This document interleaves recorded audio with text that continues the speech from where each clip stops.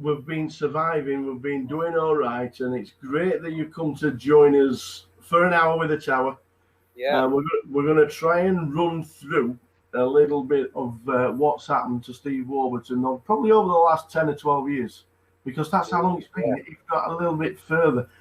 When did you first start playing, and how did you learn? And when did you decide that this, you know what, playing poker for a living, this could be a very good career? Making me feel old, that. Every time I play poker now, everyone still sort of sees me as like the kind of young kid. Yeah. Yeah, it's quite a few years, isn't it? I first started playing when I was like 16, 17 years old. Yeah. And I was a sort of typical kid. I had no idea what I kind of wanted to do for a living, except for the fact that I didn't want to work for anyone. So, when you were growing up, you're always asked, what do you want to do? What do you want? Never had an answer. Except for, I don't know why, I just always said I never really wanted to work for someone. So when I started university, I kind of had this plan, which was to not really go to university and just basically use the student loan and basically start playing poker from there. Yeah. Which didn't really go down too well. I remember my dad specifically wasn't very happy that I was quitting university, and I've got quite a few aunties that are all teachers. And so I kind of had this plan of just get this, kind of $3,000 student loan. Yeah. And all of a sudden the rest of my life will just be sorted, which has kind of happened. I basically went to university. I went to the first lecture that was on a Thursday morning at 9 a.m. And I remember turning up thinking, I'm just not going to come back. But I kind of had to tell it a few porkies the rest of the year, pretending I was going, I was committed. Yeah. All I was doing was just playing 1-2 cash games in the Manchester G in the age of about 18 years old. Yeah. And that's pretty much how I got started. I kind of played some £5 sitting goes with friends when I was younger. Mm-hmm. But it was just, and it was relentless back then. It was like 5 or 6 games every night, waiting lists. Yeah. Constant action, just everyone was coming through the door. What's this game? Do you know what I mean? No one could really play. Every pot was maybe 4 or 5 way. None of this kind of check calling, taking ages. It was so exciting when you first started playing it, especially for me anyway. And I just loved it. I was playing till 6 a.m. every night. Moved to Manchester. It was so exciting. It was this game that you didn't need to be that good at. You just kind of need to be better than your average Joe sort of thing. Mm. And it was fantastic. So the early days were all cash. All cash. What are you drinking, by the way, Tower? Water. Believe it or not. I thought I could rely on you, mate. Come on. Right.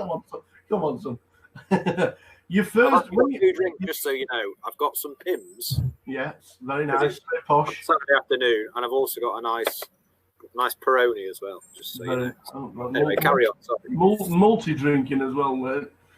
So you've played cash, but then you go on to your first ever Hendon mob. Can you remember what it was? Oh, first ever Hendon mob. Well, basically, I'll tell you it was a win. Oh, I know what it was. So I was playing cash games every night. I thought tournaments were stupid. I thought tournaments were the most ridiculous thing ever, and it was too fast, and I wanted to kind of play deep and all this stuff. Yeah. Nothing much has kind of changed over the years, but I played, I think it was Walsall, right? £100 side event. That's exactly what it was. I played £100 side event, and it finished at about 5:45. Yeah. They told us that if it got to 6 o'clock, then they were just going to say whoever had the most chips won. That's when they closed at 6 a.m. That's correct. Yeah, and I basically folded something like 15 hands heads up. So I'd fold. It was on him. He'd raise. I'd fold. And then they told us this, and I moved all in with Jack 5 offsuit. I got called by Jacks. Won the hand, and then won the next 2 hands, and basically won it. Obviously, looking back now, I had no idea what I was doing heads up. I was folding all these hands heads up and whatever, but Yeah, that was my first one, I think. Yeah. And then your first 7 cashes ended up being on GUKPT side events and APAT side events. So I'm not being funny, but I'm not being funny. You played cash, but every time you seem to play a GUKPT or an APAT, you seem to cash in the sides. Yeah, I think that was more to do with the cash games weren't as kind of good as they were. I was fairly lazy about, I'm like I was studying back then, and now people study just an insane amount of things, and so you kind of maybe go with the flow of, okay, what's next on is GUKPT Bolton or Warsaw or London, and so you're almost kind of forced into it. I didn't have lots of money back then, but when you've got maybe 10 grand to your name and there's a £500 tournament on, you kind of go with the flow, and it's all about people as well, Towers. When you play live, you just meet people every day. You're playing cash games maybe 8 to 12 hours a day. You meet people all the time, and people talk, and where are you going next week? Oh, there's this thing on. And so it was very strange how I kind of got into tournaments. It was more kind of, that was what everyone was doing, and you know what I mean? So that's kind of where it kind of started. It's a good job you went into side events, because in May 2011, you do realize that's nearly 10 years ago. May 2011, your first 5 figures cash for 11,000 at the Salford Megastack. Raf White was running that. And he said, I remember him saying something like, and this is one of my first tournaments, if you don't play, you're in trouble. And I was saying, Raf, I don't really play tournaments. And, and he was saying, you basically got to come down and stuff. And I remember we had 2 tables left, and Alex Martin was like the kind of big player back then. And I think I knocked him out, and then from there I won the tournament. And then probably after that I was thinking, tournaments are actually all right, aren't they? Completely being results orientated to the whole thing. Pretty much after that one was when I kind of started playing them more regularly. Did that first 5 figure cash go straight into the bankroll, or was it just like party time? I'm pretty sure that doubled the bankroll. Well, that's, you got to start. You have to start somewhere. Honestly, Tal, for probably the first 4 or 5 years I played poker, I had between £1,000 and £9,000 or £10,000, and never ever got beyond that. I was just playing low stakes. You kind of win a few quid here and lose a few quid there. So to win 11,000 back then was like, wow. I mean, let's basically play these tournaments because you can win huge money. So I think I had about 4 or 5 grand to my name, and obviously won that one in Salford. And in the state, coming out with 11 grand in Salford, by the way. But it wasn't a bad year 2011, because the GUKPT 500s, you got 8.8 and 7.7. So now you must have been thinking these tournaments now, all right, cash is good, cash is nice to sit with the mates, but tournaments, I'm pretty good at these. No, I really used to struggle with confidence, like a lot. I'm not saying I'm super confident now, but I was always very aware of what was happening, and I saw these guys win, and rather than looking at results, I was more looking at the hands they played, and I was thinking, well, if that guy had lost that hand with 15 left, he would have won that tournament. It would be something like ace queen against ace king, and he basically hit a queen or something. So I feel like I've always been quite level-headed when I kind of win or lose, and so I never really got carried away with what was happening. And I would say that I definitely put more effort in, and I maybe respected them more as a thing. So like the next few years, I was obviously more kind of focused and taking it more seriously, definitely. Well, it's been an interesting start. We'll be back with Mr. Steve Warburton very soon in the next episode of An Hour with the Tower. Looking forward to it.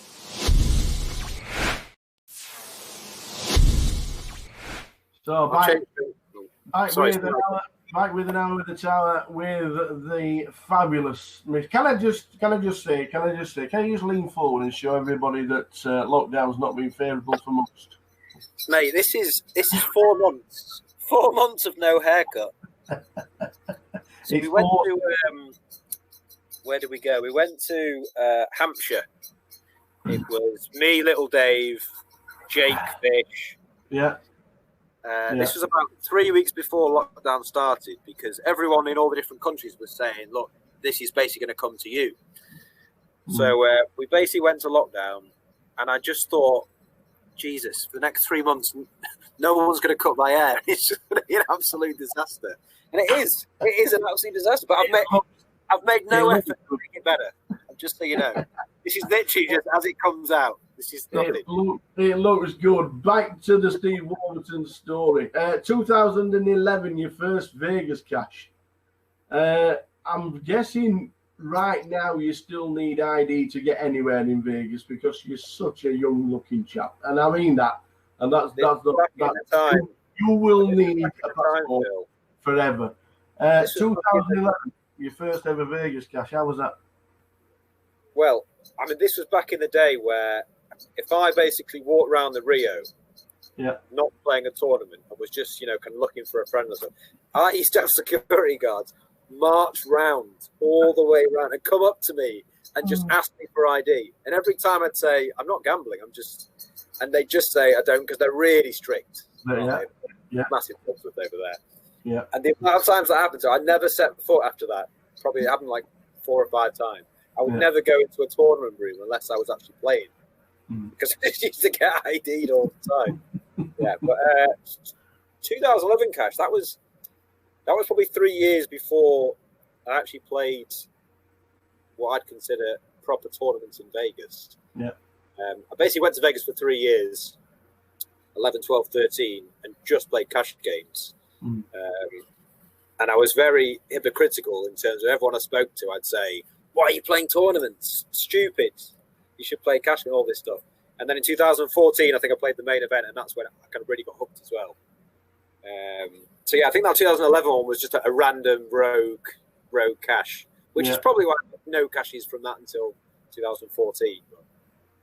No, we're not going to start with the rub downs at all in the slightest, but it is part of history. Go on.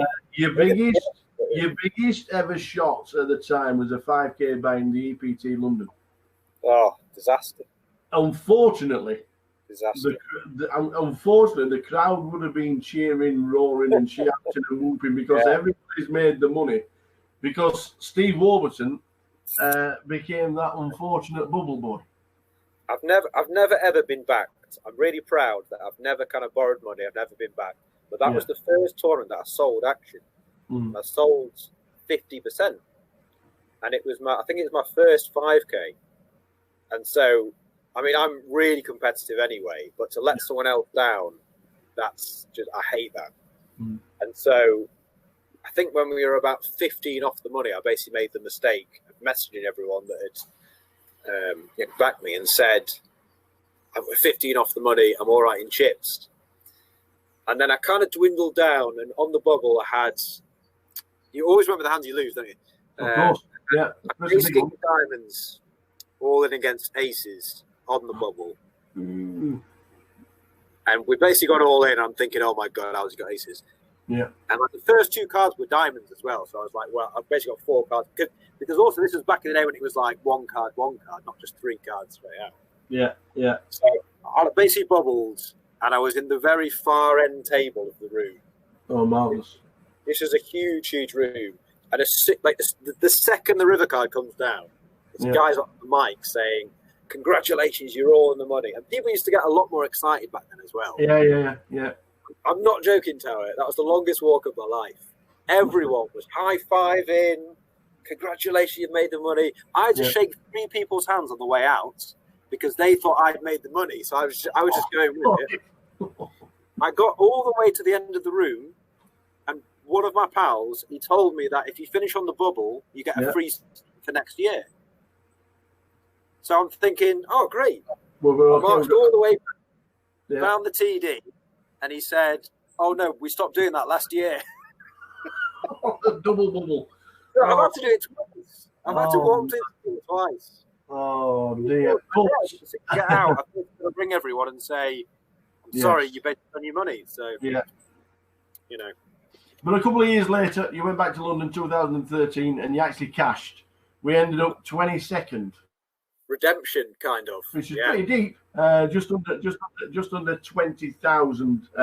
Was it annoying not to go any further in the tournament, or was it one of those where we've just experienced a bubble a couple of years ago where everybody's opening you and you didn't want to be in that circumstance yet again?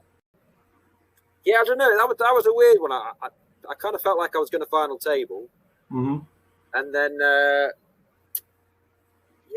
just kind of lost a few key hands. And also back then, you kind of get very carried away. You know, when there's 30 left, you're so convinced you're going to do well. And yeah, it's one of those. I was kind of happy that I obviously didn't bubble and I went deep. But I was kind of disappointed to not final table. Well, you started travelling about a little bit, and then obviously the year after GUKPT Manchester, you ended up chopping it with Rhys Jones and Simon Dedman.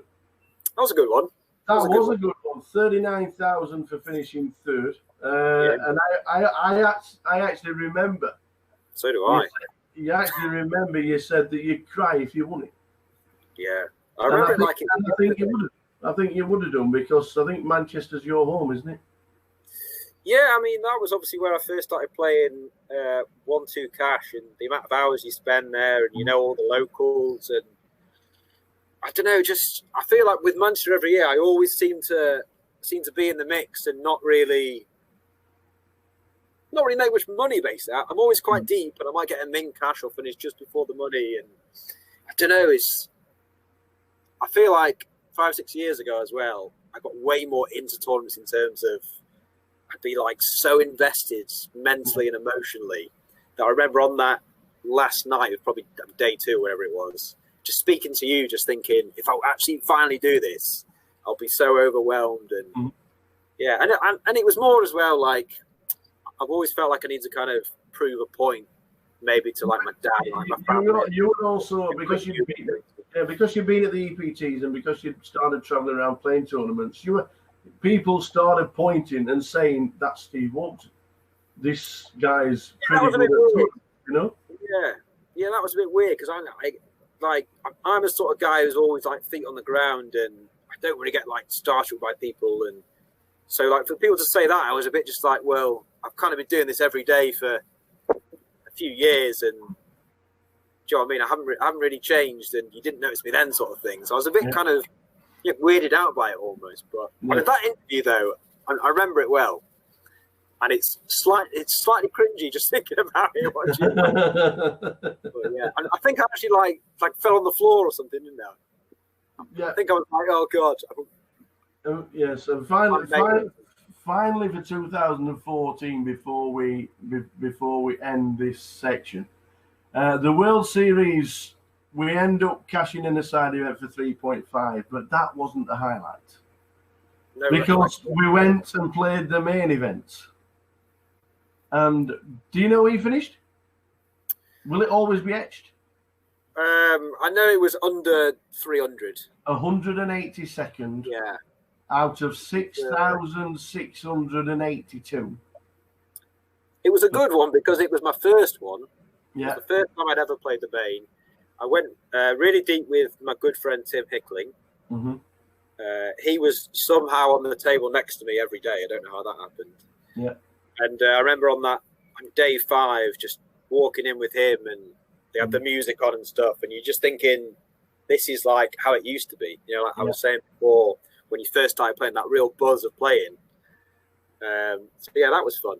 But we obviously didn't go deeper than that, but it was nice to win wherever I won. It was a very good run and a good ending to 2014. It would have been nice, obviously, because it was just, I think it was the first time it was 10 mil for the winner. So I don't know, was that the Jamie Gold year, was it? No, that was of course, Jamie Gold got 12, didn't he? Yeah, when he got 10 million, but 182nd wasn't that ending to 2014 for you.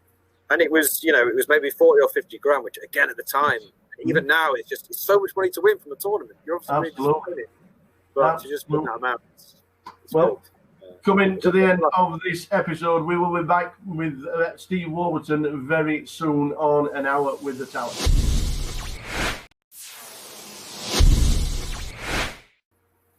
Back with Mr. Steve Warburton for An Hour with the Tower, and we've moved on to May 2015 and the WPT Amsterdam. Has to be one of the favourite stops for poker players by far. 341 entries, and second, 150,000. This was my favourite tournament of all time. Yeah, it was such a good tournament. Just everyone is just like, I don't know what it is about Amsterdam, and obviously 60% or 70% of the field are kind of Dutch, and there's just no one kind of taking the mickey and being slow with their play, and everyone's talking to each other, and that's like from day one to the end. It was just a really fun tournament, and I felt like as well it wasn't a tournament where it was, just winning flips the whole way through. It was like a really good structure and stuff, and yeah, it was just a really fun tournament, and it was obviously my biggest score at the time. A lot of my best friends were there at the time. Again, it was just an obscene amount of money. It was just like so good. We had a fantastic few days afterwards. What was the party like afterwards? So good, Tower. It was just so good.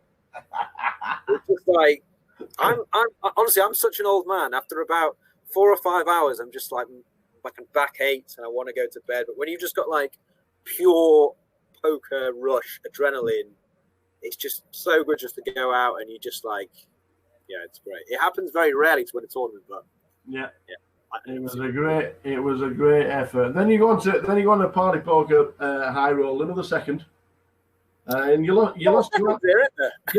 to Alex Golder, but you're good friends with Alex. Yeah, sure. What did you? Was there a lot of chatting when you were heads up, or was it like enemies at the table and then just shaking hands and a bit of a cuddle afterwards?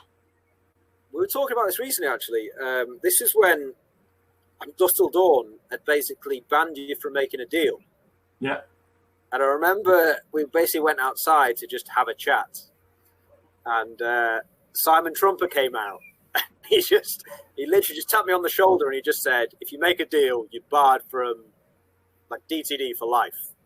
And I was like, okay, just outside. So yeah, we weren't actually allowed to make a deal. And I don't think I actually won a hand heads up. Alex won. He was like typically smug about it. And, yeah. As long as you're still friends, that's all that matters. Yeah. As long as you're still friends. But the biggie, in 2015, we head up to Barcelona. We play another EPT. We have 1,694 runners. There's nearly 10 million in the prize pool. Yeah, it's big, yeah. 1,070,000 for second. Ridiculous, isn't it? I'm going to obviously this is one of the moments I always remember while watching a live stream for one of the first times. Watching this, because obviously we all remember the chop. But what was it like at the final table, knowing what was at stake? There's a lot of money. Yeah, I mean, I've never really talked about it. Like, obviously it happened, and people congratulate on the money and stuff. But I've never really talked about like the whole thing. I mean, I remember the night before I even entered, I was like pretty sure that I was just going to quit the game, because I'd had basically a couple of years of thinking I was doing well and kind of knocking on the door and stuff, but just never actually making any money, essentially from it. And I was just completely over it, to be honest. And so I kind of went into that tournament and played, I don't know, maybe what you describe as like really badly, because I just didn't care. Do you know what I mean? And I was just doing all these ridiculous plays and like ridiculous bluffs and ridiculous things, just thinking, well, this is probably my last one ever. Mm. And if I think someone's not got a good hand, I'm basically just going to put them to the test almost. And so there are so many hand histories in that tournament where I'm just completely putting it off. Never getting called. So I was never, in a situation. I think there was like one reported where I like 5-bet or 6-bet that that's a jeans guy. He plays like PLO online. And there's just this like ludicrous hand history where I've like 3-bet and jack 3 off. I'm 5-bet, sorry. And he's called, and it's come like king 6 deuce. And he's checked and I bet and he's folded. And I've shown it for some reason, which I never ever do. And I'm just looking back now, just thinking, there was just so many hands like that where I was just like, well, let's just try and win it or not. And obviously, so lucky to actually go on and chop it and things. Yeah. And the final table was just loads and loads of fun. Well, it was also famous for a rowdy rail. Super rowdy rail. There was obviously the hand where John DeWander's folded kings pre, which would have basically knocked me out if I'd not hit an ace. I had ace king suited. I think it was 7 or 8 left. Yeah. It's gone like open 3-bet, 4-bet from the small blind. I ended up jamming because we'd basically just been for dinner, and he was basically saying something along the lines of, "There's 3 short stacks. The money jumps are big. Yeah. We kind of don't need to get involved." And so from that, I kind of took it as, right, you're not going to want to kind of get in some huge kind of confrontation pre-flop. And so I was pretty confident he'd fold queens pre. I would obviously never have done it if I knew he had kings, because no one folds kings pre. He ended up folding, and we basically did the deal 3-handed, which was obviously life-changing. Yeah. But yeah, I didn't really feel much pressure because I just had this mentality of like, I don't really care. And it was a really strange tournament, to be honest. And I really kind of wish now I played every tournament like that, because it was almost just like no fear. Do you know what I mean? You just didn't really care what was. Yeah. And you're doing a deal for 7 figures, and you get one guy to pick to negotiate just to make sure you've got the right deal. And somebody walks on stage with 2 bottles of beer in his hand, and he's like, "Yeah, well, it's only 7 figures." Yeah. That was because it was either Fraser Mack, who was very notorious at the time for doing every deal, wasn't he? He was always there, kind of, or it was Feraldo, who I kind of knew but didn't know as well as I know him now. And I remember Toby Stone came up and he said, "You're only allowed one person to come in up and kind of helping you." And Fraz Mack was like, "Right, yeah, it's me, innit? It's me." And I was going, Feraldo, I'll take you, which was probably a mistake because Feraldo was half cut, wearing a hat, holding beers, as you say. But actually, he was really good because you basically only get a couple of minutes. Yeah, I was completely lost in like the whole what was going on. And he was very just like, you need to do this, this, and this. You shouldn't do this. And he basically gave me some really good advice, actually. And yeah, from there onwards, I think I said something along the lines of, "Well, we don't have to deal. I don't care about the money," which is a complete lie. I was desperate for a deal. I just literally wanted to do it. And I was like, "Oh, well, if you guys want to do a deal, up to you. I'm not bothered about the money. Just trying to get more money out of it, obviously." And then as soon as it was done, I was like, right, this is the greatest thing ever. I can just do whatever. But yeah. Obviously, went straight to bed afterwards. Again, that was an absolute. I'll actually tell you something as well. We basically went out afterwards, and I basically got mugged. Well, not mugged. I basically got robbed because I actually had no money on me. I basically won all this money, and we basically had organised, this kind of massive thing afterwards that cost loads of money, and I didn't have any money. So I went round almost every person that was there and asked them for money, just like a massive pigeon, just like, "If you got 500, if you got 200. And after an hour and a half, I'd collected something like, I don't know, it was like 10 or 15,000 euros in cash. And I basically put the euros in my pocket.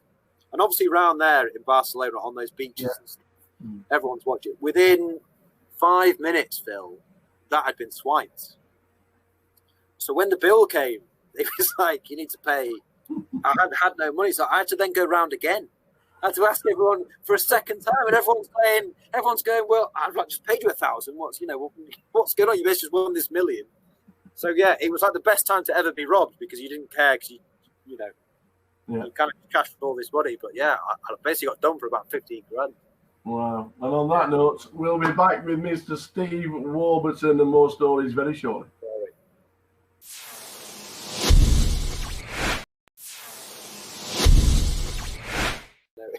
Welcome back to Mr. Steve Warburton and an hour with the Tower. Huge 2015 that we were talking about before. Absolutely huge. 2016. Did you slow down? Did you play more cash? Was it a case of I'm not travelling around too much? It's so hard to think when like 2016 was in terms of what was happening. I'm pretty sure I was still playing, as in like tournaments and things. But now, kind of looking back, you kind of have these purple patches, don't you? There are so many players that they'll have a cash, and then you'll see them cash again and again and again, and then for like the next 12 months, they just kind of don't. And I don't know. I don't know if it's confidence or what just happens. But yeah, I was still playing in 2016 quite a bit, and obviously not having the cashes I was having the previous year. Yeah. But yeah, I don't know as well. I never really got carried away with tournaments. I was never really one to play 60 events of the World Series or every single GPT and stuff. I was always quite kind of level-headed. But one of them you do like, as we can see, GUKPT Manchester. You've got so many entries in the database, 2018 to 14, 2020 for 20th. You got so many cashing 3 of the last 4 years. It has to be the favourite stop. I know it's your local one, it's your home one, but is it classed as your favourite stop? It's the favourite stop because it makes up for all the other GUKPTs that I'm just doing my money in. You know, I can't go to Luton or Walsall or Bolton and just do 4 or 5 buy-ins. Yeah. So yeah, I don't know. I feel like with Manchester, I'm always trying that little bit harder because home stop, most players, the kind of great camaraderie of people. So that's always fun. But yeah, I mean, I've no idea if I don't know. I think I'm probably slightly up on GUKPTs because of that. Yeah. Sort of shop with Deadman and thingy, but I've put a lot of money into them, don't you? Don't you worry about that. Yeah. Norwegian Championships came to Britain, and they started being played around the country. You had three tournaments where you cashed for well over 60,000. I heard they used to be crazy. I heard the cash tables used to be mad as well. Was that one of the reasons why you played them? Oh yeah, definitely. I mean, the absolute best stop on the calendar every year is the Irish Open. It's getting better and better. I think it's going to be the biggest it's ever going to be next year. Yeah. I basically booked my flights in January this year for it. Obviously, it got cancelled because of everything that's going on. Yeah. But yeah, I mean, they're having 60 or 70 cash game tables every single night. Yeah. Which, I mean, that's just crazy. You just don't see that anymore. And yeah, again, it's a little bit like what I was saying in the 2015 WPT in Amsterdam. Everyone's just on the same wavelength. You know, everyone's chatting away, and do you know what I mean? It's kind of how poker should be. You know, there's tanking, no one's dressed silly, there's no without talking, trying to, you know, like piss people off and stuff. It's just kind of nice, fun poker, and yeah, it was a good one, yeah, sure. Yeah, absolutely. Your strangest ever Hendon Mob entry. Blackpool Tuesday nights, free run. 60 entries. You finished 7th for 40 quid. And it ended up being on the Hendon Mob. Please explain what happened. Why? Why is it there? I think I maybe need to blame PK for researching this, don't I? I don't really know how that's on. I think that's 15 entry or something. I'll just check up on Steve Warburton so we can have a nice chat while we're all in lockdown and we've not had a haircut for 3 months. And we get it was a free roll on a Tuesday night and there were 60 runs. Times were tough, Tower. Times were tough. That 1.8 million you were talking about before had gone. I had nothing left. Oh, brilliant.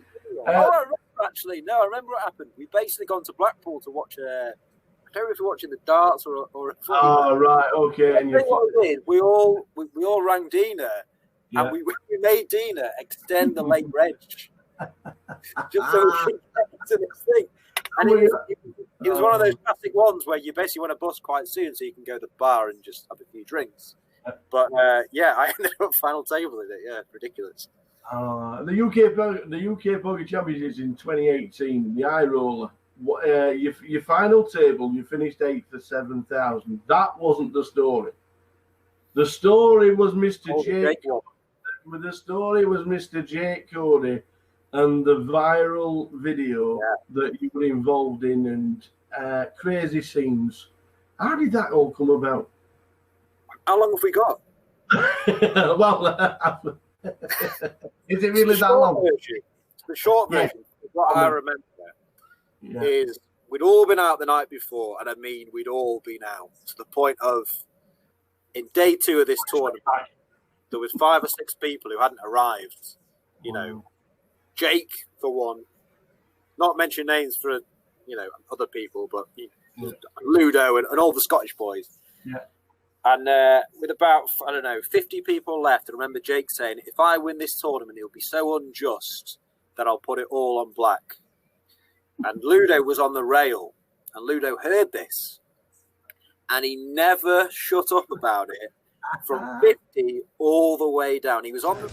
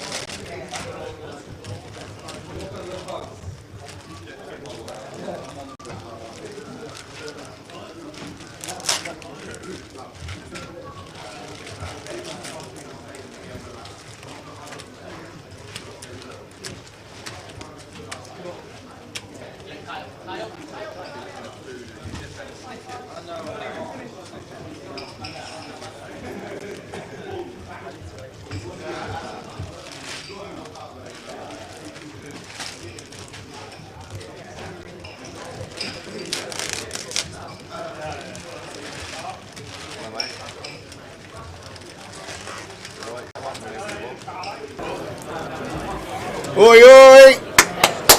Day 3, welcome ladies and gentlemen to the live stream here from London, and what a day we're expecting. Jay, biggest field, 33 coming back, what we're looking forward to? I don't know, Tower. Actually, there's plenty of big names left in the field, so we're hoping for a star-studded final table, but it could be a while until we get there. We've got 5 tables out, so we're not used to it. We're used to coming back with 2-3 tables, so it could be a very long day for us. Might hit the final at like 7-8 o'clock. We're going to see. We're not used to it, but there's plenty of names left in the field. We've got an unbelievable table to start the day. The 2 chip leaders on it, Ludo and Tim. So looking forward to the first session, seeing how we go, and just going to take it from there, Tower. Absolutely, absolutely. We are looking forward to it. And these are the players. 33 remaining. Have you had a little bunt? Have you had a little punt on any of these players? Who's going to be floating your boat by the time it comes to level 33 or 34 in the morning? Who have you had a little bet on this morning? The biggest backed player today was Lewis Spencer. He went from 14s to 7s on the book. He was 14 to 1 early morning. If you had the early bird, then well done.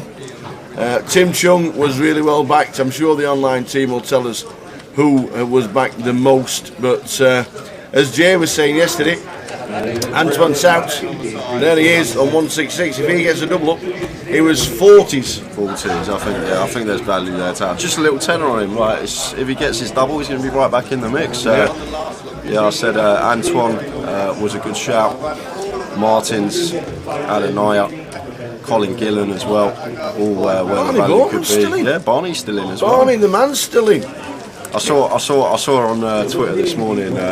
Rick Trigg put up the prices and he was like, the value's here, and Barney was still in and he commented on something and Trigg went, good luck today, and they had a little conversation and Barney was like, see if he can take down the young guns. It's been nice to see him. I've never seen him on the GUKPT since I've been here, Tower, and might get to see him on the featured table tonight. Absolutely. The dark horse, I reckon, is Martins Adenaya. I think Martins, if 575 at the moment, has a decent chance. We'll come back to the chips very shortly, because straight away we are underway, ladies and gentlemen, for the first hand and action as Ludo just sits down. Yeah, so featured table to start the day, guys. In 1 is going to be Ali Sarkashik. In 2, Ludo. In 3 is Tim Chung. In 4, Paul Trotter. In 6 is David Attenborough. Look at the picture!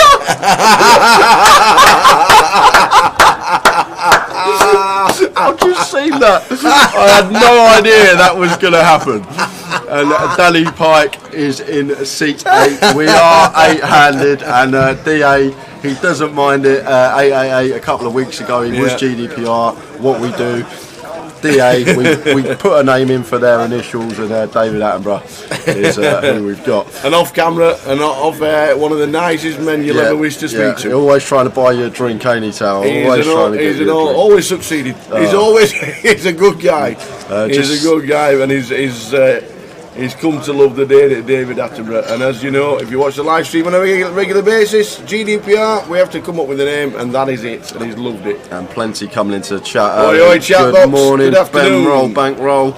Good morning, Shulak. Really appreciate the stream, guys. Nice to see what's going on in the live poker world. Absolutely brilliant. Glad you're enjoying the stream. Ben, get it quietly. Good afternoon, Span, Zacabello, the Dingadonga. Oh, he's on his way back. Good to meet you, the Dingadonga. Good to meet you. David Lloyd, Simbot, HCC.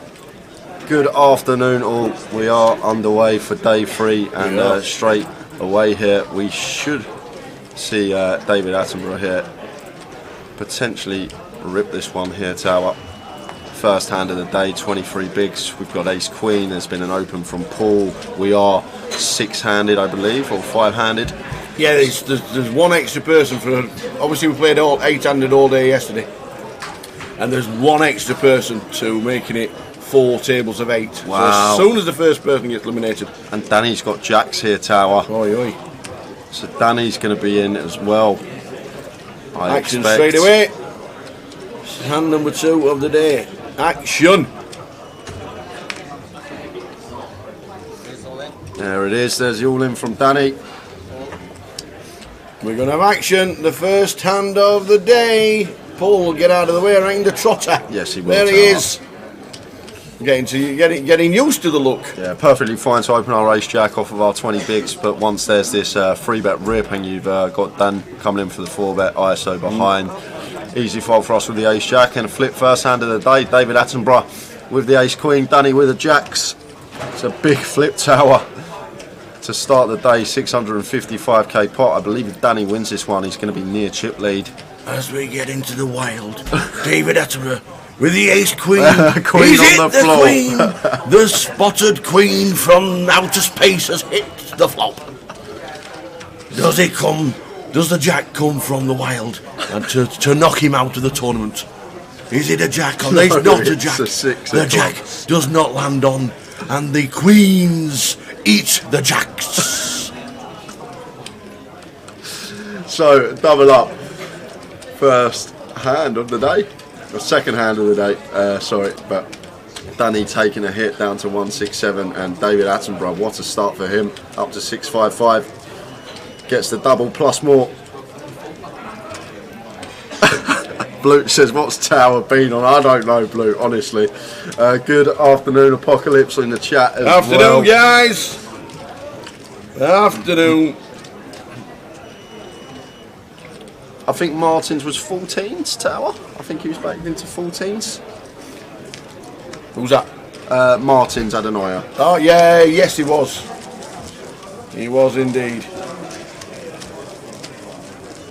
What a start. What a start, ladies and gentlemen. Tell all the world the GUKPT has just started for day 3. The biggest field we have had. I'm just going to mention the seat draw as well, because this is a really, really good seat draw for Tim Chung. The fact that we got this position on Ludo, 1 player out, we're going to break the tables down to 4 of 8, and then we're going to be full ring sitting on Ludo's direct left. So Tim running good with the seat draw early on. They're blending into the chairs, JJ. Everybody's wearing black. That's true, actually. Ludo's dark blue, but I know what you mean. Interesting.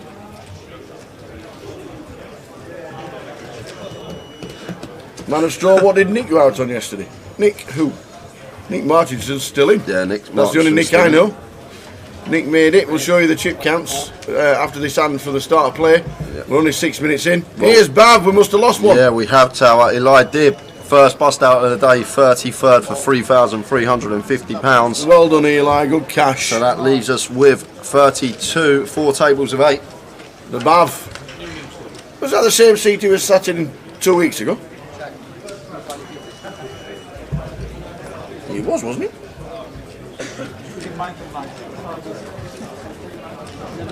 We're down to 32, just like that.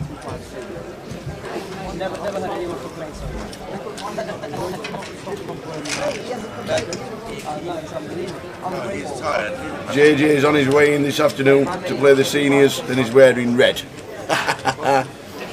Good on you. So Ludo, nearly a mil. Tim has got position on Ludo. We will be getting the new players into the table draw very shortly. But Bav Katri is one of them. For back-to-backers, Tower. Yeah, Al Farouk is also on the table in seat number 8. Did you speak to anybody last night when they finished, or was it? Straight home, Tower. Yeah. I literally just went. You don't get a chance to speak to Movie. I messaged him when I got home. I messaged him this morning. Yeah. Just wished him good luck. Spoke about a couple of hands, and I will let you know about a hand that occurred on the outer table with him very shortly as well. Mike Leonard, what's with the David Attenborough? It is a GDPR thing. I think it was the grand final or the 1K during the grand final that our GDPR DA 3 bet from Tim here, Tower. Was on board. Like it. Versus Ludo cut-off opening range. Really like this from Tim. Just going to be applying pressure, especially with ace-10 here. And Bav is going to be all in, and Tim's going to have to call this one off with the ace-10 Tower. And he knows that he has to call it off, and Bav is going to see he's in good shape to double. Sit back down, Bav. You are the favourite, sir. 500k pot, just south of. I expect to see that fair amount as well from Tim. Ludo's late position opens. I think Tim's going to have a fair amount of light free bets. 10 on the flop. So Bav on his way to a double, fading, running diamonds, running aces. Now chop outs. 9 for the chop. It's not going to be a 9, is it? No, it's a 7. Yeah, the GDPR thing is nothing we can do about it. Some people agree with it, some people don't like it with a live stream. First time we were on the stream and he was on, we embraced the name, and we have to stick a name in because you just can't just call him D and stuff like that. So we came up with David Attenborough, and he went home and watched the stream, and he came in the following day and he was absolutely laughing his head off that we'd called him David Attenborough, and he just said, that's it, we'll keep it. So every time we see him now, he's embracing it. Just unfortunate we can't use his name because he is a top lad.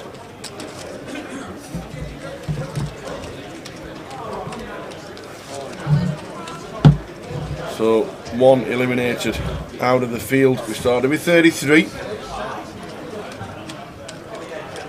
Oh yeah, of course, Simbot. Ludo had 8, so he would have flopped the set as well. It could have been carnage.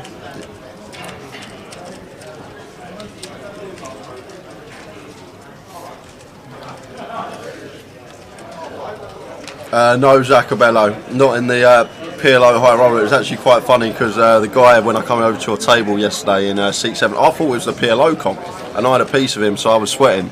And then the dealer dealt him 2 cards, and I realised he was in a different comp. And I went, "You didn't let me know you busted the PLO." I thought I was sweating the PLO comp until I saw 2 cards come off the deck to each player. Danny gets that shove through with a Queen Jack suited. VP, oi tower, what's with the new display on the screens? Are we going to see pictures of the commentators as well? Oh, God. He keeps doing that, he keeps turning off. Only if you want to. We try and keep off the screen as much as possible because the gruesome twosome are in the background all day long. Afternoon everybody, welcome to the live stream. 33, we're on 32 now. We're crowning a champion at some point during today. It won't be wham bam thank you ma'am. This should be a classic day's poker, so sit back, enjoy, and stay with us on YouTube, Twitch, Facebook, or wherever you want to watch it.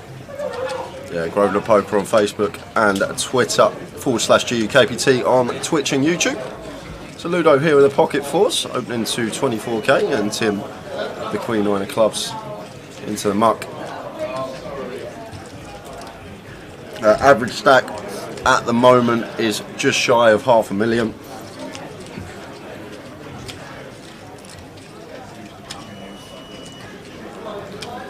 David Attenborough doubling up early on with the ace queen, and now finds the kings in the small facing this open from Ludo here, tower. Free bet from him to 75, so just north of 3x. Action back on Ludo here with the pocket fours.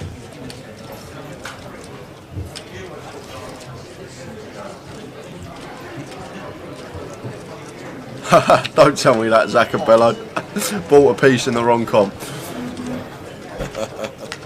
Now Ludo happy to peel, believes he's deep enough to peel his fours profitably here in position. 5-5 deuce, 2 spades the flop. Great flop here for David Attenborough.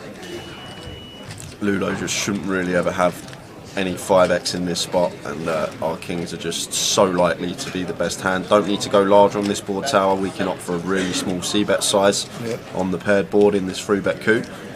70 into 250, so working with between quarter and third.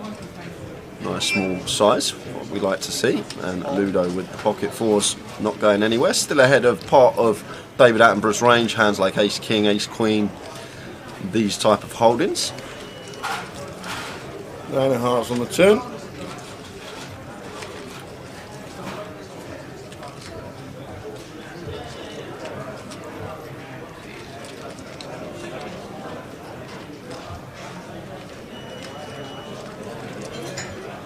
So not really worried about too much still here, as David. 9's probably one of the few worries on this turn card. Yeah, I guess Ludo can have the one combo of pocket 5s as well for quads, but not too worried about monsters under the bed. We want to start getting some value still from hands like 6s through 8s, as well as 10s and jacks that didn't elect to 4-bet versus our small blind 3-bet pre-flop. If I'm David here, I'm just choosing a size that gives us a nice comfortable river shove, but he's just going to go for it here, tower. 1.3x shove from David Attenborough, and Ludo sat here with the fours. I can't ever see Ludo calling this spot here, tower. It's a situation that I talk about a lot. If we're right, we're only going to have like a bit more this time because there's only one counterfeit out in terms of the 9, but we're going to have about just shy of 70%. But if we're wrong, we're in a world of hurt. As you can see, 6% equity, drawing to 2 outs, should be closer to 5.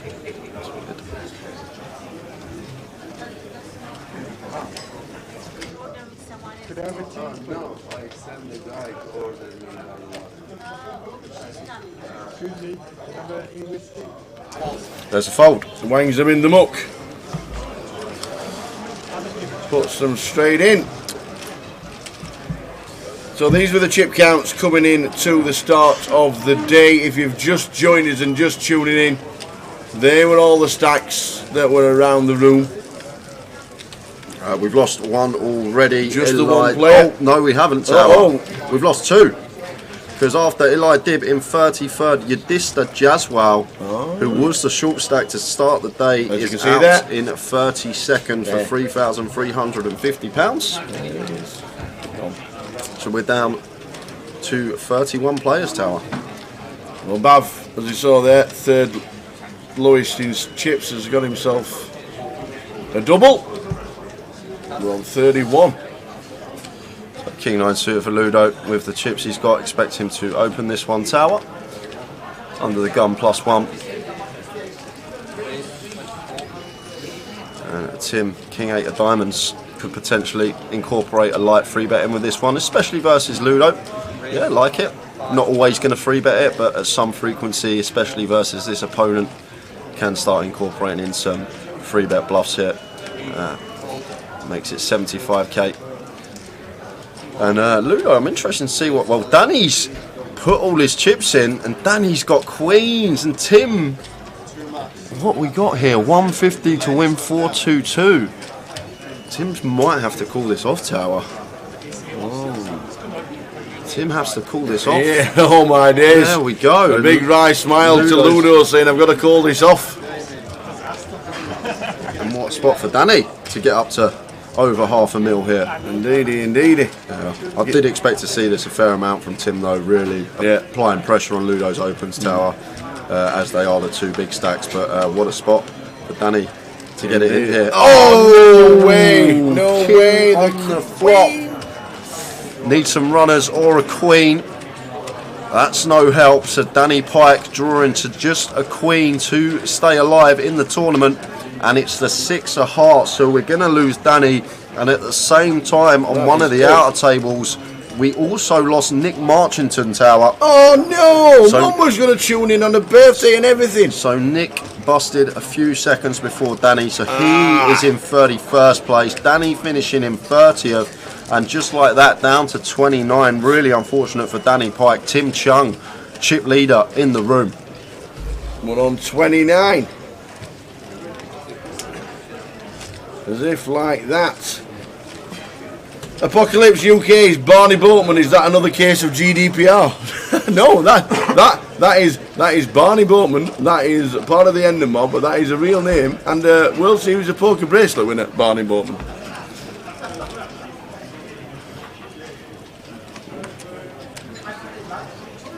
It is the real man, the real Barney. Can the real Barney please stand up? Please stand up. Afternoon, James. Afternoon, Mick the Mod. Afternoon, James, Mick. No news at the moment on the side event schedule for the Goliath this year at the moment, Paul, apart from Wednesday. Wednesday in Goliath. Get your disco boots on. Get your get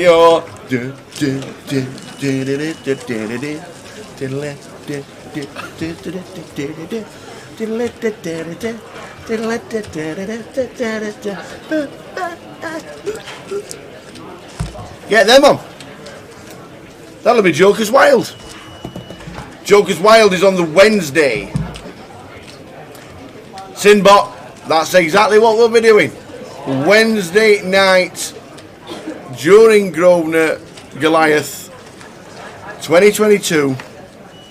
Wednesday. Stick it in your diary because that's the only side event that has been announced. And the trotter is going to be in, Tower, because he's got ace 10 of diamonds working with 10 bigs, just sub, and it's an easy shot for him. Glad to see Paul take this one. Is that B power end? Says it, Karen. Afternoon, Karen. Glad to see Paul take this one. Afternoon, Karen. Is that B power end? Afternoon, Karen. I can't. Can't hear the beep.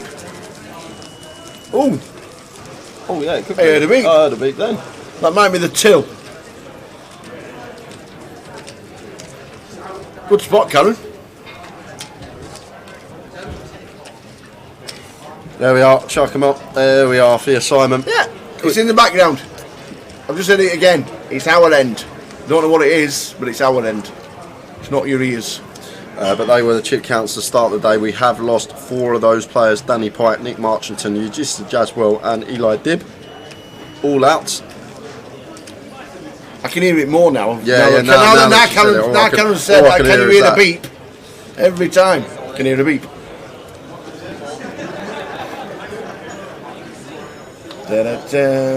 Yes, Goliath has been. The dates have been announced. The schedule for the main event has been announced, and also the Wednesday night is party night. Tim, how many times? Tim's going to call this off as well. Trotter shoving here under the gun for 17 big blinds tower. And Tim closing the action with the ace jack here. It's an interesting one because it is under the gun, and I guess Trotter does have some ace 10 in there as we just saw, but Tim thinks better of the ace jack and lets it go.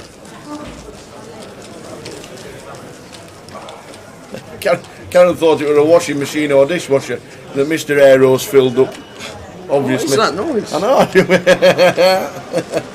Might have to do a tea run just to find out what it is. Somebody's left the door open. Don't actually know what it is. Beep. Something at the bar. Somebody's definitely not closed the door somewhere, and now everybody can hear it. Joker's wild. James Gill, last one he sat down at, flopped to Joker, ace high, ended up losing, and lost runners for a straight. Well, I hope you still stayed in and partied and had a good time. I literally have no idea where that is coming from. That could be a battery in a fire alarm, actually.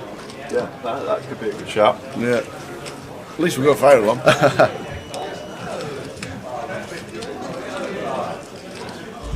Oh, Fletch. Think of the fun you could be having on Supermarket Sweep. Go and find tin of beans. Your attention please, those players are registered into our senior stand. Your seating is on screen. 2 hours and start making way to your tables. We will be starting in 9 minutes. We won't be starting for another 9 minutes, but players, your seating is on screen. I love the way they give their seniors 9 minutes to get to their seats instead of 3 like they do with all the other events. That's brilliant. That's amazing. Hey. Oh, now then, oldies, you've got 9 minutes. Bring out your frames and park them at the side. Oh dear. Ludo catching top pair after opening the button with King 10. Trotter, not much going on for him here. Does have some plausible back doors, but can't really do too much off of his stack size. Out of position to Ludo as well here, Tower. Gets out of the way. Yeah, I don't know what's happening with the stack sizes or what's happening. I think Simon's actually sent a message. I don't know what's happened. But the blinds are 6k, 12k. But that pot said it was like 250k. I don't know. We'll just keep his eye on that. I think he does send a message. Straight down below him. He does send a message. He does send a message, does our action tracker. And 17, the cards were picked wrong, the stack size issue caused a slowdown. It's fixed now. Just a 9 million wrong. So, if there's any discrepancies with the chip stacks, we will rectify it and sort it out.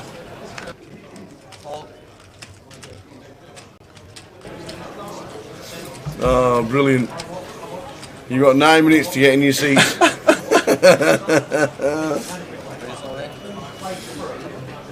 I do, Nav. Afternoon, Nav.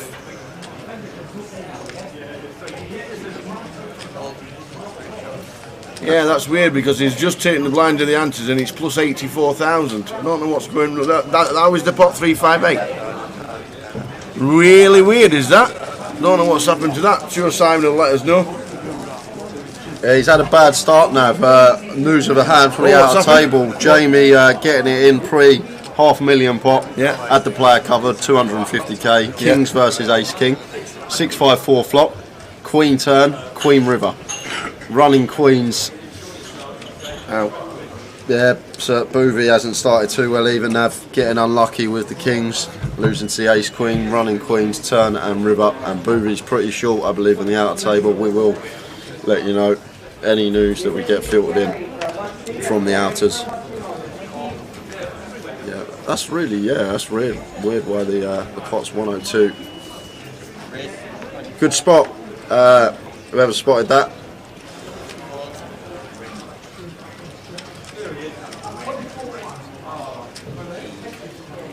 I think I know what it is, Tower. You do, dear. So if you times the 12 by 8 and then you add the ante plus the small blind, that gives you that figure. So maybe this 12k's gone in as a running ante instead of a big blind ante. Oh. That might be the problem. So maybe there's a button that our action tracker has to click to make the 12k a big blind ante and not a running ante. That would make much more sense why the pot is showing that figure. Yeah. But thanks whoever picked that up.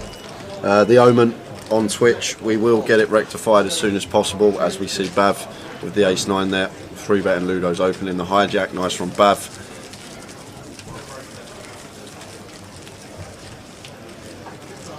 So the pot sizes are going to be wrong for half an hour. Yep. Unfortunately. We reckon.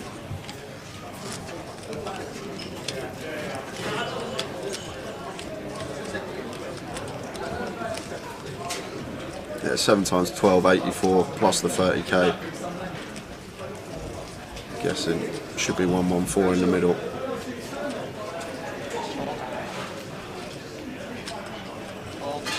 Yeah, well, yeah, that's what it's doing, Tower. 102, yeah, that's right. We're seven-handed. It's doing it as a running ante, so not a big blind. It's fixed. It's fixed. The Lovely. message has been sent. It has been fixed. The Omen. Day 1 here of Goliath is the 27th of August at 12 PM according to the Poker Live app. Yes, it is. That is correct. It's a little bit later than normal this year because of the Commonwealth Games in Birmingham.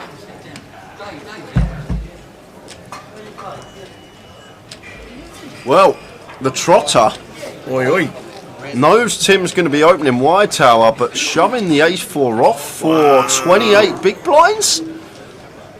Run into Bav's. I'll tell you what, if Bav wins this one, Yeah. this guy's got the moves and this guy can win the tournament because he's already won a tournament here in London in 2022. He's on form. Paul Trotter, the player, at risk, just ripping the ace-4 here, Tower. Really surprised to see it. I guess it was a Tim Open, and Tim can be opening fairly wide. But we've just got heaps of big blinds.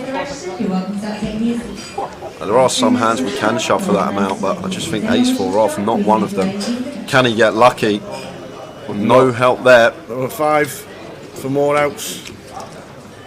5 or an ace or a diamond for a chop. Diamond for a chop. 5 ace diamonds to survive for Paul Trotter. And it's the 10 of clubs, so we are going to lose one. And we lost Antoine Labatt on table 21 a couple of minutes before in 29th. World Series final table list, main event. Paul Trotter out in 28 for £3,650, which leaves us with 27 players. 27. I'm going to get a cup of tea in a minute and find out what that beep is. Quickly show you what's happening in Goliath. Stand up, sit down, stand up, sit down, keep moving.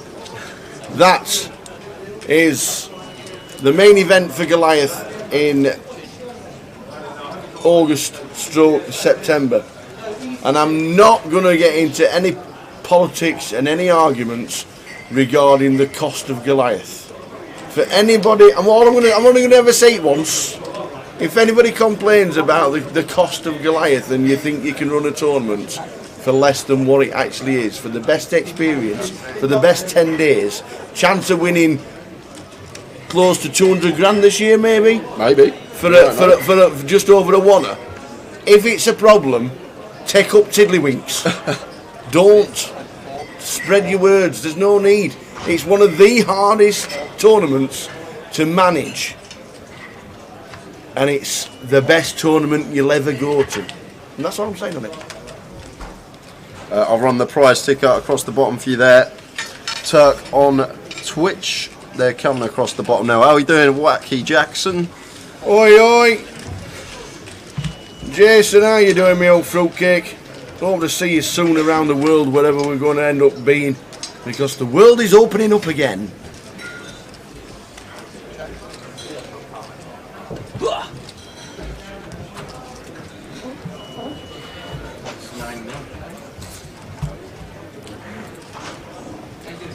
Information for players registered in our seniors event. It is a 20,000 starting stat for 30-minute levels for the late entry and re-entry period, and then it will be And Ludo incorporating in a top pair check back, like it. Do need some of these in our range. This particular ace-jack combination as well, with the jack of spades in there, really nice one to start incorporating in some check backs as the pre-flop aggressor. And now once we get the green light on the turn, we're just so confident we're going to have the best hand. Try and get called by some like king jack, king 10, queen jack, queen 10 that he can have peeling out of the small blind.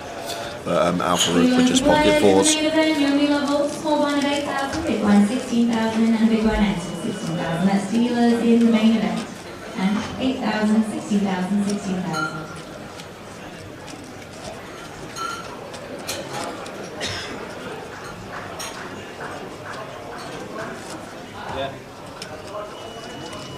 Yeah, Ben, we've already had that query. It's a slight error on the graphics. Unfortunately, the running ante box was ticked rather than the big blind ante, so it is changed live now. It will be back to normal very soon, but at the moment it is showing as a running ante and not a big blind ante. Yeah, it has been fixed. We're on the case, but unfortunately, because we're on that 30-minute delay, then it will rectify itself. Afternoon, everybody in the chat.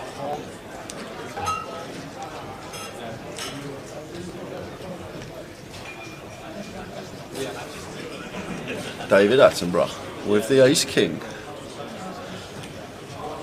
Raises to 24. I just love the picture as well, Chow, every time I see it. Makes it 24. Ludo happy to defend the 9-5 off here. Queen 10-6. 2-spade board. So does have gut shots at Broadway here, David. So happy to continue from the looks of things. And Ludo with a 9-5 off, can't do anything but get out the way. It looks like they've done the draw for the next round of the FA Cup, because Richard Whitmore said it's Peterborough versus Man City. Wow. That's what you want as a really small football team that has no chance of winning the FA Cup ever. Manchester City at home, play the stars, fill the ground, get on telly, make the money.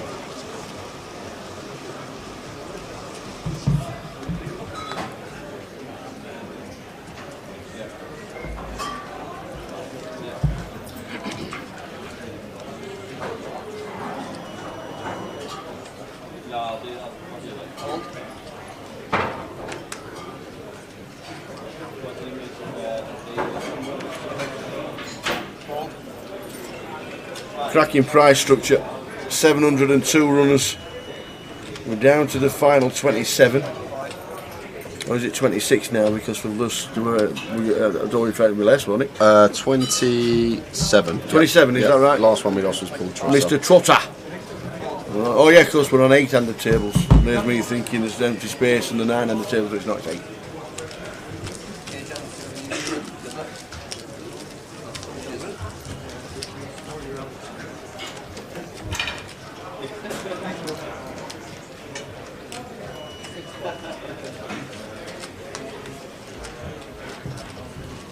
£5k for a cheap Super Bowl tickets. I take it, Tower bought a 4-pack. You got 4 Super Bowl tickets, Tower? Oh my days.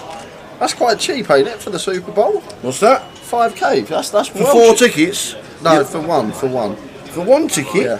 Get away, £5 grand. 5k for a cheap Super Bowl tickets. I take it, Tower bought a 4-pack. $5,000 for 1 ticket for the Super Bowl. It's pretty cheap, isn't it? Tell you what, sat in my front room watching it with chicken wings and ribs and things like that. A lot cheaper than 5k. Yeah, I'm guessing that's the standard price now. The brand new stadium that cost $2 billion to. I thought they were all like at least 10k plus these really? Super Bowl tickets. Used to be $200. Used to be a big thing. Oh, they're the cheap seats. They can they can be up to $1 million. You can pay for your seat. David Attenborough, Kings, second time today. Wowzers. Wow. Raises to 24.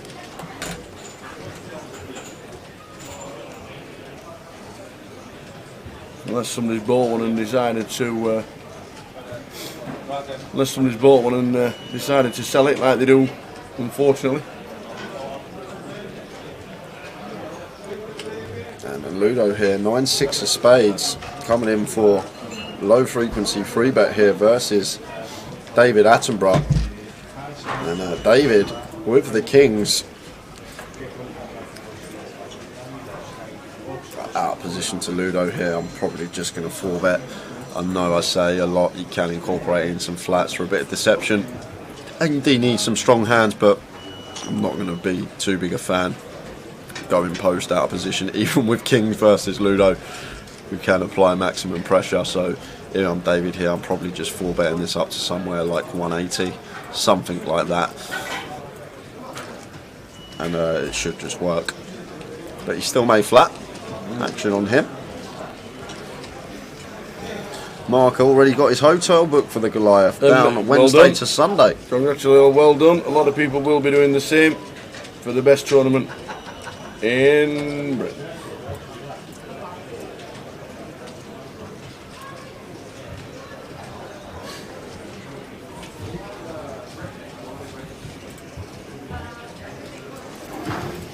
Incoming. And then it'll be a snap fold. Already worked it out in his head, not doing anything else. If David decides to stick it in, up to $1 million. Yeah, big 4-bet size in tower, more than 3x there from David. When is Goliath? Quickly show you Goliath. There it is, that's the start of the main event. Jason, the 27th of August is flight day 1A, all the way down. The big change is there. The Friday. There are 2 turbo flights on the Friday. We're expecting 2,000 runners plus for the Friday. 12 o'clock, 16 levels, finishing just before 6. And then we start again at 7 and finish just before 1. So be aware that the Friday, the last buying day, is 2 turbo flights. If you don't fancy the turbo, play one of them. Book in. You can book in at any Grosvenor casino in the country right now.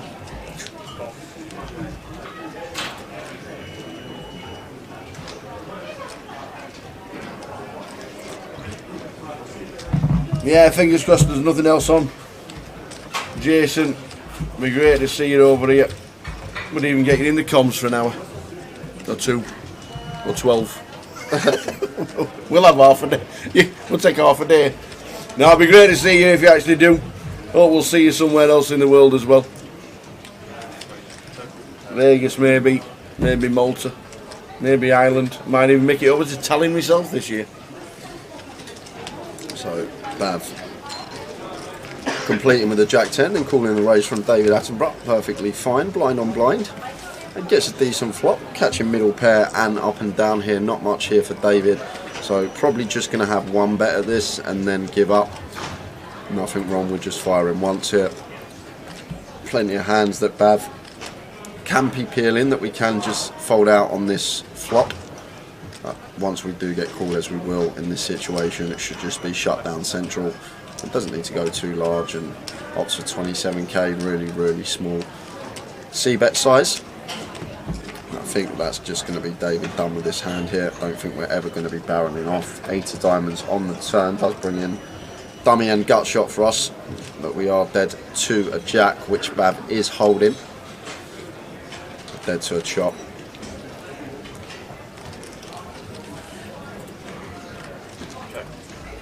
So well-timed check from David. Glad to see him give up after our flop bet got called. Don't mind the bet on the flop. Once Bav is involved on this particular board, this 8 of diamonds turn, it's just one we want to be shutting down on. And now Bav probably happy to lead with his Jack 10.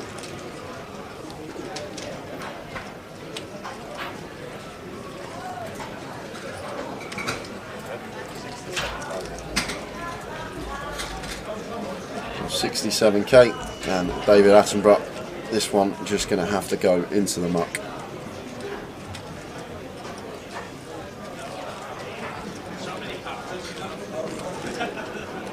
Wow, is he thinking about raising? Just can't see how we can possibly raise this spot as a bluff when Bav can quite easily have a jack here. And the thing is as well, like, I can't really think of too many bluffs other than like some random King X that Bav can have, some club draws perhaps, although we've got a club in our hand as David Attenborough. But if he does raise this spot, I'd be very surprised, Tower, because Bav can quite easily have a jack in this spot the way the hand's played. Eventually lets it go, doesn't get out of line. And Bav up to nearly 1 million chips. What a start for him. What a start. Man on form.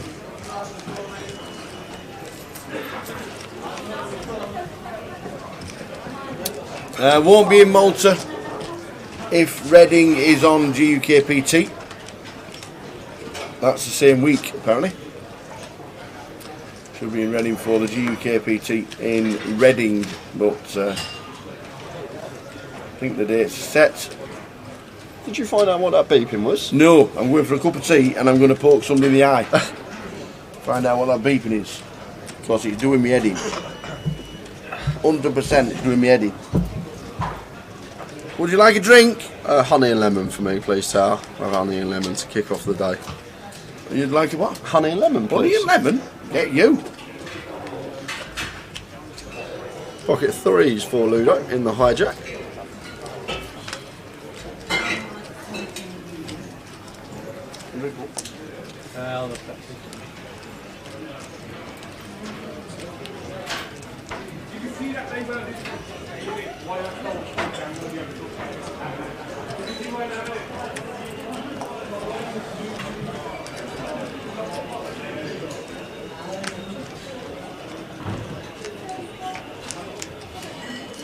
Alpha Farouk defending the 7-4 of clubs and gets a lovely flop as well, flopping trip fours here. I still expect Ludo to continue in this one with the threes. Doesn't go too large, opts for 20%. They're just going to get so many folds from the big blind defend range on this board as Ludo. That's why he's opted to go small. There's just going to be so many holdings in there that can't continue out of position.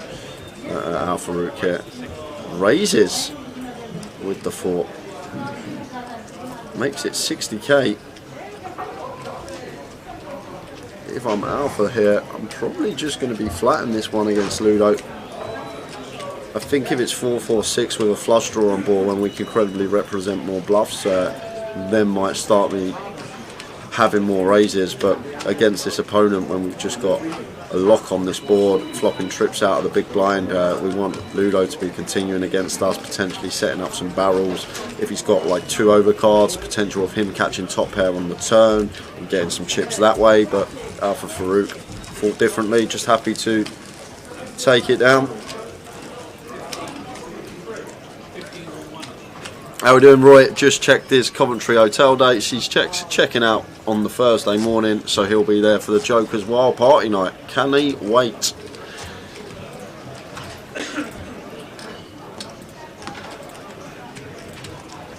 I wouldn't say that, Span.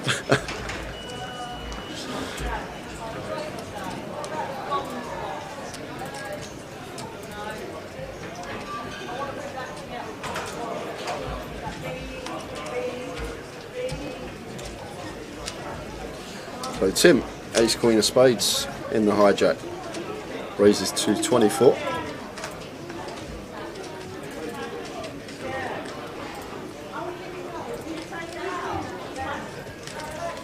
And haven't seen anything of Ali so far. Ali hasn't really been dealt too much early doors, but haven't seen much from him.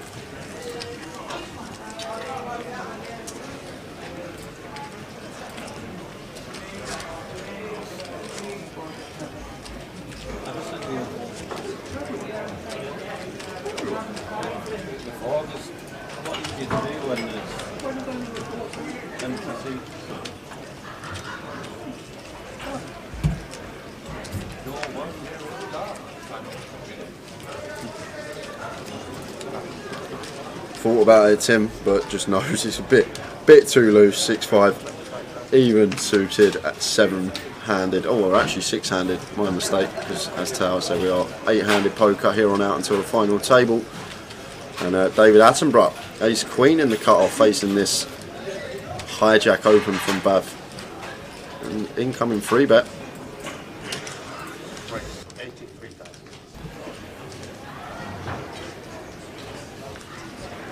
And that gets Al Farouk out the way. Ali folding the ace-4 off and back round to Bav. Makes a quick fold with the jack-8.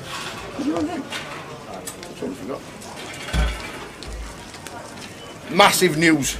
Massive. Huge. Huge. Enormous. Okay. Biggest news of the day. Okay. Biggest. Biggest news of the day. I fixed the beep. Oh. What was it? It was a card reader that had got the till receipt stuck. Ah. And it was empty and nobody knew how to change it. So I turned it off. Boom. And as Tara was fixing the beep, we did lose another one. Anton Saou, who was at the start of the day one of the shorties, he's out in 27th, which leaves us with 26 players remaining. Anton taking home £3,650. As Al Farouk here 3-betting the under the gun open from Bav, and Bav not going to be going anywhere this time, faced with a 3-bet back-to-back hands, but ace queen suited, not going to be hitting the muck in a 6-handed situation. And Al Farouk here starting the hand with 40 bigs, so I'm not sure that Bav's going to be wanting to get it in for this amount of big blinds pre, so I just think we're going to see the call and play accordingly on flops, and there is the call from Bav, calls for 50k more. Heads up. Diamond in the window. You always like to see that when you got ace queen of diamonds, but it comes 8-9 of clubs.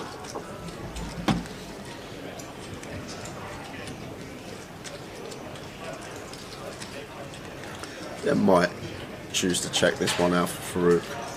Like Bav's going to have the 9s, the 8s, the 5s in there. 8 of hearts on the turn. I do like the check from Al Farouk on the flop tower. He's just checking range in this particular scenario, and Bav checking it over once more. Thinking about delayed c-bet now. May make the assumption if Bav does have a 2-pair plus hand, even if he's got like 6s, 7s in this spot, he might choose to lead small for equity denial purposes. So Al Farouk happy to come in for the delay continue now, firing 90 into 240. So just south of 40% on the turn.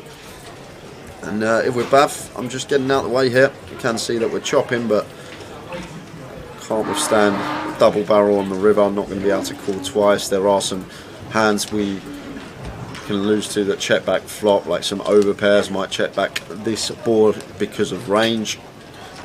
And there's the fold with Bav. Agree with it.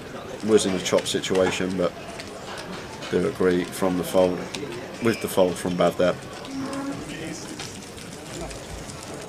How's the form today, Mr. John Vergate? It's awesome. Where's the white ball going? Straight in.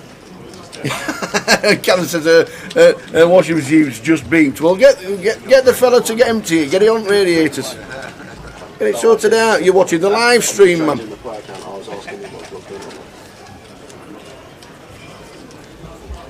26 left. 26. 26.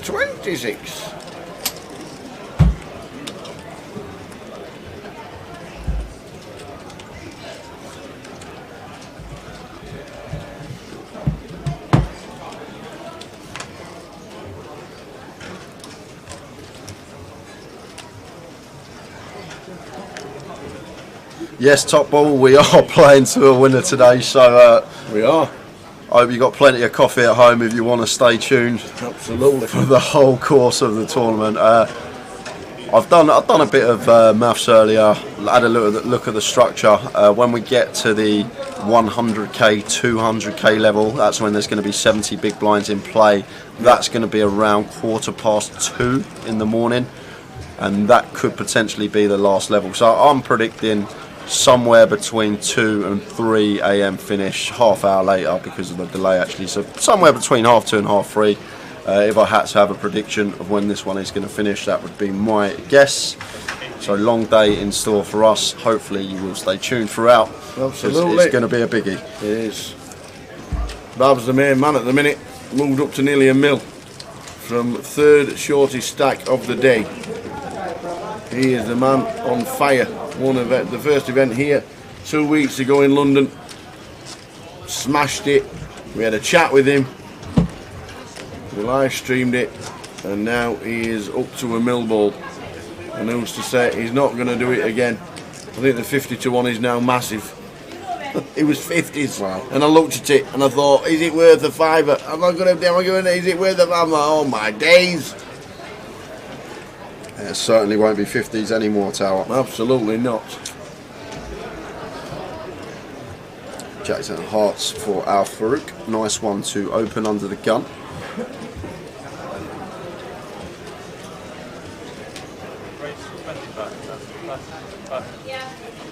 Raises to 25.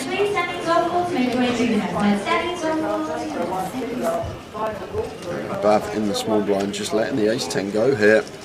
A well-timed fold from him because David Attenborough has had some hands early doors here on day 3. Ace-Queen yet again. This time in the big blind, and Al Farouk here, effective stack. We are playing 50 plus bigs, so David may be less inclined to 3-bet this one. However, we are 6-handed, so hand values are going to be increasing. Like the under the gun is effective hijack in this situation. So could still potentially 3-bet it as David, but doesn't want to 3-bet and get 4-bet. So happy to just take a flop. We also have that deceptive factor as well. The time it does come ace high, queen high, we've got a really strong hand. Like from our opponent's perspective, us defending out the big blind, we're going to be a lot wide up. 7-3-4 rainbow. So board that should be better for us as David in the big blind. Al Farouk does have some plausible backdoors here, and could potentially see him continue this board with the Jack 10. If it was like an ace high type holding, he might be more inclined to check, but with just Jack high and some nice backdoors with a Jack 10 of hearts here, like the decision to continue, and goes tiny, 15k into 128, so just north of 10% pot here from Al Farouk on the flop. And David might be thinking about getting fruity here, but he's just going to call. Obviously we're never folding, but this board's going to be really good for us in terms of range. 2 of diamonds on the turn.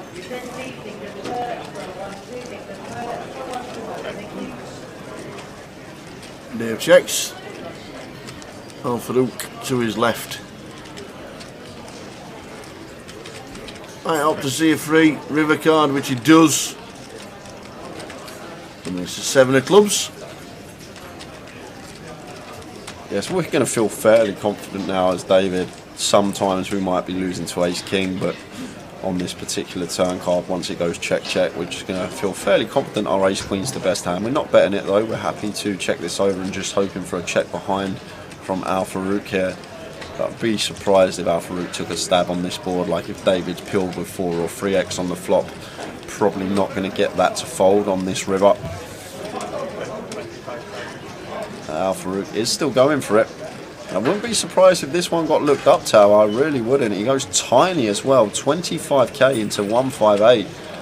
So once again, really small size from Al Farouk here. And ace queen for David Attenborough. I don't ever expect him to bet ace king here now, so maybe can remove that from his range. So it's quite an interesting spot. Getting that price, makes the call and big makes call. it correctly with the ace queen. Very nice. Yeah, it doesn't need to be right too often there, Tower. It's only 2 big blinds we're calling to win heaps, so will know that only needs to be correct a small percentage of time to make that a good call, and was right on that occasion.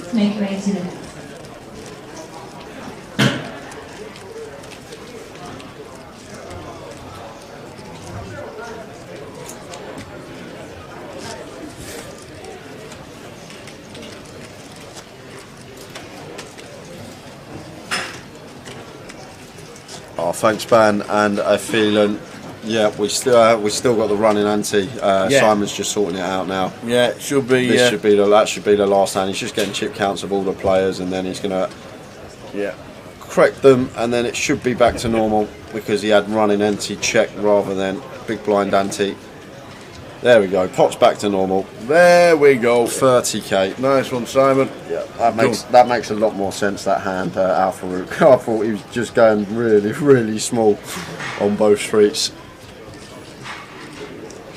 But of course, we had the running ante in play, but now back to normal.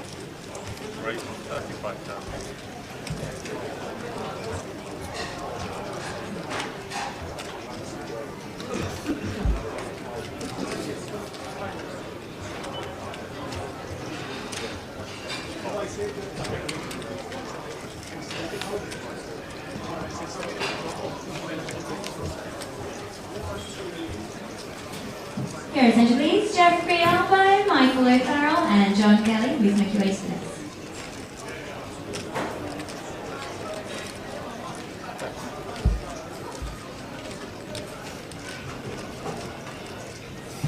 Blind on blind here. David happy to complete with the 3 deuce, and Alpha Rook checks his option with the Queen 10. Could have potentially raised this one as Alpha Rook with a Queen 10 blind on blind here facing the complete in the small. But decided on the more passive approach just to take a free flop.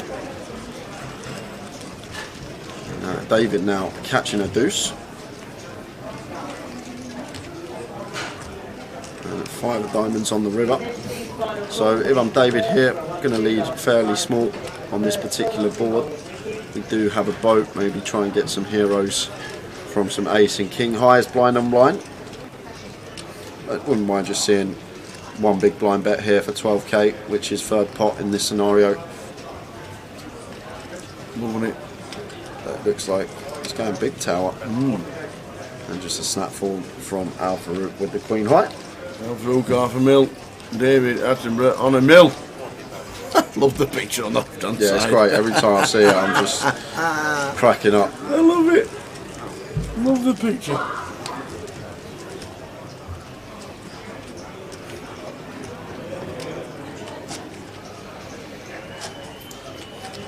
Players in our seniors event will be starting in just under 3 minutes. All players are registered. You're welcome to start taking your seat. 3 minutes will start. All players to take your seats. If anyone wishes to join, please make your way to the back.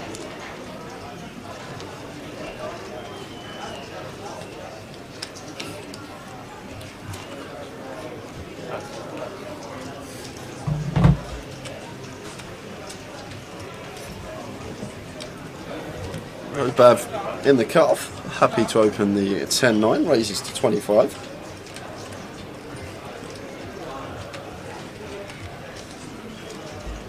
David not insta-folding here. There is the fold, as expected. They're done. The stacks are back to normal. HCC, Simon came over a couple of hands ago, I think it was before the last hand. He asked all the players their stack counts. Done. And then he's inputted them, so they're all back to normal now, and we're back with big blind ante.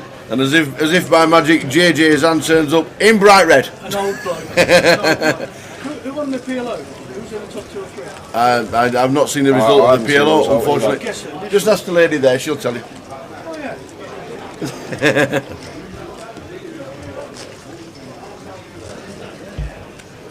Yeah. As you can see there, Simon is on the case. Here is it, please, John Kelly. Please make your way to the desk. That's John Kelly to the desk. Yeah, Bob's just seen the picture from David Attenborough. Nothing we can do about the GDPR apart from try and make a little bit of light from it. We're not going to call anybody on the live stream D or DA because that's not the way it should be. For us, it's not the way it should be. We can understand the reasons why they do it. We're on the live stream, then it is what it is. 2-0 to VAR. What's happened there? I have no idea what's happened there. What does that even mean?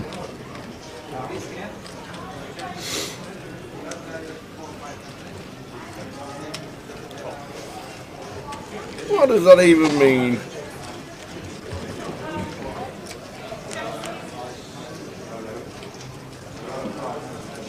Five Queen, the ladies flop.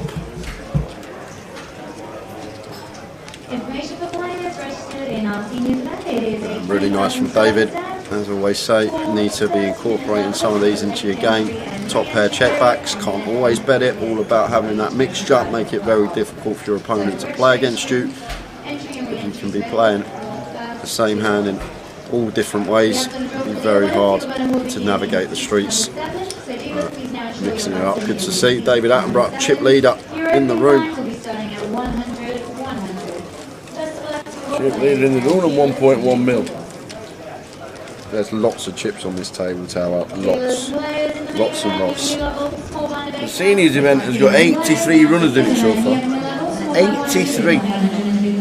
Well done, one and all. Well, we have got 25 runners left in day 3 because we've What's just happened? lost another one. Near Fire Toss, near Fu 2. Oh, Neo's gone. 26 for £3,650. That leaves us with 25 players remaining. They couldn't matrix the chips.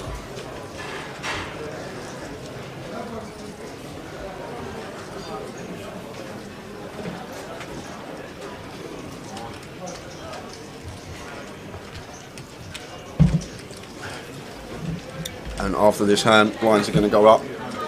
Oh, it is this hand. 8K16. Simon on point. Raises to 32 under the gun. Bav with the ace-jack.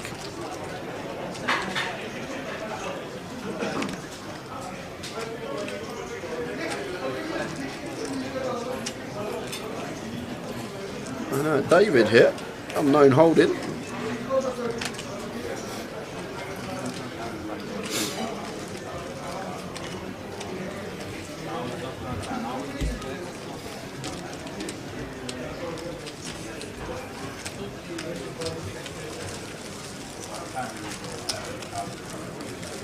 I love the seniors because it's always the event where nearly 99% of the field start the first hand. Yep. You don't very often get that many late entries for the seniors. You'll get re-entries, but they love to play the first hand. If they could play 100 all day, Tal, they probably would if he'd let them. 4-day comp. Yeah. Imagine. I just loved how they give him 9 minutes to sit down. That was brilliant. He probably didn't even realise that they'd done that. Maybe they'd done it a few minutes to go, but oh my days. 9 minutes.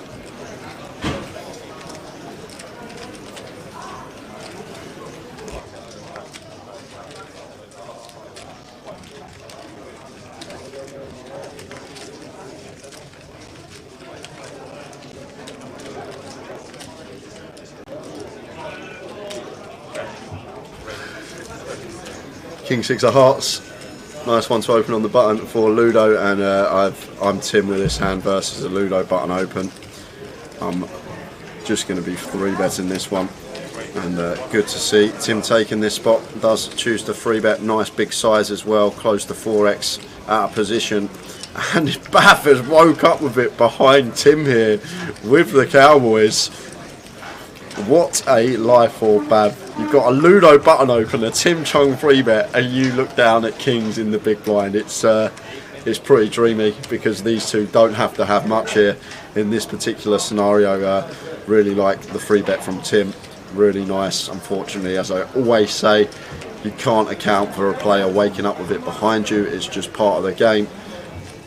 And interesting to see how Bav is going to proceed here. Whether he is going to get tricky or he's just going to cold 4-bet rip here for 50 odd big blinds, and it's going to be 2 quick folds.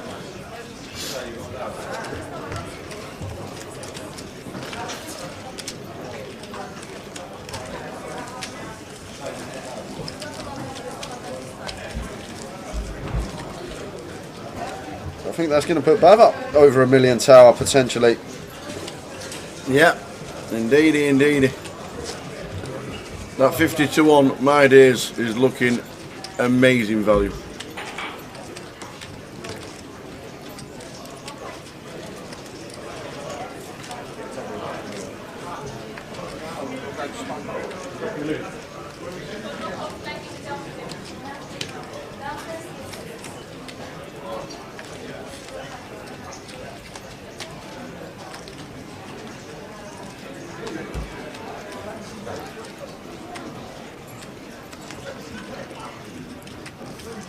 So Ali, who we haven't seen anything of so far today, been nursing his short stack, working with 15 bigs here, A7 off in the hijack. But may get more credit as well with his shove, Ali, simply if he's aware how tight he's been playing. May believe that he's more likely to get this through. Players might start calling a tighter range because of how he's started today, but doesn't choose to rip off of his 15 bigs. Looks like he's happy to just open, raises to 50k. And action going to be on David Attenborough with the old Doyle, and this is just going to be a snap fold. I don't think he's looked at his cards yet, David, so that's why he's asking these questions, just getting an idea of what the range of hands he's going to be continuing with before he looks at his cards. And just a quick fold. So we are balancing the tables, and that is because Christian Mihu is out in 25th, £3,650 for him. And at the same time, on a different table, we also lost Josh Bolton. Oh, Josh! Josh Bolton out in 24th for £3,950, which leaves us with 23 players, everyone. 23 players. They're the big stacks, Bill. Look at that. Bav and Davey. Look at them 2 stacks that have been increased today. Yeah, look at them. Look what they started with, Tower. Oh, they've gone. Chip counts are gone. Camera's gone. Chip count. You only pressed one button. One button you pressed. I was just going to show everyone how short they were to start the day. What a session them two have had. And yeah, Alexios Zervas coming to the table. He's had a really good week so far. Also joined by Chun Law.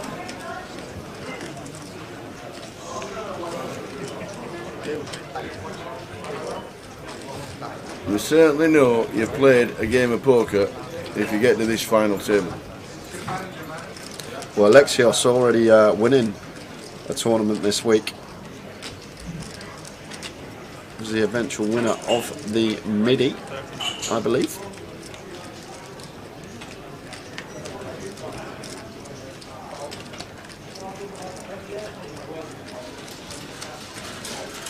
Runner-up at the grand final a few years back as well.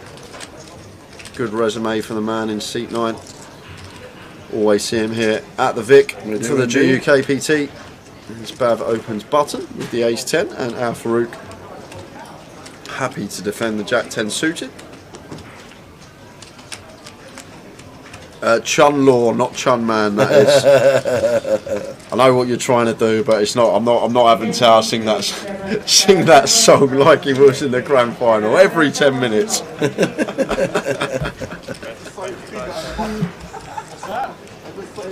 Chip update for Matt Bonham. Yeah, right. We'll try and get on the outer tables for you ASAP and let you know. We'll have a full chip count every 2 levels.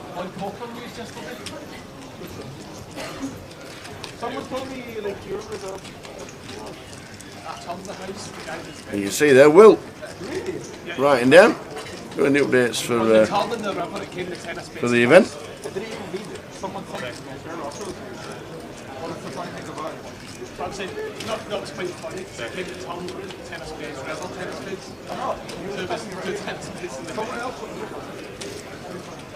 Nine Queen 9-9, 6 of hearts on the river. Al Farouk with 408,000. Bav just short of a mil, increased his stack from 180.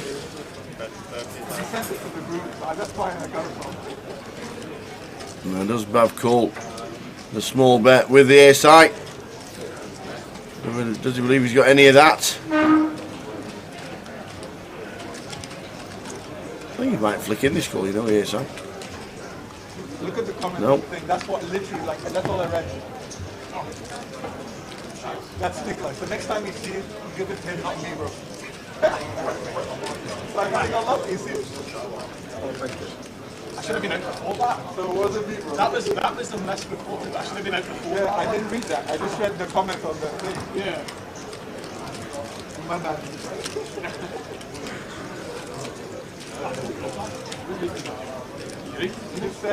No. Giving up the best of it is Bav eventually, and Al Farouk in the small pot. Right, so David, I went and had a look for him, Right? but I couldn't see him. Who? Matt, because there was a mountain of chips in front of him. 2.7 million for Matt Bonham. Get on it! 2.7 million chips for Matt Bonham. What has happened on There the outer is- table? I have no idea. Who's he sat with? On his table is Steve Jelinek, Trevor Reardon, Chris Da Silva, Martin Zadanaya, Barney Boatman and Colin Gillen. That is his table, but 2.7 million. I couldn't see him, he had that many chips in Are front you of him. talking now every bust out has been him? Probably. Wow. So he's the chip leader in the room by a country mile at the moment. He's literally... Absolute his chips are nearly going into seat 4 and seat 3 either side of him. He's literally got a mountain in front of him, Tower. We'll quickly run through for Ricky Guinness, who has been eliminated today. First out today was Eli Deeb in 33rd. 32nd was Yudhishthir Jaswal. Nick Marchington was out in 31st. Danny Pike was then out in 30th. Antoine Labatt was in 29. We saw Paul Trotter depart on the feature in 28th. November 9, Antoine Sout, 27th. 26th was Neo Neophytu. In 25th, it was Christian Mihu. And as Jay has just said, last man out in 24th was Josh Bolton, leaving 23 runners. 23. So we got a hand brewing here because Alexios 3-betting the Ace King versus the Open from Ludo, nice and big. What I like to see, close to 4x, and Ludo here, King 10 of spades, working with 35 bigs effective to start the hand. I think he's going to pill here in position, Tower, with this particular holding. However, we have open +1 and Alexios 3-betting out the big blind. Like, it's rare that this is a bluff out of the big blind here versus the early position open. Like, a lot of the time, like if he's got the like suited wheel aces or like the king queen, are just happy to defend out the big blind in a heads up situation and go post rather than incorporate that 3-bet bluff in. So that might be going through Ludo's mind here, but he's got a hand with some really nice playability and position on the 3-better here. 35 bigs deep, so could potentially see him peel this one, Tower, with position. No, Matt's never won a GUKPT. To let you know, man of straw. Nope. Was Matt final tabled? I think he might have had one. He's got a GPS win, I believe. Okay.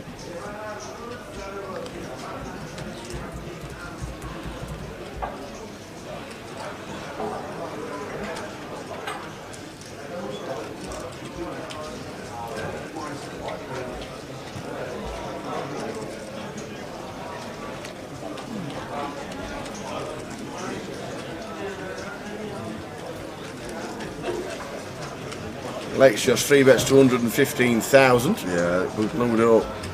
taking his time, Yeah. just thinking about the things we just said, like the big blind 3-bet out of the small. Maybe going to have some more bluffs in there, but like I say, if we've got a king queen or a suited wheel ace here, we're probably just going to defend versus the early position open from Ludo. But Ludo does have position, he's got a hand, he's going to have decent playability post, and we do have Alexios covered. How the stacks are fairly similar. Oh no, Alexios has us covered, my mistake. Really thinking how to play this one, Tower.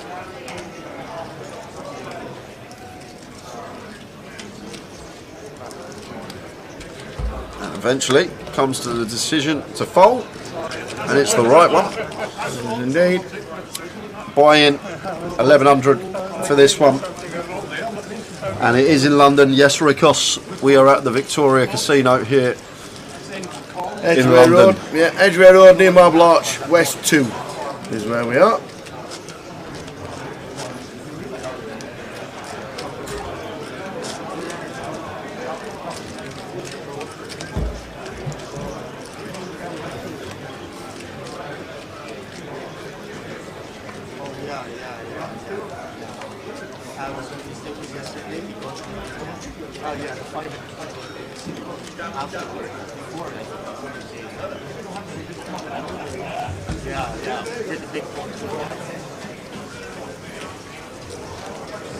That was a Mick the Mod stalking geek. They had the free one on the Spurs yesterday. Yes, they did, They cashed out low on 73 minutes. Yeah, what on earth? I don't, but like he says, profit was profit.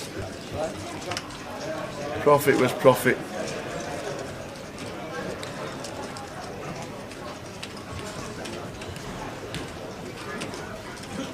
And Span says, with the King 10 suited, once Ludo tanks that long, it's tougher for him to continue because he likely wouldn't tank for that long with premiums, which is a good point. And blind on blind here, Alexios just setting Ali in with the King Jack, and 5-4 off for Ali. This is just going to hit the muck as it does. And, another one going the way of Alexios.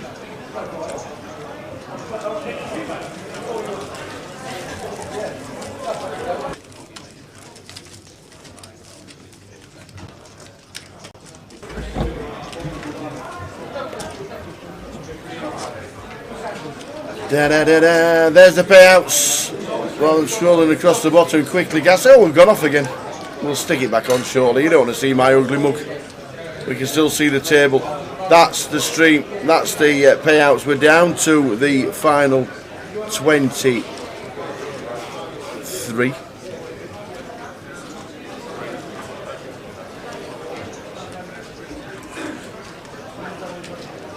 As Josh Boulton was the last out.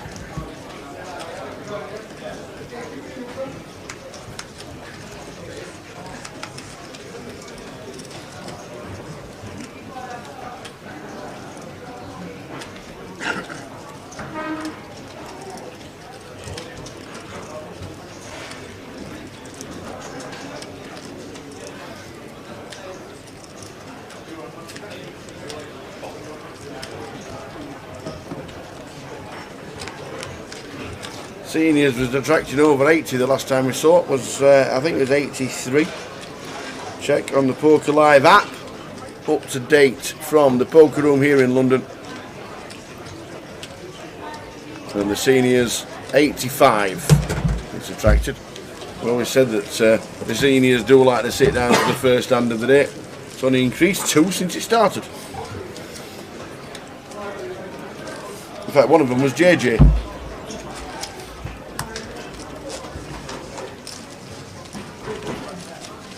Last event of the festival is the Bounty, £170 in, starting at 4 p.m. Come and join in the fun. 30-minute clock, 15,000 starting stack. 4 o'clock starts, late reg, until around 6:15 p.m.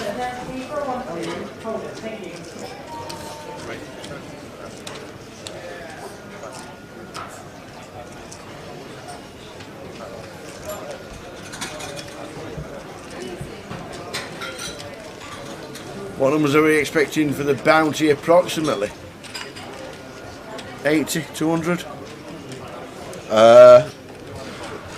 Yeah, we'd say about that. Yeah. Usually a Sunday's a bit of a quieter day because there's players that have travelled down, that have gone home. Yeah. But yeah, I'd say that's about right, Tower. As Harry opens Ace-Jack of clubs under the gun, gets a lovely flop from him after Tim defends the Queen-6 of diamonds in the big. Top pair, top kick-up. And going to be happy to put some chips in here.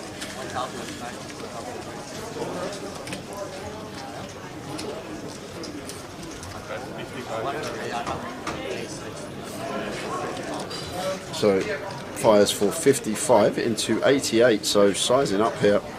60% continue from Harry, fairly large. Tim just out the way with the Queen 6.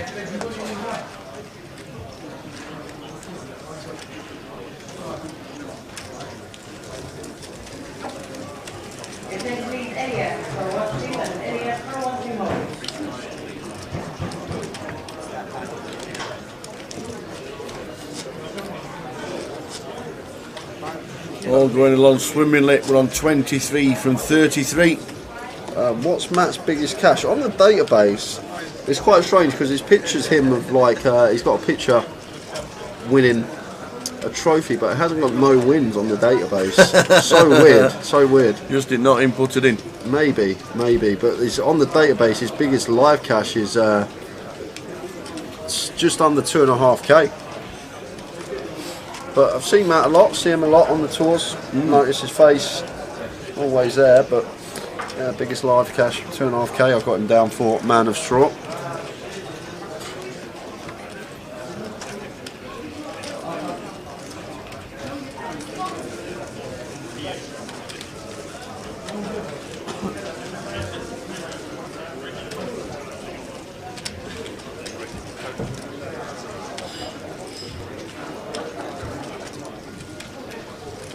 Ludo button open, and Tim Chung here with the Ace Queen.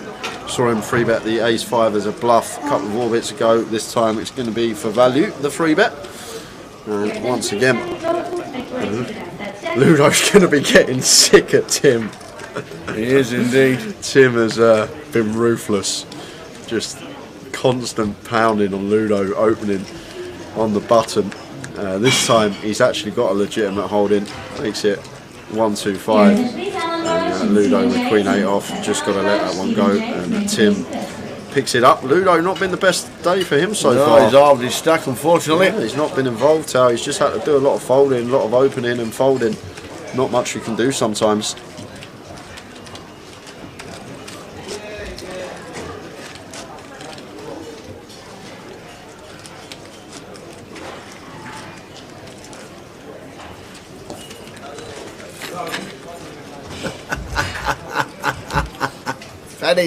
Penny Smith. Oh, that's brilliant. Is Sue Denham still in? Actually, Samira registered under a different name. Pseudonym. I love it. Oh, you make me smile. It's a bit windy out there. Where are you, Neil? It's a bit. It was actually slightly breezy walking into the Vic today. It was a bit breezy, not like walking along Blackpool seafront, but it was a bit breezy. We've got David here opening the Ace 5 of Hearts and Tim on the button. Just relentless. 3 bets to 110. 50.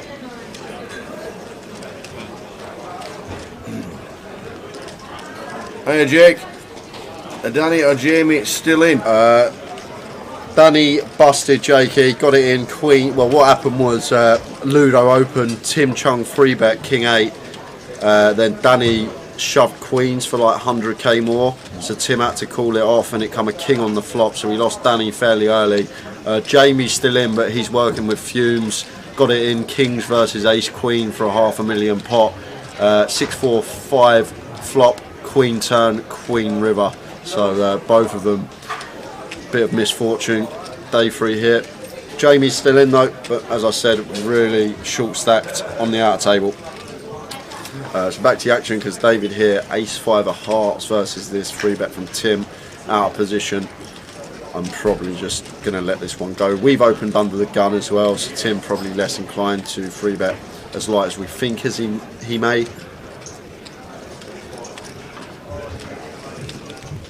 Unless he's thinking that because of how active Tim's got, if we are ever going to 4-bet as a bluff, this is probably the best hand to do it with, but it's going to be really small frequency.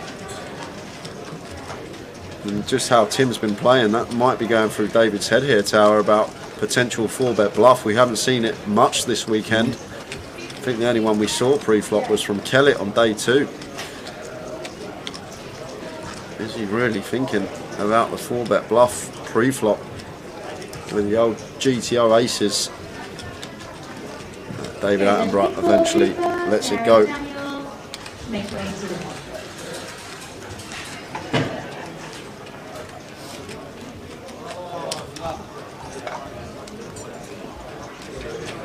Is Matt Davenport still in? Matt Davenport's still in. Justin Davenport is out. Justin Davenport played day 1. Matt Davenport is still in.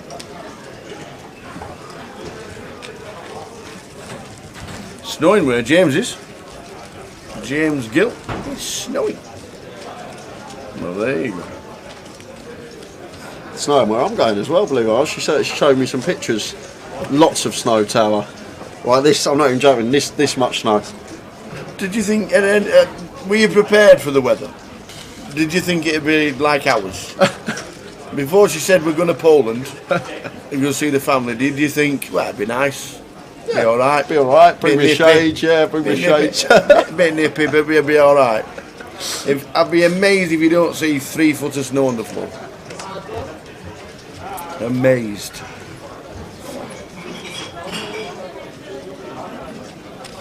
How are we doing, Sam? Sam Orledge joining us on Twitch. Good afternoon. Afternoon, Sam. Probably just watched the football. Yeah, been a fast and furious first session.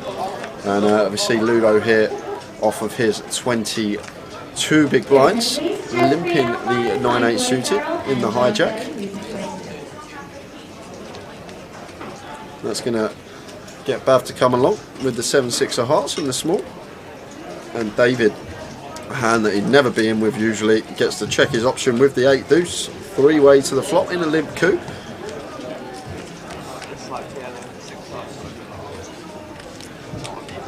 A complete whiff for everyone here.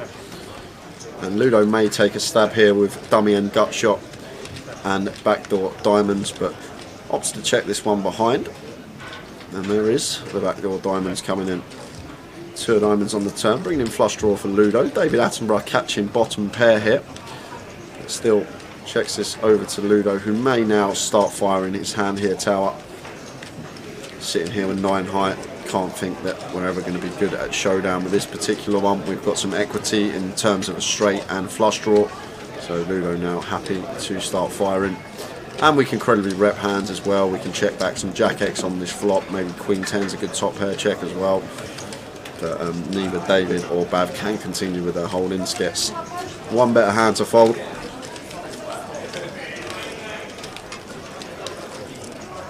Yeah, I said that, Span. It's just been the way for Ludo. He's just had hands that he can open, but then he's got to fold to a 3-bet. He's just been at the very bottom every time, it seems.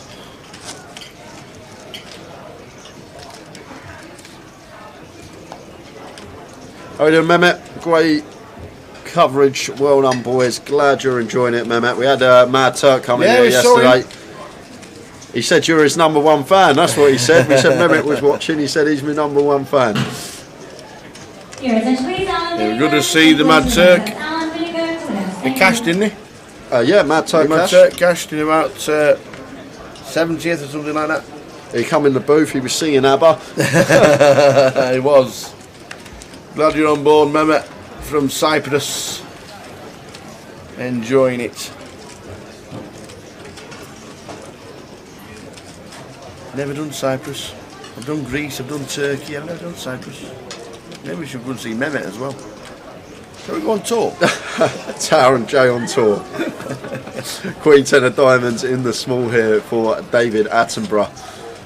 Completes for 8,000, and Al Farouk working with 31 bigs. Ace deuce off here. Should just check this one. Can't raise all of our ace X blind on blind. We do need to have some that we check. And obviously the worst ones are good for that. Ace Jack 6. Could potentially see a lead here from David Attenborough here with his Broadway draw and backdoor diamonds. Here comes the lead. And Al Farouk here just wants to be calling Tower up. Top pair doesn't need protection. It's just going to be a clear call for us with our ace deuce. Keep some bluffs in of David that he's just firing. He will have some like random leads here with air balls, like hands that we can just have crushed equity wise. And does make the call. Flop time. Turned down. Flop ace 6 jack. Turns a 7. 7 of hearts. Back on David in 7. It's now, as David, got to start thinking range of hands that Alpha Rook's going to have here, and can fold out some 6x perhaps with our double barrel, as well as the Broadway gut shots that Alpha Rook can have too that didn't opt to raise pre. But Jack X and Ace X are going to be calling a second time, or at least they should be, so slams the brakes from here and over to Alpha Rook, who could go either way with this particular hand tower. Like, it's a hand where probably only going to be able to get one more street of action, so Alpha Rook decides that that street is going to be river, a bit of a deceptive check back, so we can go for our street of value the times that David checks it over to us on the river here. And now, if I'm Alpha Rook, I'm probably choosing like a 25-30k river bet here, tower, trying to get a hero from a jack or a 6. Jack would probably call us off after we check back turn and then 7 pairs, but could potentially get some heroes from some 6x as well. We can rip bluffs, 4-way draws in there, potential some floats as well in a blind on blind coup.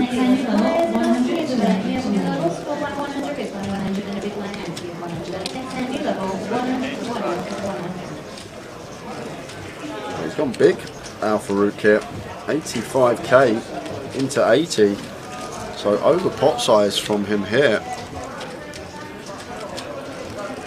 David Attenborough, we all know that he's just going to fold here. He's never hero in this with Queen High.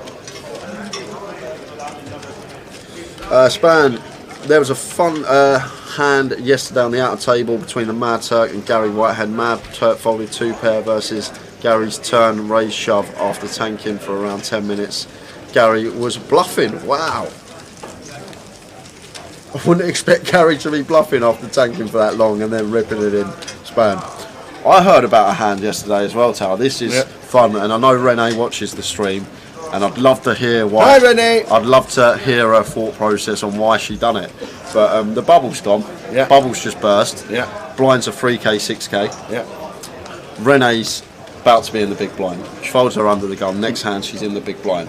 She puts her 6k ante in. Yeah. She puts her 6k big blind in. Yeah. There's an open and a call. She's got 500 chips behind. Christian the dealer puts the all-in triangle in front of her, assuming that she's just putting her last 500 chips in because she's got the 12k in. She looks at her cards and she folds and leaves herself with 500 chips. Oh. When they're already in the money. When they're already in the money, there's no pay jump of... There's no pay jump. Yeah, so she had 12.5k stack to start the hand. She's just got on the right side of the money. She's then in the big blind. She puts her 6k ante in. She puts her 6k big blind in. She's got 500 chips behind. And then she folds.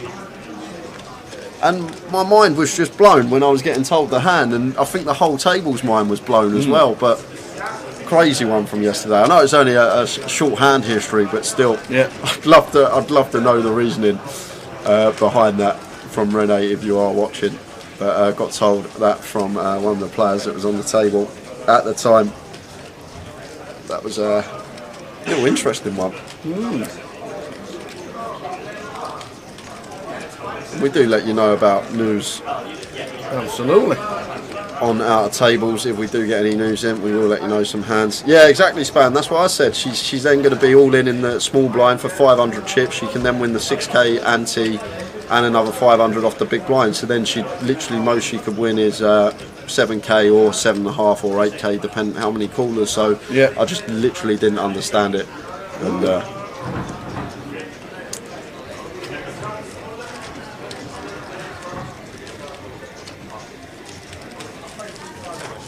okay. Renee, if you're watching, let us know. Sam, who you got next round? I've not seen the draw at all. I know Peterborough have got Man City because Rich Whitmore's told us and he's a posh fan.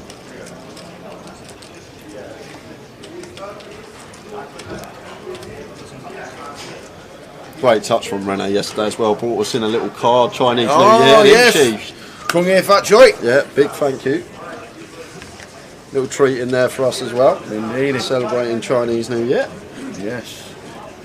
Nice touch.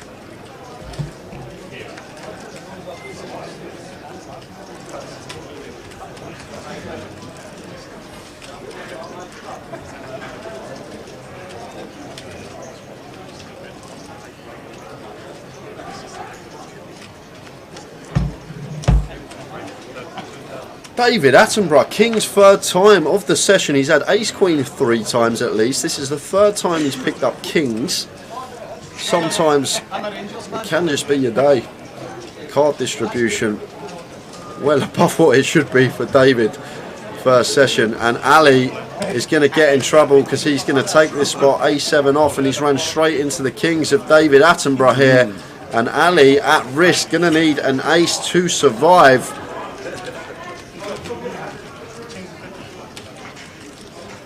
Ali. Good to see David Attenborough taking time away from saving the planet to support the GUKPT. So as we see the Kings, they're against the A7. The ace is needing to come from space. We need a 7 or an ace. It is not, it is a 2. Ali, well played, sir. Well played. Ali Sarkashik, 22nd place for 3,950, because just before that on table 21, right, okay. Jamie Boovin. Oh no, is out. Amazing. Yeah, been a rough start to the day from Jamie. He's been sending me some hand histories, but he's had a really rough day. Ran pretty bad today, and he's out in 23rd for £3,950. Ali 22nd for the same amount, which leaves us with 3 tables of 7, 21 players remaining. 21. 2 and 1, 21. Final call, John Kelly, please make your way to the desk. Display now. Final call, John 21. We are 25 minutes away from the end of the first sesh, and then a break, and we'll be changing tables. With, at the moment, 21 left. 2 and 1, 21.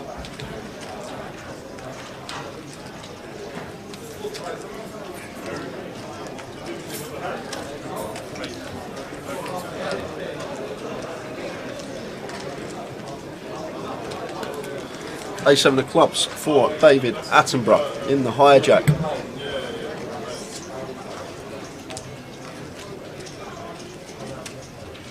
Raising into Ludo's big blind, and Ludo happy to defend the King 3 off.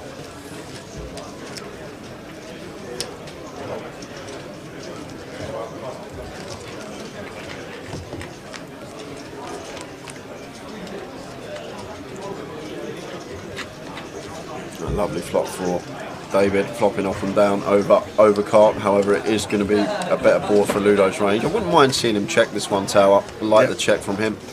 Just going to be in a rough spot if we do choose to continue and Ludo raises on a board, which is going to be much better for Ludo than it is for us.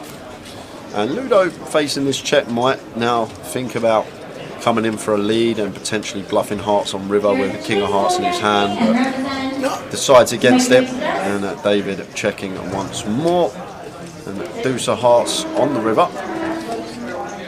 So David's hand looks like what it is, ace high here, and even like a king queen, king jack hand we're going to be behind here as Ludo, and with the king 3 might be thinking about bluffing this spot tower, but chooses not to. Would have worked, but he doesn't know that, and the A7 of clubs for David is good. So Stalking Geek, basically what happens is at the start of the tournament you get sign a bit of paper, GDPR, if we can use your name, and if you don't sign it, we just use initials, and we ask the chat box to come up with a name for the initials. We can't really do a commentary and say D raises, D folds, D passes. We can't do that. It's an unfortunate thing about GDPR that understand it. Some people don't want to be using the name. We don't use it indiscriminately. We just say the name on the streams. But as Jay says, we asked the chat to come up with, and it was Klopp on top that came up with David Attenborough, the last event we did, or even last year. And he went home and watched the live stream himself, and he came in the following day, he bought us a drink, and he says, I love being called David Attenborough. It did work one day though, because we had ST one day, didn't we? We had ST and we done the session and we called him Sooty. That's right. And then he come in the booth and he goes, I don't like Sooty, and then he ended up signing the GDPR and got his real name. My name's Sean. Can you use my name? I said, yeah, of course we can. We just got told you'd not sign the GDPR. He said, no, I've signed it. He said, yeah, my name is Sean. He wanted his 10 minutes of fame. So yeah, it's one of them things we just can't say D raises and D folds. It just don't work on a live stream. And we're on 15 minutes time, guys, just to let you know. And when we come back, new feature table and the chip leader, Matt, who I can tell you's got just shy of 3 million chips. Unbelievable days. Join us. I hope they're chipping him up, Tower, because honestly, I couldn't see him when I went over and they got the chip count. It must have knocked everybody out on the outer tables.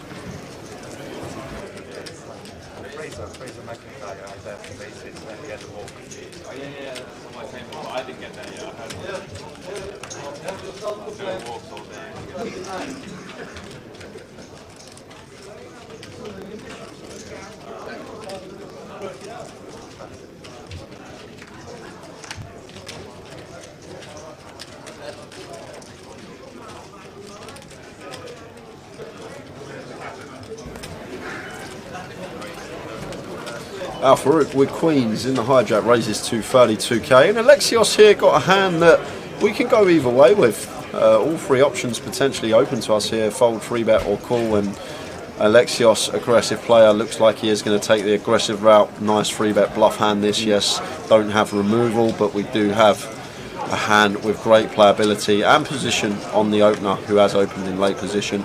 So at times we don't get this through, we're going to go post flop with a hand that's going to flop well and have position on the original opener. But we can see Al Farouk's just got an easy shove here, Tal, for just over 30 big blinds, 33 bigs for Al Farouk. 33, 34 should just see this end up in the middle. Hijack versus cut off.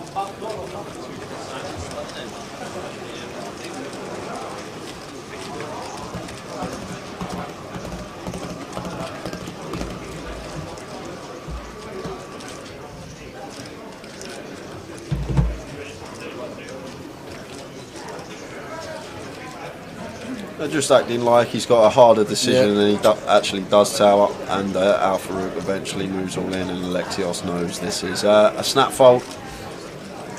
Already knows for half a mil, no need to count them. I'll get them in the muck. Nice one, Alexios.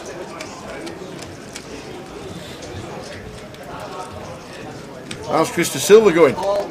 We'll get a full chip count during the at the break, but he's on just shy of 300,000 at the moment. About 295,000, 300,000 he's on at the moment. Not had the best start of the day. I think it's because Tower backed him. Yeah, that's why.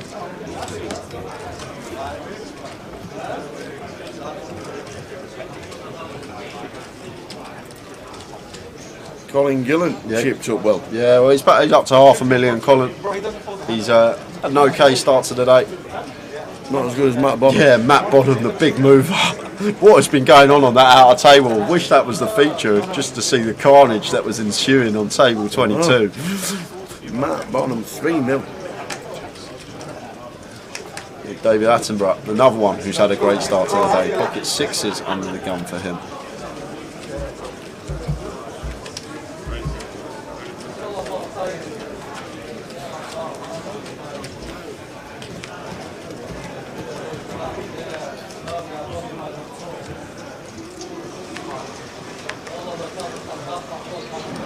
Can't peel this one in the small blind versus the gun open. Pretty looking hand, 7-5 of clubs, but hits the muck, and rightly so. Raise and take for David Attenborough.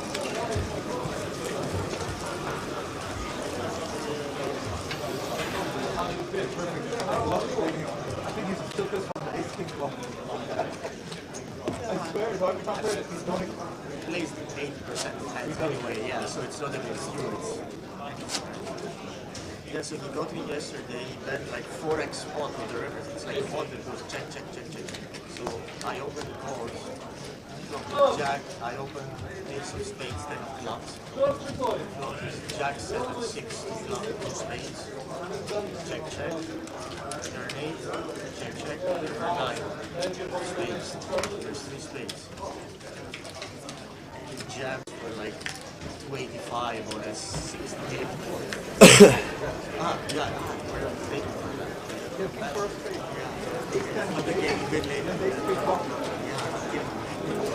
So off we go, 15 minutes until the end of this first fantastic session. We've gone from 33 to 21.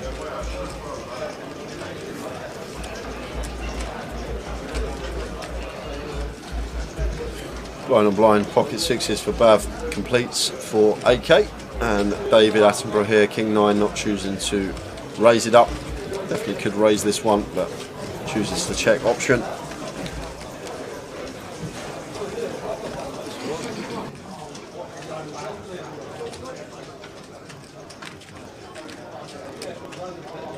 Some food that comes on the break. Oh yeah, what are you going to order? Let me know, I want to know. Come on, what are you ordering? I don't know. Burger? No, Sandwich? too early for a burger. Too early for a burger? Just get a salad or something. You're slimming down for your holidays, for your beach body. Is that what you're doing? It is, isn't it? Slimming down for the beach bodies, RJ. Love it. Order a bit of grub for his dinner, and why not? So, DA, David Attenborough, is chip leader on our table, but not chip leader in the room because Matt Bonham has got 2.9 million. 2.9 million as chip leader, and he will be on our feature table when we come back. That's I don't know what the break is. Was it 15 or 20? I'm not sure. Maybe we need to ask the guys around the table, around the floor. The best thing about it is on this table, yeah. Matt could double up second in chips on the table, then the next hand double up third in chips on the table, then the next hand double up fourth in chips on the table, and still have the chip lead on the table. how mad is that? Wow! He can literally double up the three stacks behind him in consecutive hands and still have the chip lead. But there's 14 million chips in play, and Matt with 3 million of them. Hiya Pesky, yes he is still in. Everyone in the room is calling you David Attenborough. They're like asking shit about this. Amazing. Oh, David Attenborough coming over, good spirits to the comms box. Players are on break live at the moment. Love it. Oh. Love it, love it, love it. Oh. 5 of hearts on the turn, so that brings in the flush draw for Alexios, but Al Farouk turning the straight here.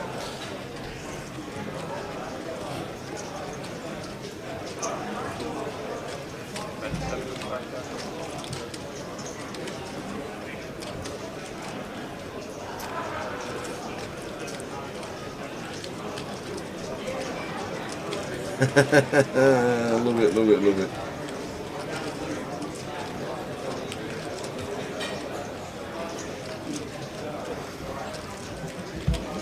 Six, 7, 9, flop checked. 5 of hearts on the turn. Al Farouk bets 75,000.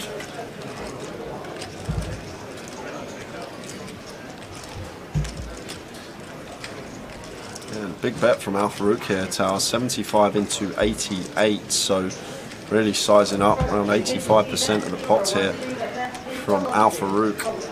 So Alexios does have position, so can dictate the action on the river. May fold this one out of position, but I think in position we're not going to see him let this go, although it is just one card to come, and then we are faced with a bomb from Al Farouk here, and folds for that reason. Don't mind it at all getting that price. We're not getting the correct price to call to hit a heart. However, if we think the implied odds are there, the times that we hit our heart and we do get paid from a straight, we have position, chance to get our value on the river, and then we can call with the implied odds. But Alexios thinks better of it. I think versus a smaller size we would have seen the appeal, but when Al Farouk sizes up to that it's very difficult for us to continue with just our flush draw 1 card to come. Is Trevor Reardon still in? Yes, he is. He's going to be on the next feature table. Penny Smith. Love it.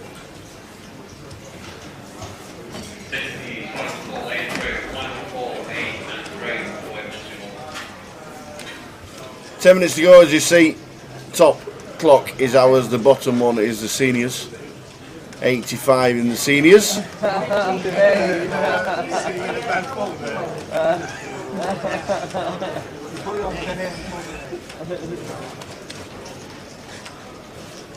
What did you go for in the end? I just got a baguette. Baguette? Yeah, I'm fine, thank you. The baguette.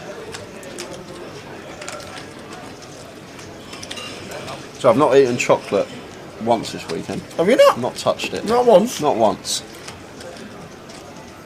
And Tower's here. You are offering you're slimming down, are you? Offering me. No, I'm not being funny, but Mel Simpson brought in the caramel. And Tower's offering me, I'm in my face.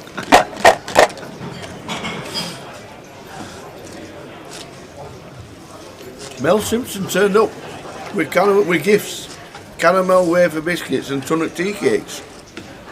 How can you not? Just saying.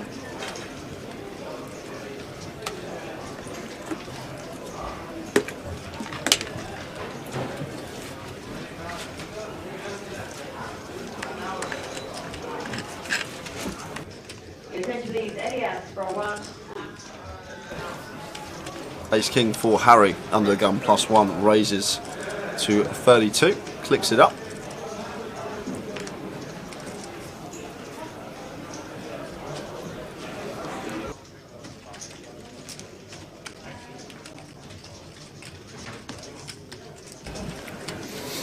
Alexios with the 10s against Harry. This could be fireworks. Good Tower. Should be a 3-bet coming in.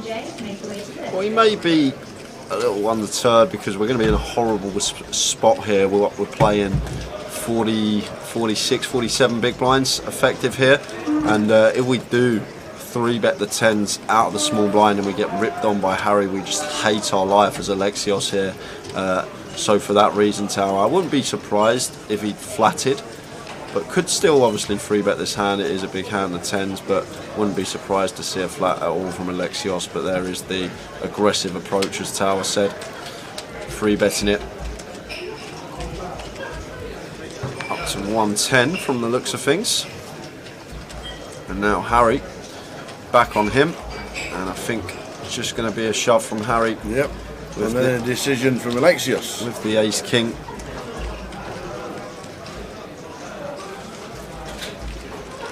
Especially against Alexios here, he's an aggressive opponent. Doesn't necessarily have to have it.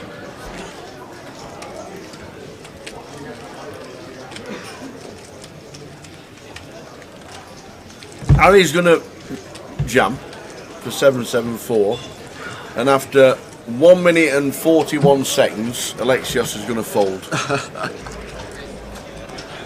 Right, there's the all-in. Get the stopwatch going. 1 minute and how many? 1 minute 41. Anybody got a stopwatch? Alexios has called. Did you mean 1.41 Whoa! seconds? I thought that was a deliberation and he was going to think about it and tank fold. Oh, there's no wonder Tower's treble losers. So we're off to the races. This is Insta massive, call. Tower. This is huge in terms of equity. And the 10s of Alexios holding, that is as clean as you like. Absolutely. No runners, just fading ace and king. No ace, no king, and this 10s is a monster hand. And it is. 4 of hearts, so the 10s of Alexios winning a huge flip. And he's up to 1.2 million, and Harry is down to 240. And as the dealer's sorting out the stacks, we're going to go to the outer table, guys, because there has been an all-in and a call. Georgius with the ace-4, Kieran McCullough with the ace-jack. All of it. Both hits. Just fading 4s. Oh, it's a 4 on the river. Ow. Sit back down, Georgius, and that's going to leave Kieran McCullough really short, Tower. Georges finds the 2 outer on the river. Ow. Unfortunate for Kieran, and he is going to be left on fumes after that hand. Ouch. Not out. Not out, Kieran. Not out. Absolutely disgusting. But Alexios now, look at that, 1.2 mil. Big hand, Harry down to 14 bigs. Oh, Hog King back, Kieran, at 60 to 1. Well, he's still in. He is not out as yet, but he is on fumes. Yeah, if he wins that one though, yeah, wouldn't have been looking too bad. The 60 to 1 you got. 60s. I nearly backed Bav at 50s. I can't believe I didn't. I always say it's a form game. Always say it's a form game.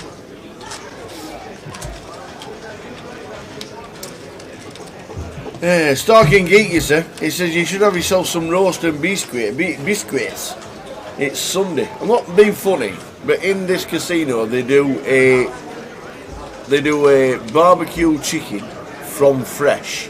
It takes an hour from the order, and it's the best meal on the menu by a mile.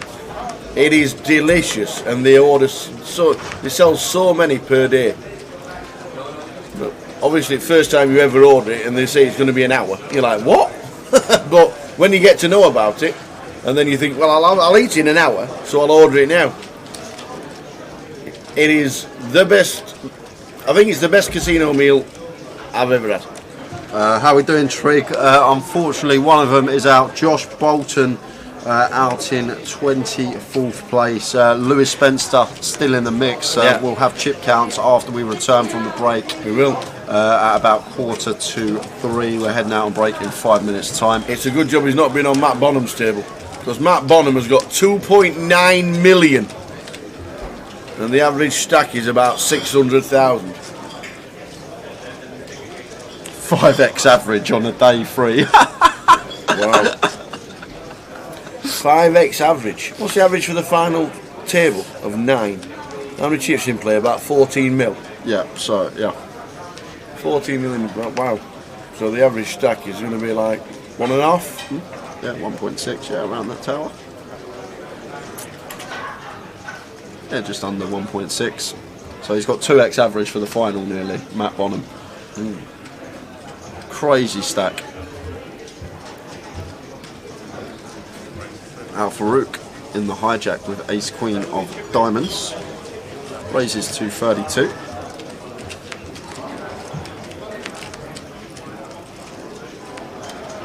And Harry in the big blind at 10-6 of clubs here.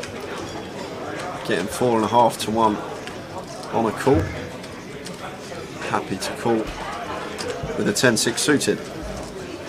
Heads up to the flop.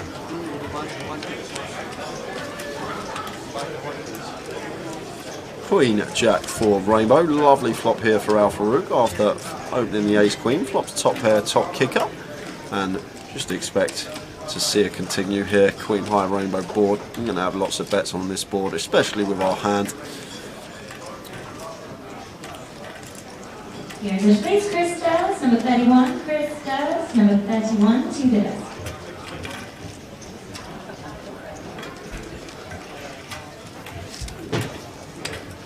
Your attention please, Alan Vinnycombs, make way to the desk. That's Alan Vinnycombs to the desk. Thank you. Imagine someone eating a whole chicken at the table. A lot of people do. It's a popular choice on the menu. It is. Honestly, it is a fabulous, fabulous meal. It just takes an hour. But then when you realise it's just, right, that's what I'm having.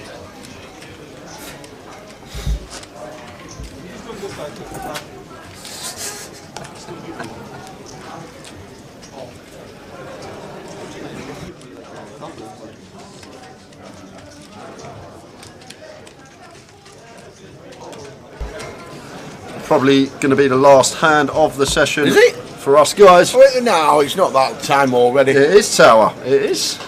Is it? We got, I'll make it, let's have a look. I'll make it a minute and a bit left on the clock.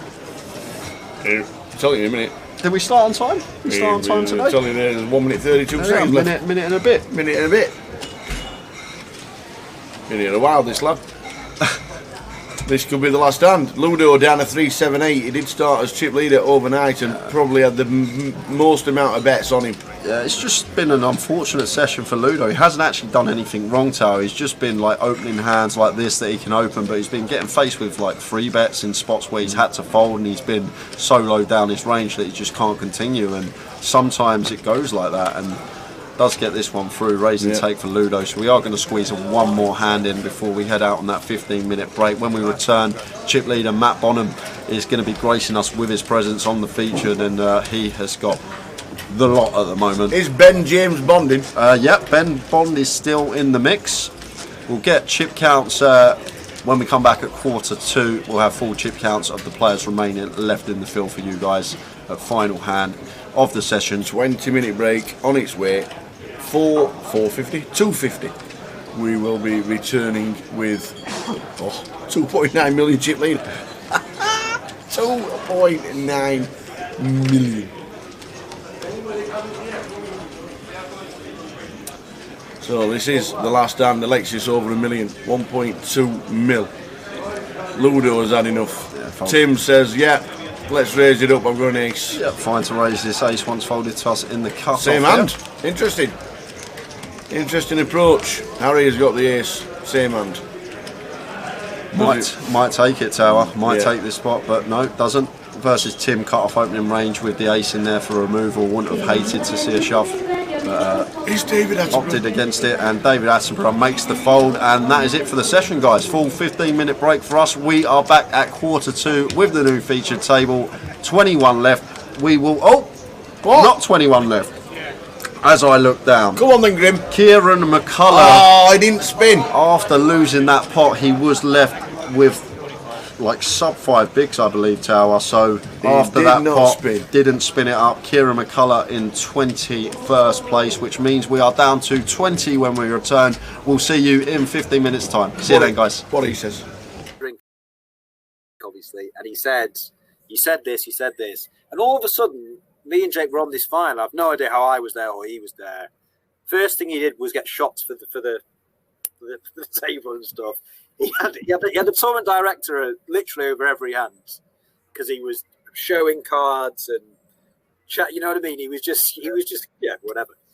And so I think he got 3-handed, and I'm not entirely sure. I think they might have done a deal, did they, or something? Or I'm not sure how it ended. All I saw was the video about an hour later. Was it straight after Was it literally straight after the tournament finished?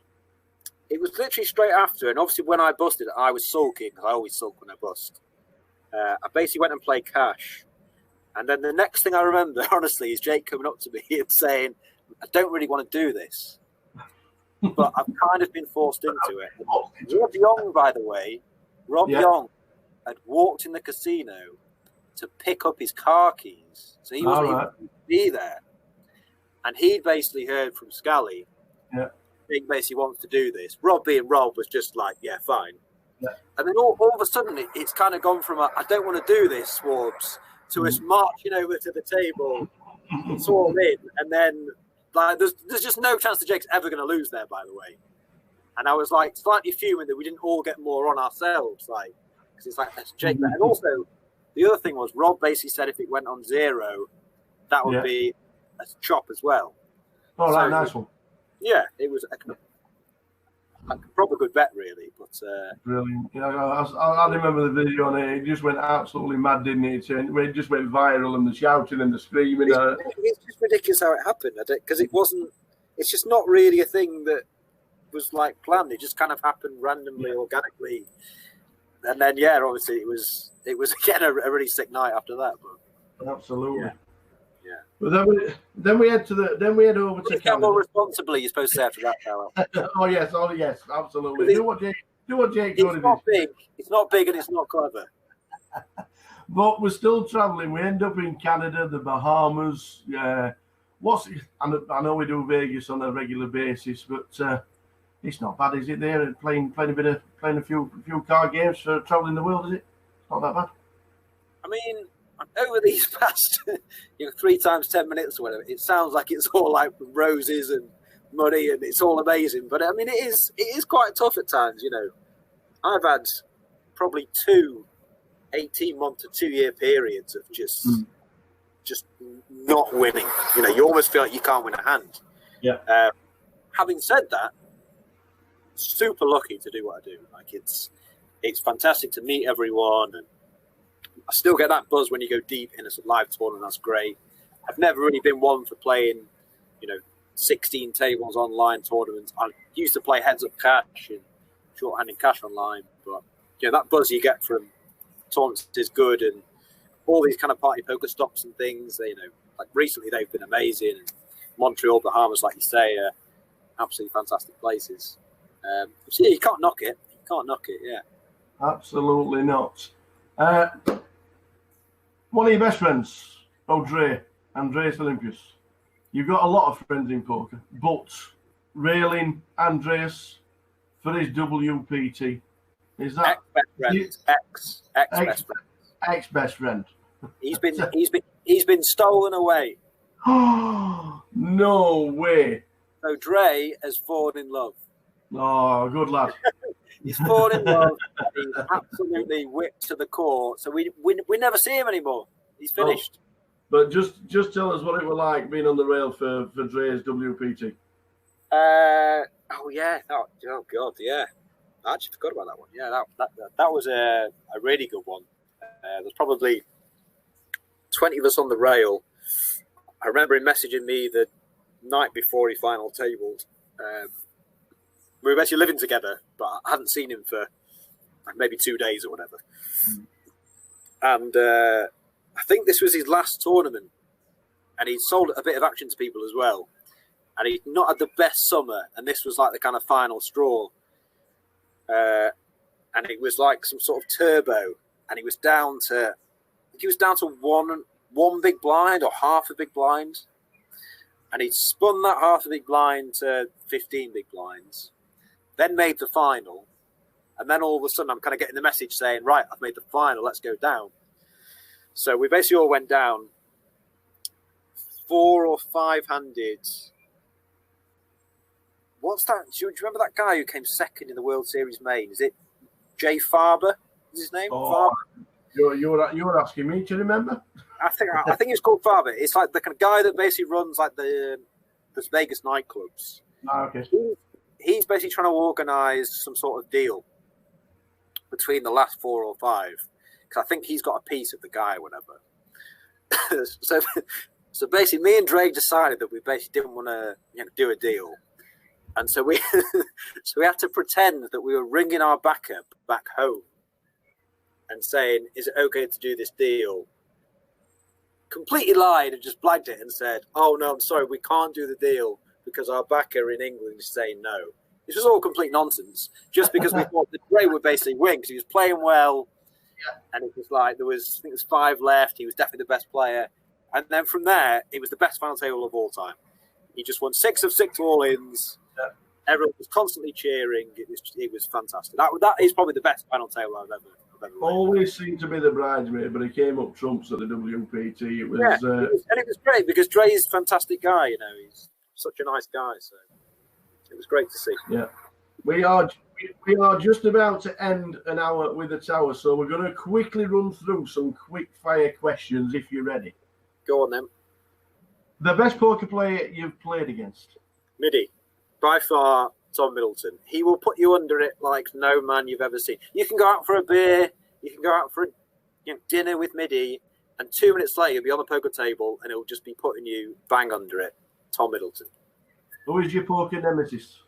Tom Middleton. No, it is though. It's not even. It is Midi. Every time I play with him, I probably win 1 of 30 hands.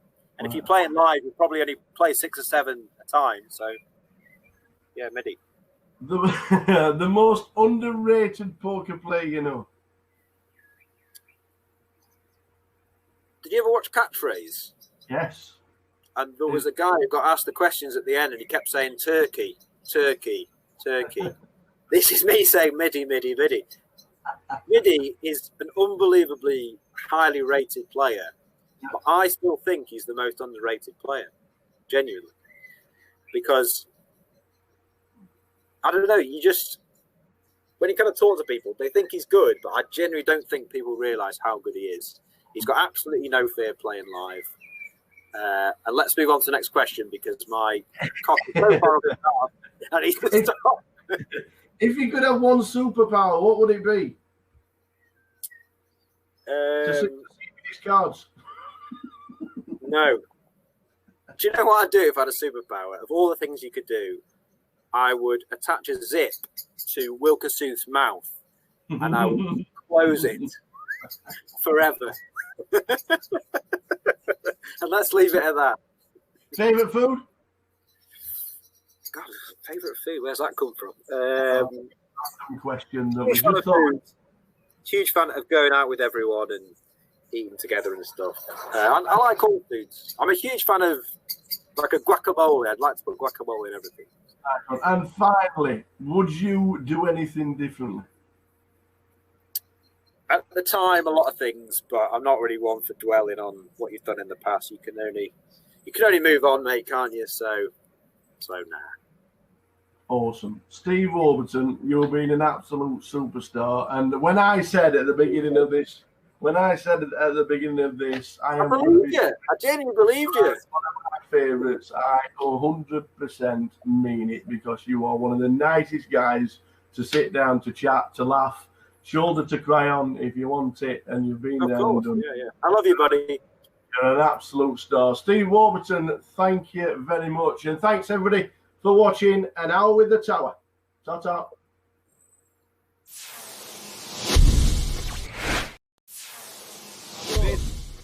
We've been surviving. We've been doing all right, and it's great that you come to join us for An Hour with the Tower. Yeah, we're going to try and run through a little bit of what's happened to Steve Warburton, probably over the last 10 or 12 years, because that's how long it's been. If got a little bit further. When did you first start playing, and how did you learn? And when did you decide that this, do you know what, playing poker for a living, this could be a very good career?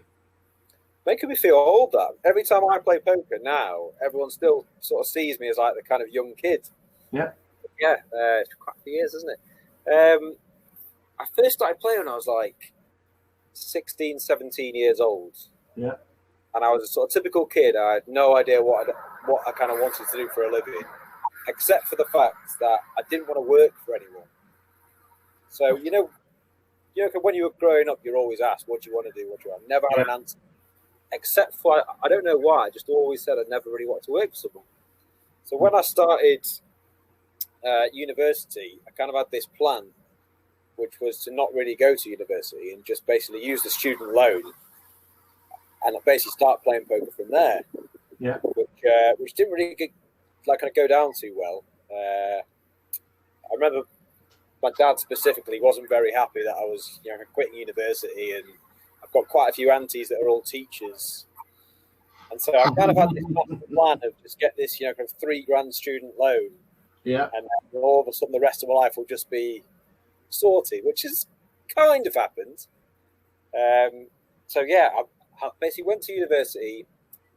I went to the first lecture that was on a Thursday morning at 9 a.m.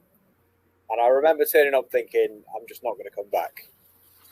But I kind of had to tell it a few porkies the rest of the year, pretending I was going, I was committed. Yeah.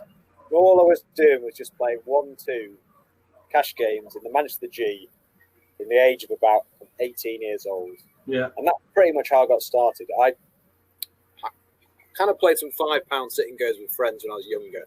Mm-hmm. But yeah, it was just, and it was relentless back then. It was like 5 or 6 games every night, waiting lists. Yeah. Constant action, just everyone was coming through the door. What's this game? Do you know what I mean? No one could really play. Every pot was maybe 4 or 5 way. None of this kind of check calling, taking ages. It was so exciting when you first started playing it, especially for me anyway. And I just loved it. I was playing till 6 a.m. every night. Moved to Manchester. It was so exciting. It was this game that you didn't need to be that good at. You just kind of need to be better than your average Joe sort of thing. Mm. And it was fantastic. So the early days were all cash. All cash. And what are you drinking, by the way, Tower? Water, believe it or not. Concentrate fresh. Jesus. I thought I could rely on you, mate. Come on. Right. Come on, son. Your first drink, just so you know, I've got some Pims. Yes, very nice, very posh. Saturday afternoon, and I've also got a nice Peroni as well. Just so you know. Anyway, carry on. Multi-drinking as well, mate. So you played cash, but then you go on to your first ever Hendon mob. Can you remember what it was? Oh, first ever Hendon mob. Well, basically, I'll tell you it was a win. Oh, I know what it was. So I was playing cash games every night. I thought tournaments were stupid. I thought tournaments were the most ridiculous thing ever, and it was too fast. And I wanted to kind of play deep and all this stuff. Yeah. Nothing much has kind of changed over the years, but I played. I think it was Walsall, right? £100 side event. That's exactly what it was. I played £100 side event, and it finished at about 5:45. Yeah. They told us that if it got to 6 o'clock, then they were just going to say whoever had the most chips won. That's when they closed at 6 a.m. That's correct. Yeah, and I basically folded something like 15 hands heads up. So I'd fold. It was on him. He'd raise. I'd fold. And then they told us this, and I moved all in with Jack 5 offsuit. I got called by Jacks. Won the hand, and then won the next 2 hands, and basically won it. Obviously, looking back now, I had no idea what I was doing heads up. I was folding all these hands heads up and whatever, but yeah, that was my first one, I think. Yeah. And then your first 7 cashes ended up being on GUKPT side events and APAT side events. So I'm not being funny, but I'm not being funny. You played cash, but every time you seem to play GUKPT or an APAT, you seem to cash in the sides. Yeah, I think that was more to do with the cash games weren't as kind of good as they were. I was fairly lazy about, I'm like I was studying back then, and now people study just an insane amount of things, and so you kind of maybe go with the flow of, okay, what's next on is GUKPT Bolton or Walsall or London, and so you're almost kind of forced into it. I didn't have lots of money back then, but when you've got maybe 10 grand to your name and there's a £500 tournament on, you kind of go with the flow. And it's all about people as well, Towers. When you play live, you just meet people every day.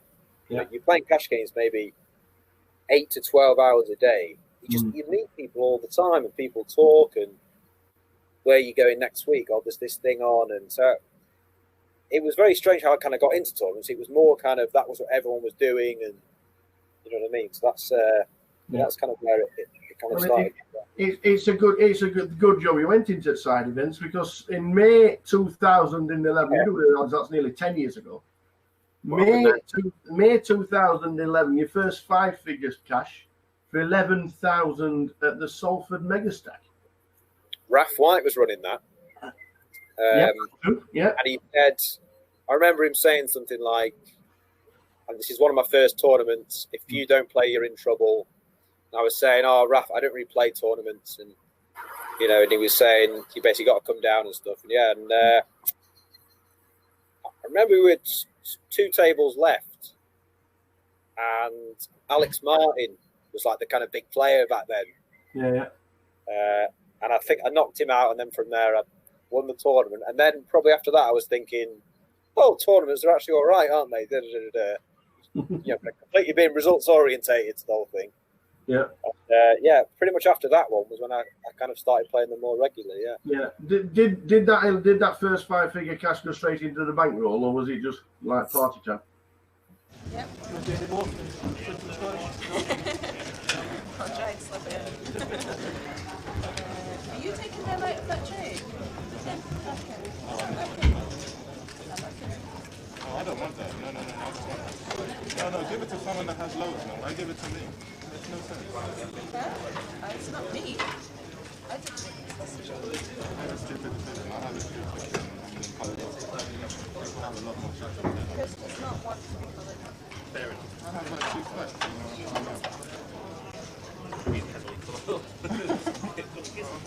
I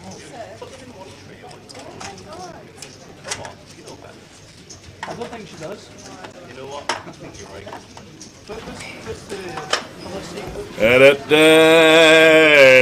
Welcome back, everybody. There's a chip leader in the room. Big chip leader Big as chip well. leader. He's got the blue chips, the really dark blue chips, of the 100k chips. They're now in play, and they're not on anyone else's stack. And he's got, look at her, like what, 12, 13 there, Tower. Everybody else on the table had 2 blue chips that only have 7 or 8 chips in front of them. Who have we got on the feature, young man, to entertain us? So for this session, we're down to 20 players, 3 tables. Our featured table is Chris Da Silva in 1, Steve Jelinek in 2, Trevor Reardon in 3, Matt Bonham in 4, Colin Gillen in 6, Martins Adenaya in 7, and Barney Boatman. Barney, there's only one 8. Barney Boatman. One Barney Boatman walking along. There were the great scenes from the Rio when he walking away with his World Series poker bracelet 3 years ago, just before lockdown. So the black 100k chip is in play. We're going to get entertained by these. We're on 20 because the last hand before the last session, Kieran couldn't survive. Josh Bolton has been eliminated, and we're off. Katie, is this her final appearance on the table as well? It is off to Australia and Asia next week. They're touring for a little bit, and then they're going to work in Australia in the same industry.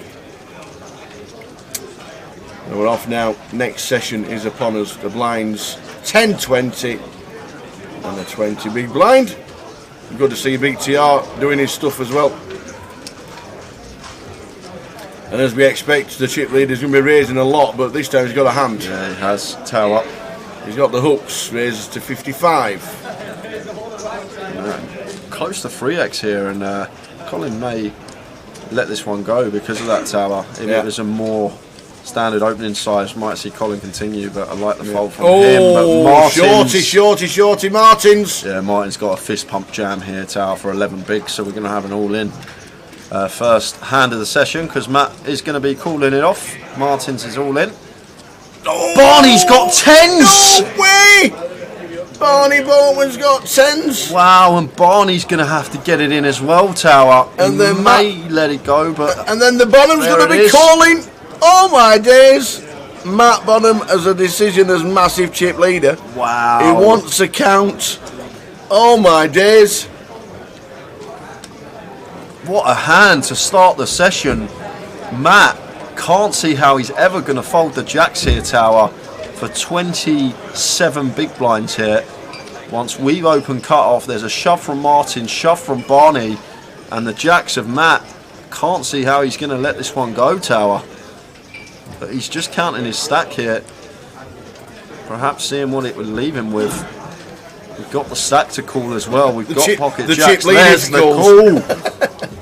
It leaves him with a chip lead if he calls. Yeah. Oh my days. He has them both covered by miles. Barney Boatman has the 10s. Martins Adenaya, who was my pick early doors to hit the final table, is now in a heap of trouble with the ace queen. Matt Bonham, he's having the day everybody wants. Day you dream of, Tower. Let's see if it continues here. He's favourite to scoop this one freeway and gets the dream flop as well. Got the hearts covered, just fading ace, queen and 10 for double bust out. Turn is the 9 of hearts, so ace, queen and 10 to fade, and it can't be a heart. And it's the 3 of clubs, double bust out, first hand of the session. Oh my days! And Matt Bonham is up to 3.7 million chips, which is a quarter of the chips in play. He's got average stack for 4 players left, 20 players out. Well, 18 as we've just lost 2. Amazing to see Barney back in London. Wow. Now he resides in Spain. And Martin's back. After a couple of years playing live poker, they're both cashed, but we've got a chip leader of all chip leaders. Matt Bonham is on 3.7 million chips. I think you have to call with jacks there, don't you? With the amount of chips you've got. The thing is, we've opened here in the cut-off. Yeah. So, like, Martin's can shove fairly wide, and Barney can know that we don't have to have too much there as Matt. We're worried about hands Martin's going to shove. Matt can just be opening very wide there with the chip leading the cut-off. Never going to be folding the jacks there. 27 bigs, cut-off versus small versus big. There will be a player coming straight in, that is for sure. And just like that, we're on 18. Trev's all in with the 10s. Trev gets his 9 big blinds in, pocket 10s. I'm not calling me any two, he says. No, I'm not. Oh. Wowzers, wowzers, wowzers.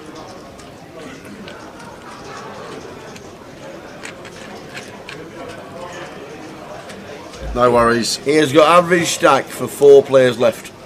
And there's 18 players left.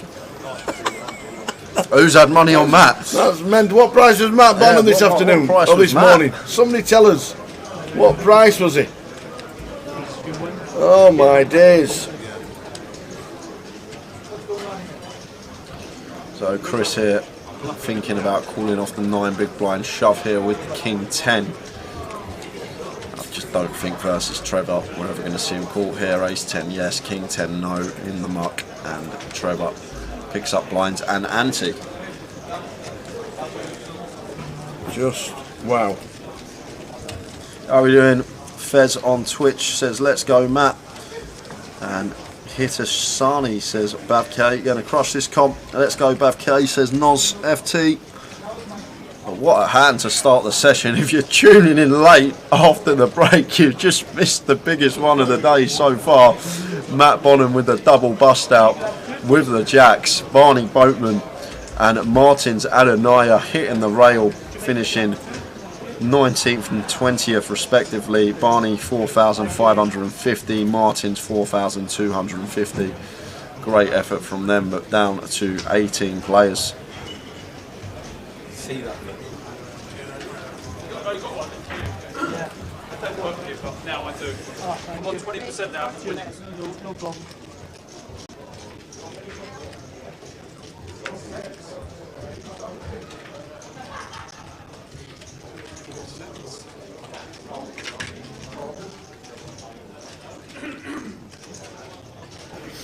Well, what can you say about Matt Bonham?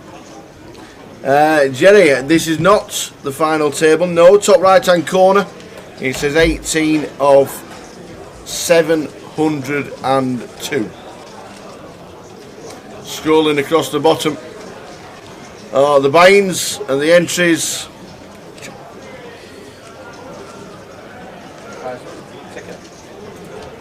So next ladder.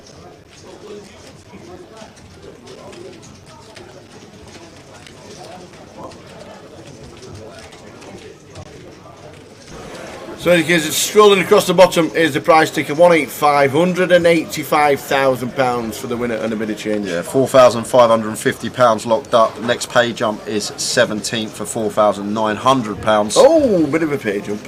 So lose one more and then we are on a little ladder. Yeah. Number 31, Chris Stubbs. Number 31, Tweedle. We're on 18 players out of 702. Amazing. Colin happy to open the ace 4 in the cutoff and continues on the jack 8-8 board, and Steve Jelinek here tower. Can't ever see him putting another penny in this one with the queen 3 suited. Nice pick up there from Colin, getting it down, getting it through with his C-bet. Is Ben still in? Is that Ben James Bond? Yeah, Ben Bond is still in the mix. Are we in the chip counts? There were the chip counts. They were the chip counts. There we all are. the players right there. As we were getting excited about looking at Matt Bonham's stack, that's now increased to 3.7 million. Alex Zervos, who was on our table before the break, second in chips. Oh no, sorry, David Attenborough, 1.4 mil. DA, who came over and having a laugh with us at the break. Bav Catry increased his stack to 8.15, and also Lewis Spencer has increased his stack to 1,018th in the World Series. Was it last year? Yeah, he had a deep run, a few tables out, wasn't he? Him and Jack Oliver were the last two Brits left. So yeah, Lewis had a very nice run in the WSOP this year. But there, all the chip counts at the break. We've lost 2 because we had a monster hand to start the session, and Barney Boatman on 575 gone. And Martin Zadanaya on 230 gone. Yeah, add their chips to Matt Bonham's stack. There's Chris on the button here over Ludo's open in the cut-off. Ludo comes to balance the tables, shoving for 245k. Well, he's left himself 5k back, Chris, but good for him. Good that he's taken this shove spot over Ludo cut-off open. We're sitting here with 12 big blinds. Want to be moving in, and Ludo gets out of the way.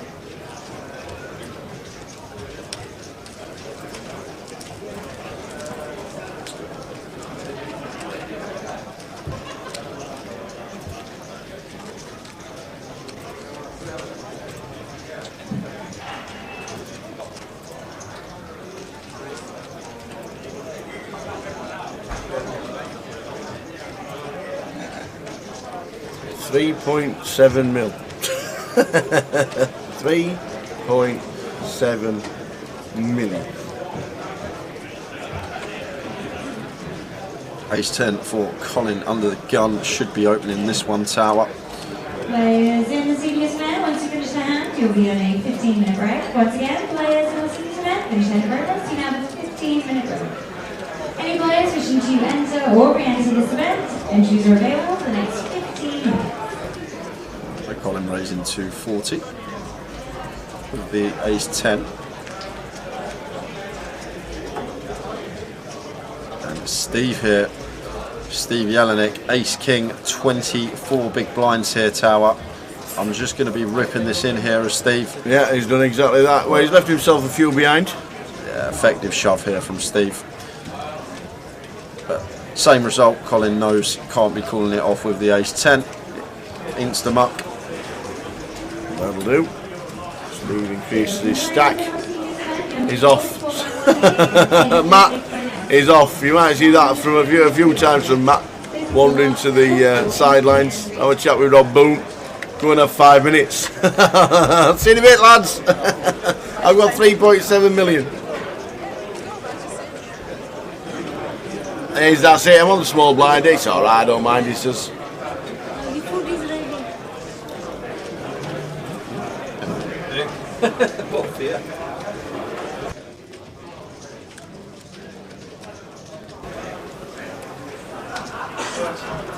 Yeah, he also says to Jay as well before,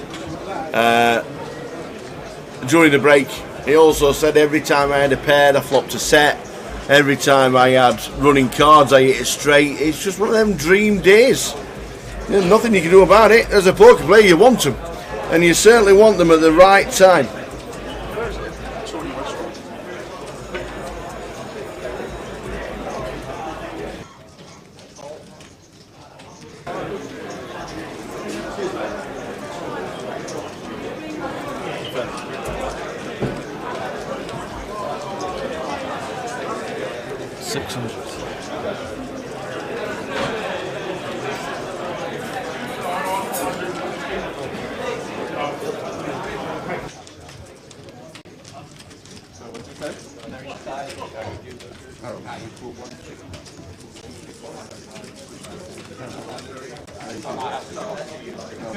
I'll give you a license. Give me a license.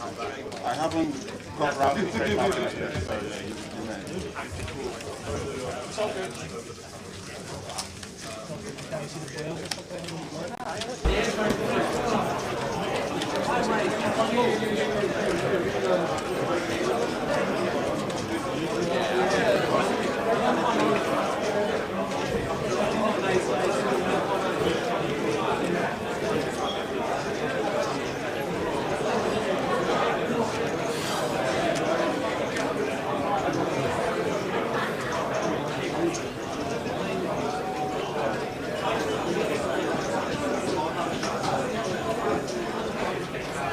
Queen Jack of diamonds for Chris under the gun. Chris playing 21 bigs. Can just open this one. A little bit too many. Oh, okay, he is just going to happily rip it. The Queen Jack suited. In it goes. Wouldn't mind seeing an open off of 20 bigs, but Chris just happy to rip it in, try and pick up big blind and ante. The Queen Jack of diamonds. Like, we'd definitely shove it over an open for 22 bigs, but I think when it's on us to open, we just raise it up. As I say, great hand to go post with. I was happy to just rip it in. Here he is. Chef Brad, good afternoon. Have you missed anything? Been collecting drinks from last night's event? Yeah, Matt Bonham is on an absolute tear up. He's busting players left, right and centre, and he's just on an absolute tear at the moment.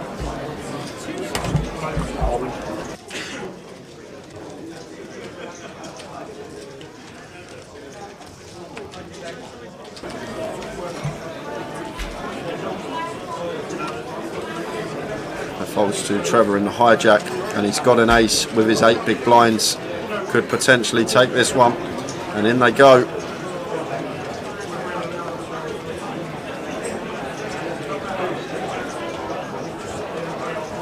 And Colin Gillen with the kings. So we could be losing another one on the featured table. Good afternoon, Jim Marlowe as well. Thanks for tuning in. Colin here.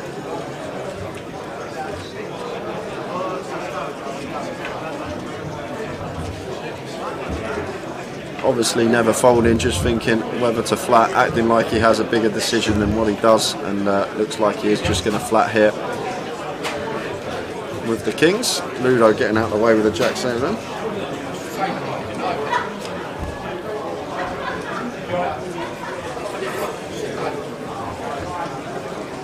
And Chris in the big blind, obviously 9-5 off, hits the muck. So here we go again.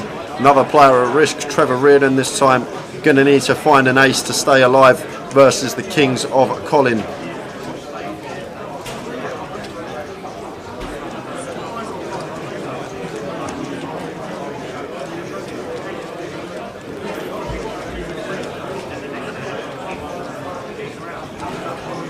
Eight, 6 deuce.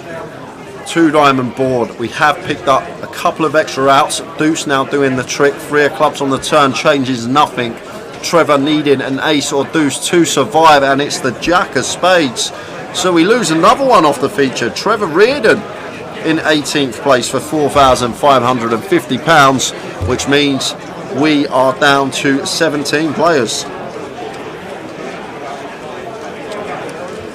Yeah, we're expecting a very long day today, Oakers, unless Matt does go on an absolute tear and just busts everyone like he's been doing already. But early night not going to be happening today, I don't think. Benfoot, yes, there is a free roll later. We are going to give the password out at 4 o'clock, usual time, 2 hours before it kicks off. So stay tuned for that. Stream free roll. Password being released 4 PM, so make sure you are tuned in for the password. Get yourself on the Grosvenor client, it's free money.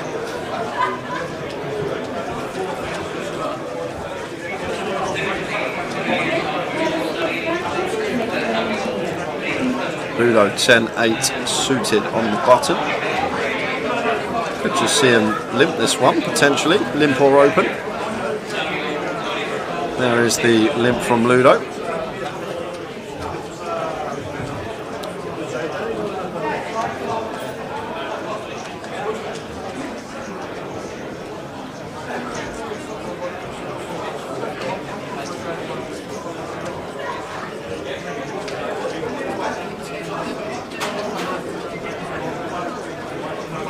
Yeah, 8 PM, sorry, the free roll. 8 PM, we're still giving the password out at 4. Cheers, Oakers. But the free roll kicking off at 8 PM. It's usually 6, to be fair. Quite surprised they've moved it 2 hours back. But we're going to give the password out at 4 PM if you are looking to play that one. Ludo's limp, complete from Chris and Steve Jelinek checking option.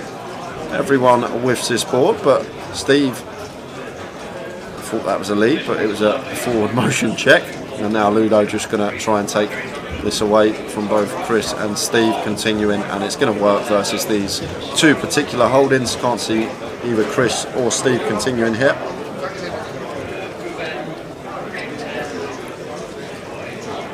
Down to 17 players.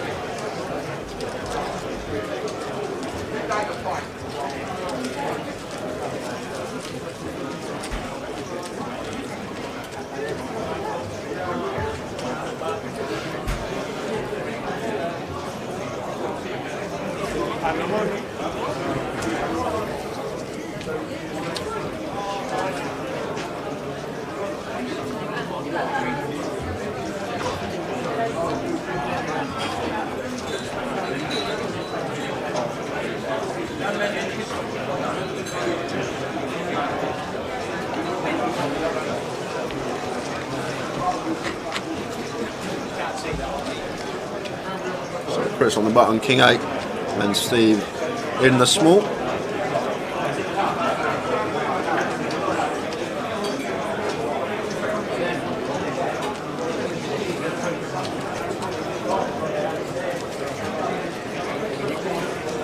And just gives Matt a walk.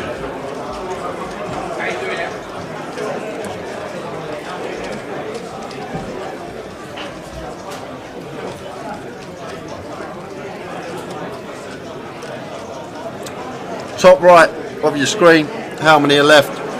Knows on Twitch. PK is just out on the floor at the moment, but we will get that updated. Is 17 remaining, as we did just lose Trevor Reardon. A great start for this session on the feature table for you guys. 3 bust outs already on here. And Steve on the button. King Jack of diamonds here, working with 26 big blinds. Should just be opening this one as Steve. Too many bigs to be shoving. Okay, he's just shoved the King Jack. And he's going to get called as well, because Colin's got Ace Queen. He's going to ask for a count, but Colin can never fold this hand here versus a button shove in the big blind, closing the action. He's just going to clarify stacks, but once he finds out how much it is, can't ever see Colin folding this spot here with the Ace Queen.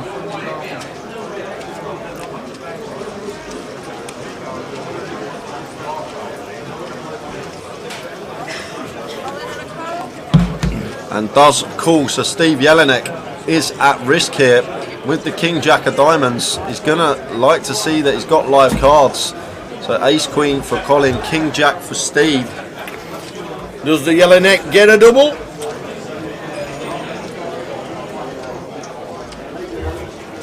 With King Jack.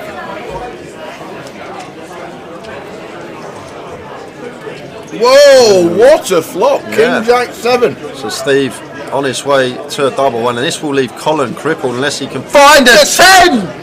10 on the turn! Whoa, wow. My days. Fading Kings and Jacks now. And it's an ace on the river. Steve gets that flop, and then Colin binks the gut shot on the turn, finds the 10. Wow. Where has that come from? Steve Jelinek out in 17th place for £4,900, and that means we're down to 16 players, guys. 2 tables of 8. Going to be some consolidation of tables going on now because we're 4-handed, so there might be a quick pause. 16. 16 players. Wowzers, wowzers. Wowzers, me trousers.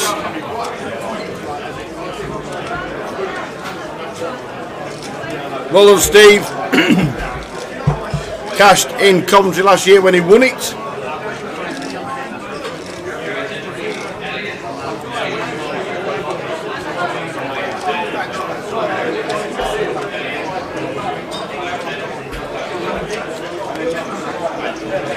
Wow.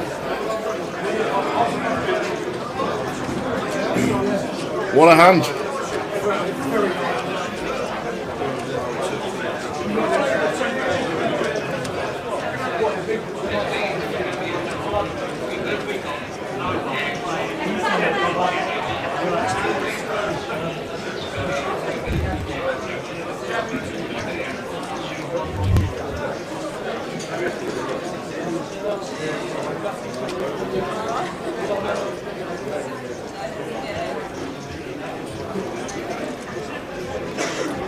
Just wow. We will be getting players from around, and the news around the room is we'll have 2 tables of 8.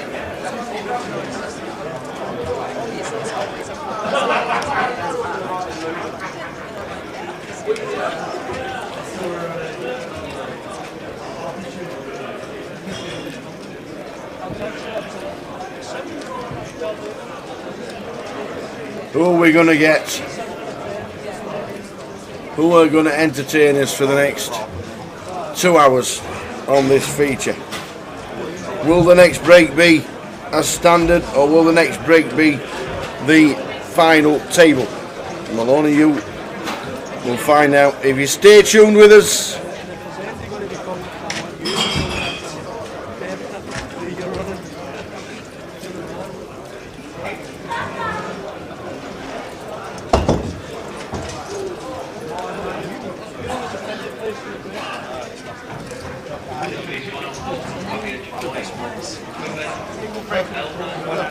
Tim Chung's back. Bav is back. Alexios is back in seat number 3.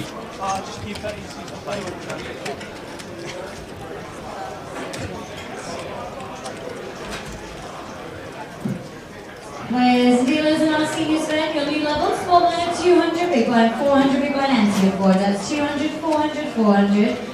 Entries for this and out players, we have 1 player. We've got Harry in seat number 9. So the full lineup. 4 4, best of luck, and dealers, you may begin. Chris De Silva in seat number 1, hasn't changed. Bav in seat number 2. Alexios in 3. Chip leader Matt Bonham in 4. In 6 is Colin Gillen. Ludo in 7. Tim Chung and Harry make up our 8. We're on 16 players.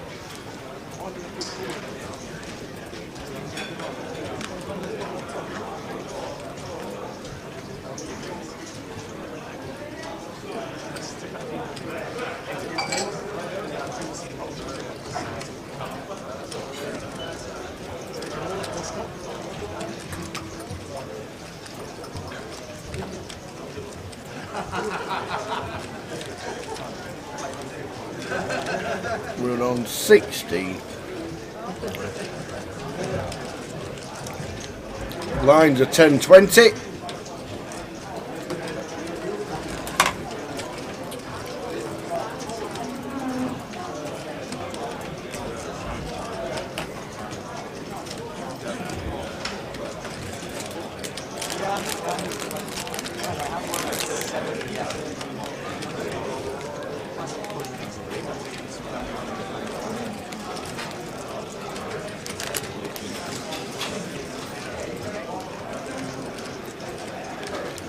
Ludo flopping best.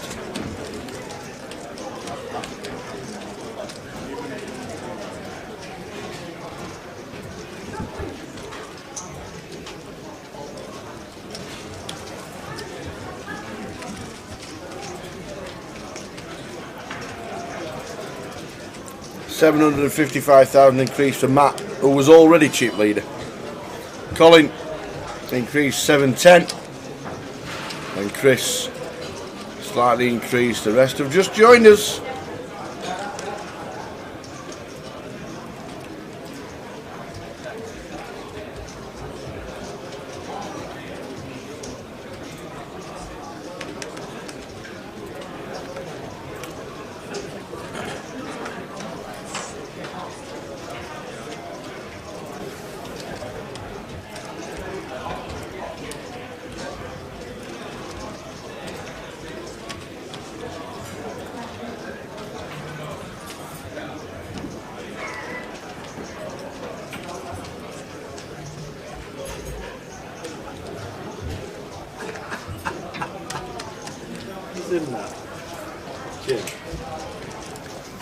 Mav raises to 40 with the 10s. Alexios gets out of the way with 2s.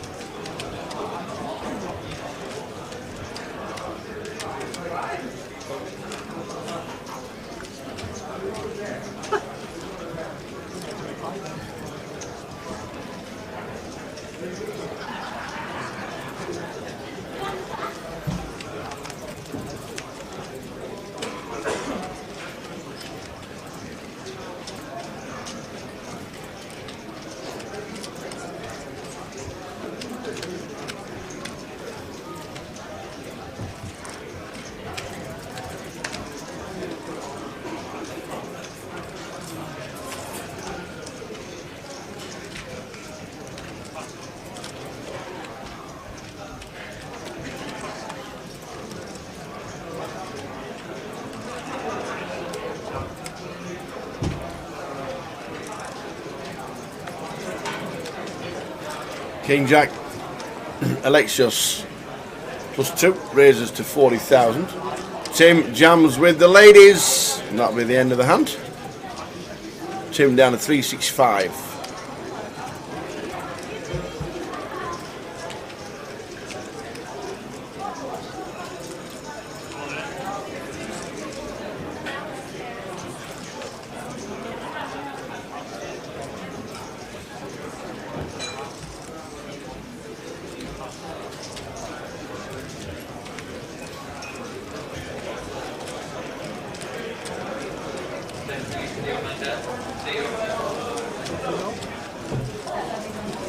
And that is the end of that. Tim trying to build his stack back up. He's on 445, 22 bigs.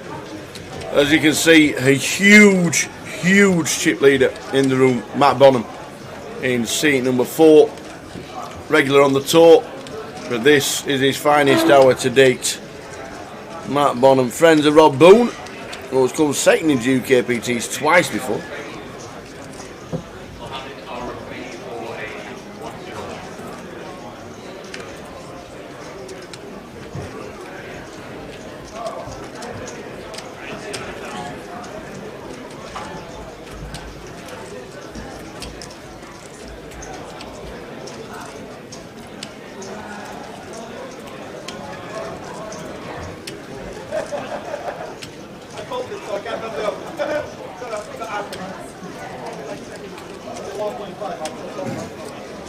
What were Collins' odds at the start of the day? I don't know, I didn't get the freeze frame. 40s, apparently. Colin Gillen apparently was 40 to 1.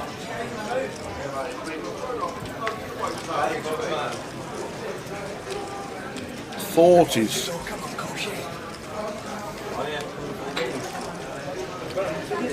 Have you had a couple of quid on Colin at 40s? I wanted to bet him. I couldn't get it account. Ah.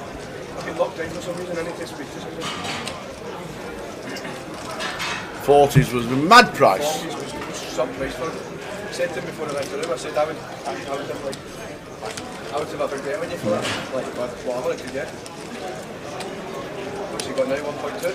Yeah, 1.2 mil, second in chips. Second in chips, just chipped it up. Matt sat to his right on 3.7.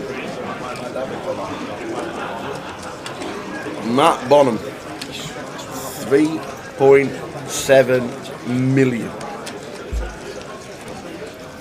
Colin was 40 to 1.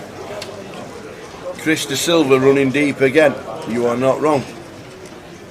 And Lewis Spencer is still in. Lewis, who finished 20th in the World Series of Poker last year in November for $240,000. He is still in. Cashed a couple of times. Only cashed once in the GUKPT as Lewis, but he's got the game to be huge in it.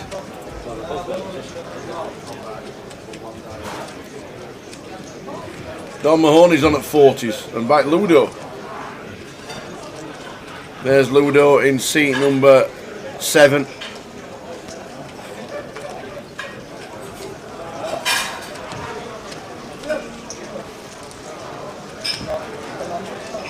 Ludo started the day on $1 million. He's down to 515,000, but still in.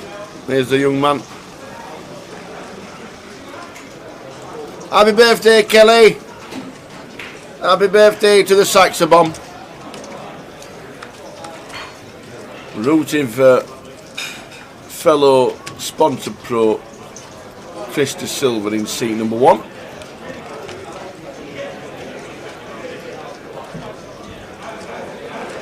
Yeah, Bav's playing well. Bav won the 888 2 weeks ago.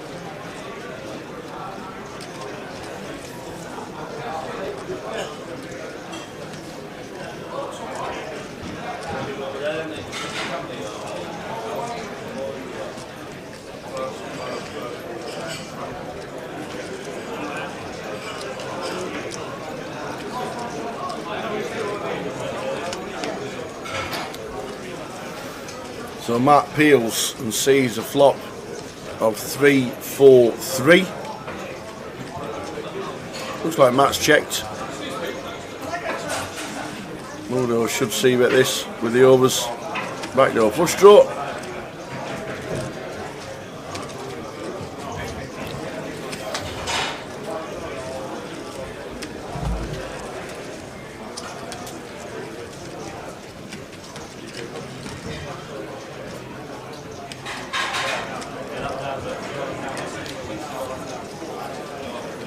Which he does.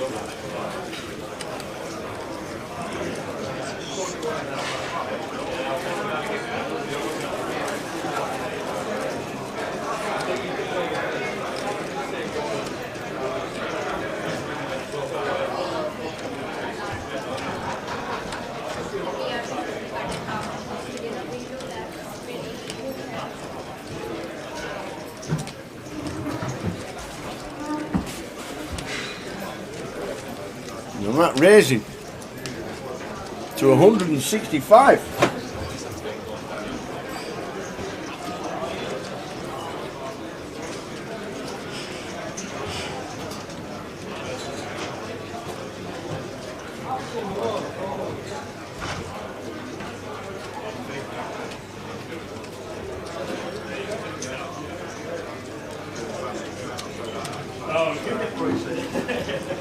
The big chip leader applying the pressure.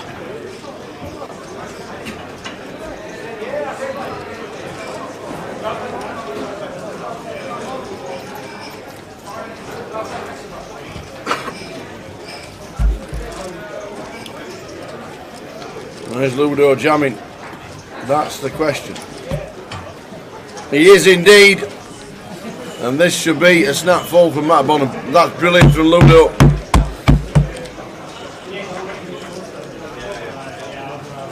What happened there, Tal? I've just come back. Was that just a free bet bluff rip on 4-3-3 from Ludo? Yeah, initial bet. Initial raise from Ludo. Matt called. See a flop. Check, bet, raise, jam.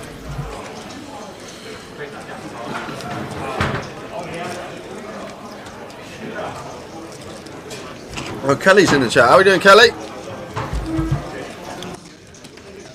Oh, happy birthday, Kelly.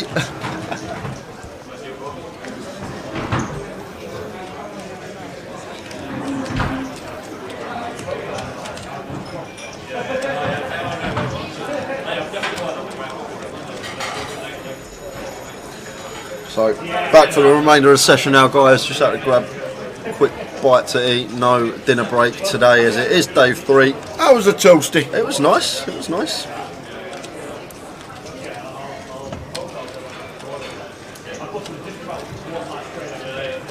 So Matt Queen Jack of clubs raises to 45, and Ludo here with the ace 4 of diamonds got some chips now himself. 3 betting to 110.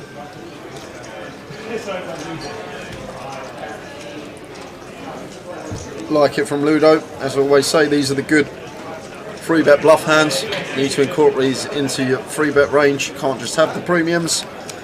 You need some hands like this. Calling with the Queen Jack of clubs. 4, 5, 6, 2 clubs. Bottom pair for Ludo. Matt with a flush draw. Instant service on the turn. Yeah, turns the second nuts map, and now leading for 80k. And Ludo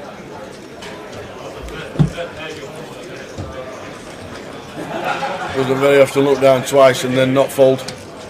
Gets out of the way.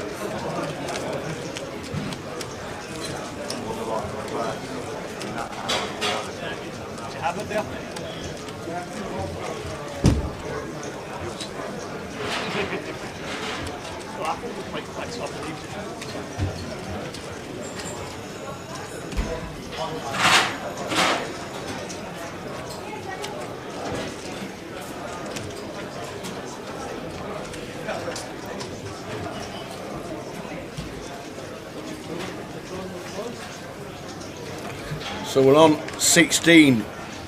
It's not really like a brand new table again with all the players that we got after the exits in our. We lost 4 players on our table. Yeah. 4.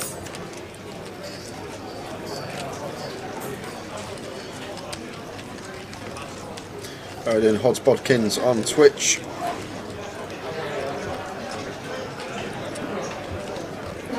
Bav on the button. Calls for 20k off of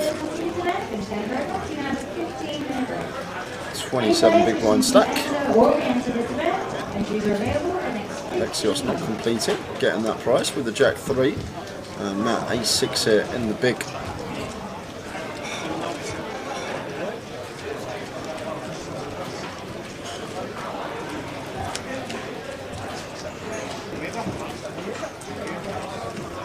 Two, 3, 4 flop this time. 2 clubs.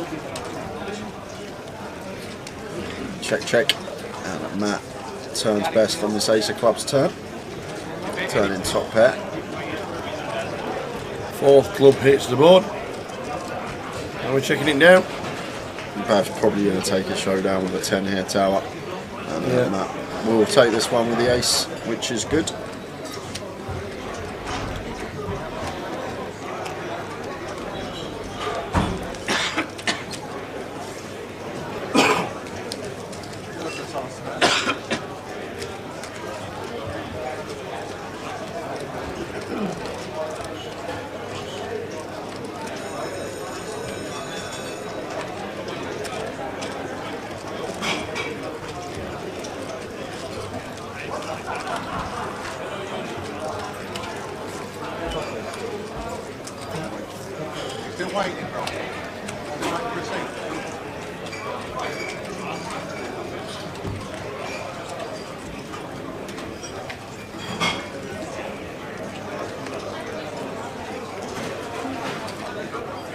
Ace 9 suited for Ludo, expect to see him open this one under the gun. We saw first session of the day Tim relentlessly 3-betting Ludo tower with legitimate holdings and as bluffs. And Ace Queen here definitely going to be continuing as Tim. Probably going to shove here tower off of his 22 big stack, and that's exactly what he does effectively. Puts in half of his stack to 200k. Basically an effective shove here from Tim. He's never folding if he is set in once half his stack is in the middle.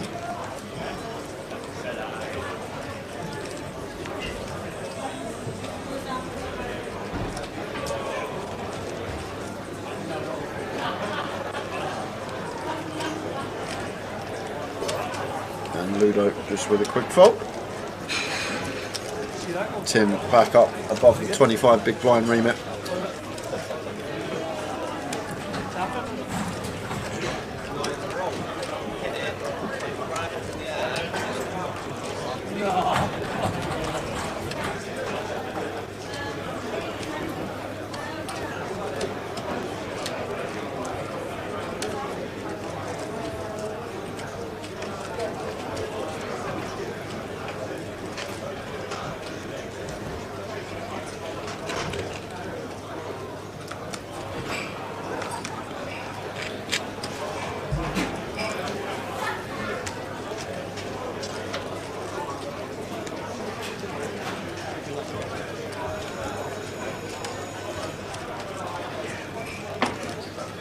Bav opening in the low jack.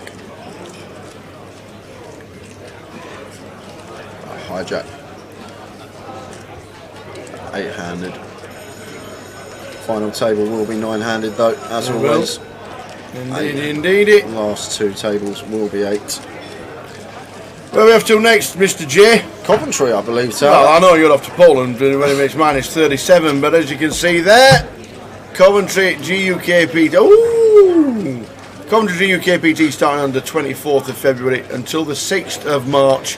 Plenty going on, 4 days of satellites, the G400 to start with, the Mini, the PLO, the seniors on the Saturday, on the Sunday, the 200 on the Saturday. There's plenty going on. Make sure you come and join us for GUKPT leg 2 of 2022 in the old place they call the Cov.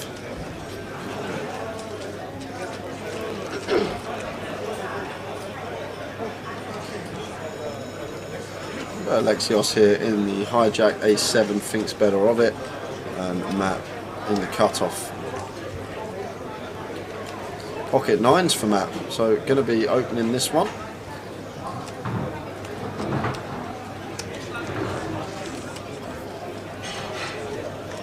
Raises to 65k, north of 3x from Matt with the nines, and just quick fold from everyone behind him.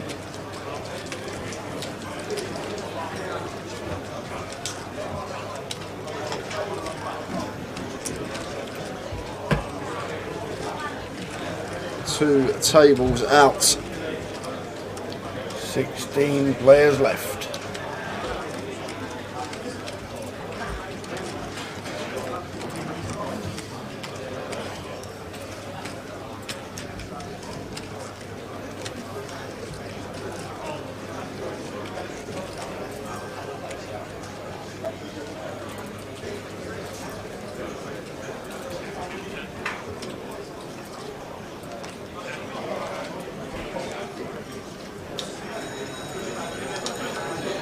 Alexios under the gun +2. Out of the way. Down to the chip lead at 3.7 mil. Matt Bonham. Yeah, with the chip lead, could potentially open this one, but Matt thinks better of it, and that should leave room for Colin to open the Jack 8 suited in the cut-off here tower. Raises to 40. And Ludo here, King 10 on the button. Ludo playing 32 bigs. Out the way. And Harry in the big blind, Queen 3 off, probably going to hit them up this one tower, may just be a bit too on the loose side.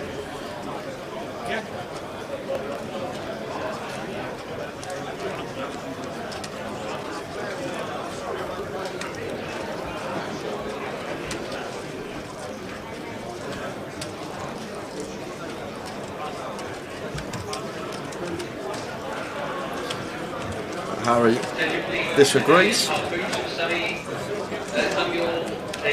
to defend the Queen 3 here, out of position to Colin.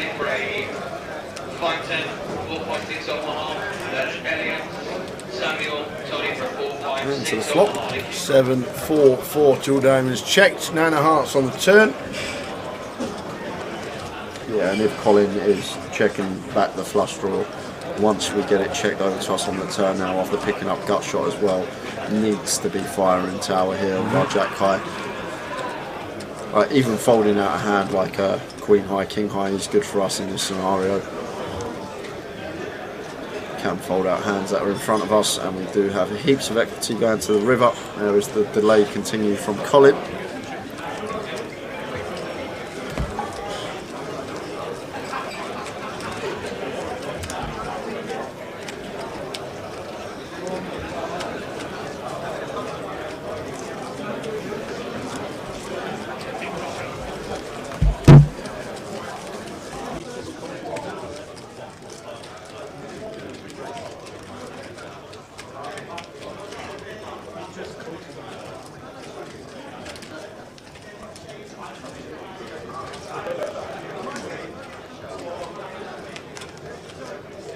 So Matt 3.7, Colin 1.2, Alexios a mil. Oh, Alexios with 10s. Alexios with 10s. Matt happy to make the call with the ducks. Yeah.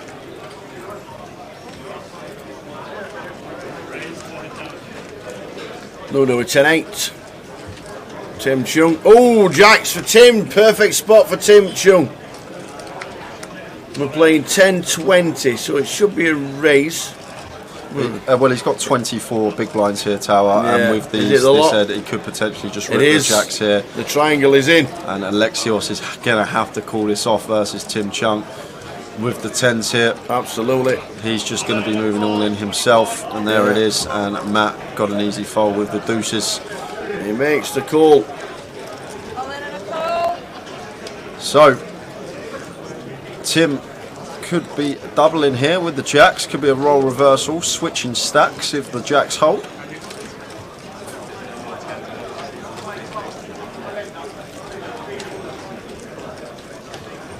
I hope. Happenings going on as we've got Tim all in. Big chance to double. Nearly switching stacks, these two guys. 893, 2 diamonds. Yeah, trading running diamonds, a couple of runners, and 10s. Oh, 7. So now, as Tim, 10 is okay for us, but don't want to see a jack or a 6, and it's the 9 of diamonds. So Tim Chung has doubled up, and we are going to move to the outer table because we have an all-in and a call. Dan Sampson is the player at risk versus Lewis Spencer. That's Lewis, 20th in the World Series main event last year. Lewis with the king-queen suited, and Dan Sampson with the 6s.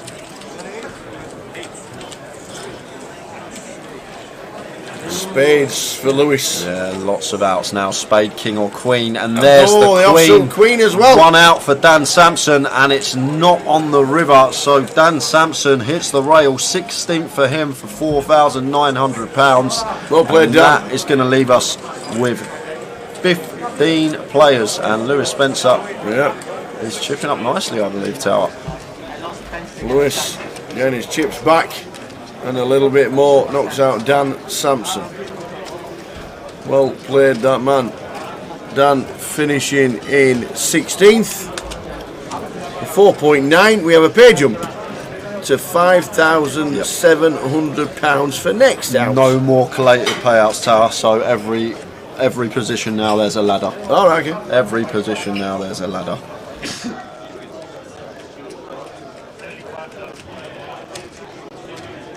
So there we go.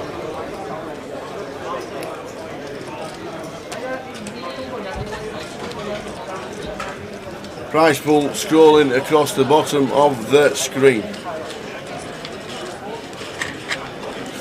So every bust out now, you make more money. All prizes different. 15th down to first, 185k. What they're playing for, heaps up top. I wonder if I can actually do that. Somebody's sat in the background watching the live stream. Alexa, play some Guns N' Roses. I wonder if I could do that. Imagine.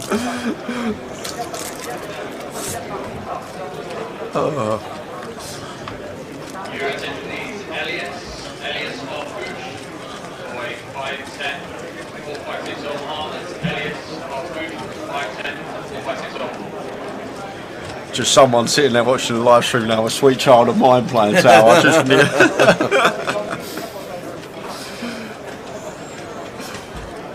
hijack open from Ludo, ace 5, Bav defending in the big blind with the 4-3 suited, and gets a lovely turn for him, bringing in up and down and a flush draw to go with his pair. Ludo capturing a pair himself here with the ace 5. And Ludo calls.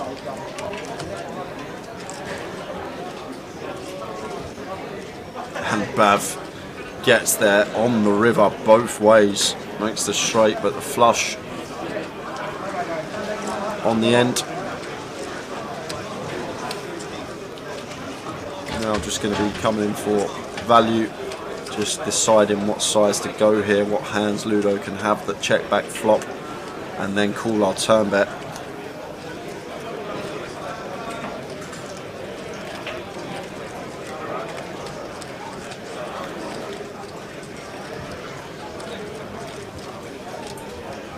Yeah, John says as soon as you say Alexa, it lights up. Is it really? Huh? Imagine. And Bav checking over to Ludo here, knowing that Ludo is an aggressive opponent perhaps, and maybe trying to get Ludo to fire here. Is Ludo going to take the bait tower? Ludo probably has come to the conclusion that he's not going to be good here once Bav checks this river, and the 4-3 of spades is good. Ludo didn't take the bait. Bav takes a small one.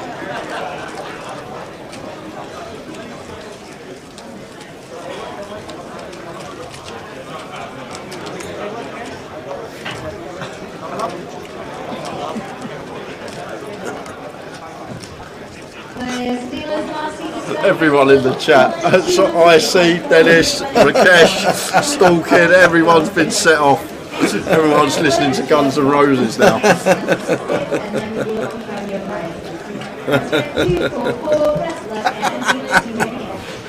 Brilliant. Oh dear. Hiya KJ, how are you watching on YouTube? All things are good. All the best to you and yours. All things are good.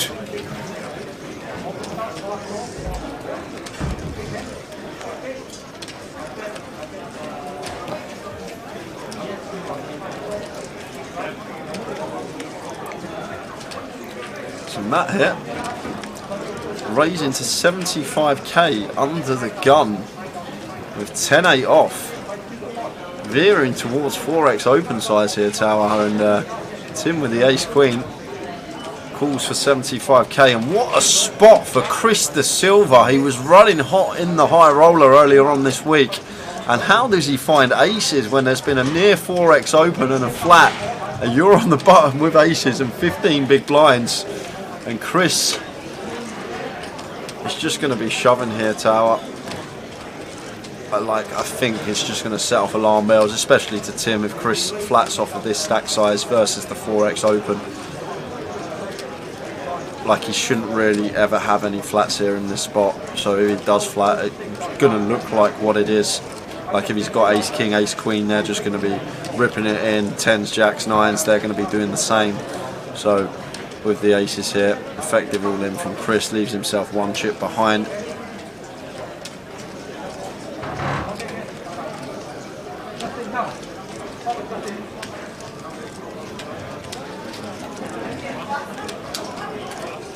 And Matt never continuing with the 10-8, tried to get the large size still through, and Tim now in a bit of a spot here. The thing is, Tower, Tim's very logical in his decisions, and he will think this through.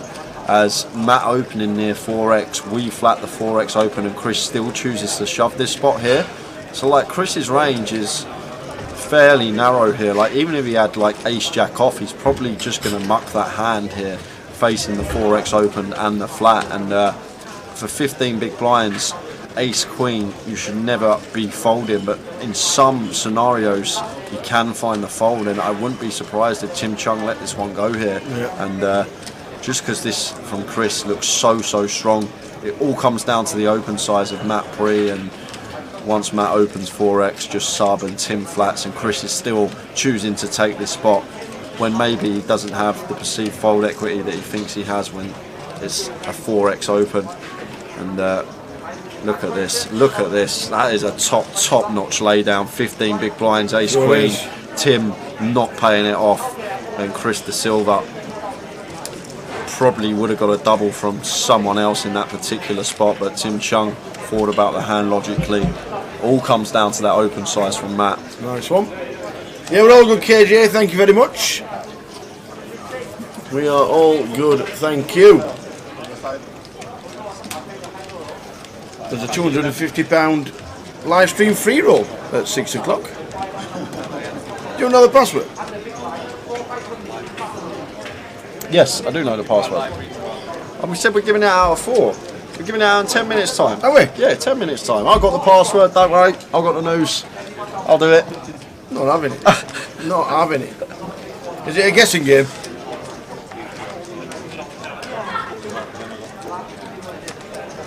Is it GUKPT London? Nope. I'll tell you what, if you guess it, if anyone in the chat guesses it, or you guess it, Tower, yeah, I will give you... It's never going to get guessed, so I'll give you a 1% free roll in Ireland for the main event. There you are. What? That's how hard this one is to guess. No one's guessing it. No one is guessing it. Yeah, you're spot on, Blundell. We can't flat that spot ever as Chris, because it's just, our range just becomes aces and kings.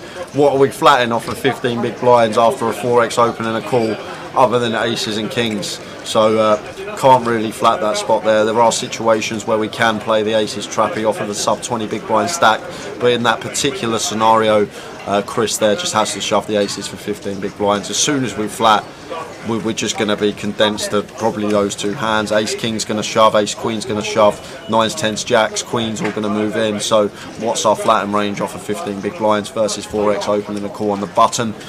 There's nothing really in there other than the pure aces, and Chris, knowing that Tim probably would have figured that out, and most of the table really, if we flat off that stack size.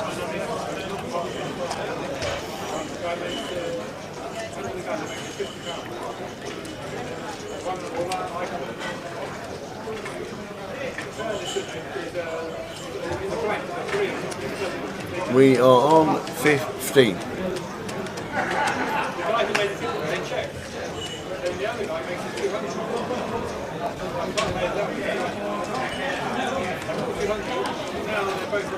Line's just gone up. 10.25 with a 25.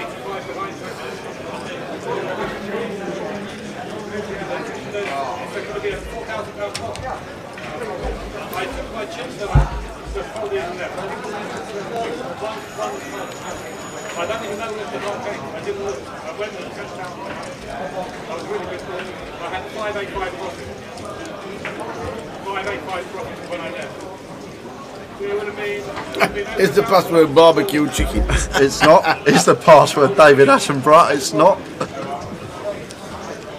If anyone gets it in 8 minutes, it's not going to happen. It's just no one can ever pull this. Never guess. No one can ever pull this one out of the bag, Tower. It's just mathematically improbable. We'll use that term, not impossible, but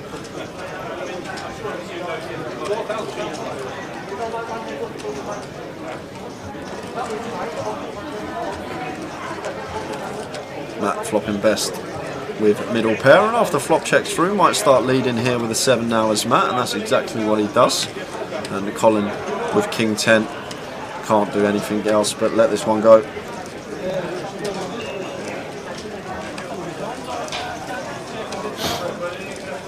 Maybe nines in there as well, Labam. Nine's probably in there as well, I think. But yeah, I like the range that you are suggesting, that he shoves there for 15 bigs over that 4x open.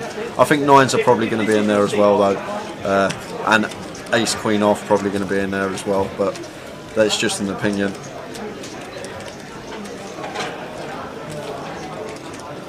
Is it Tower of London, says Fletch. GUKPT Vic. It's got to be something like that.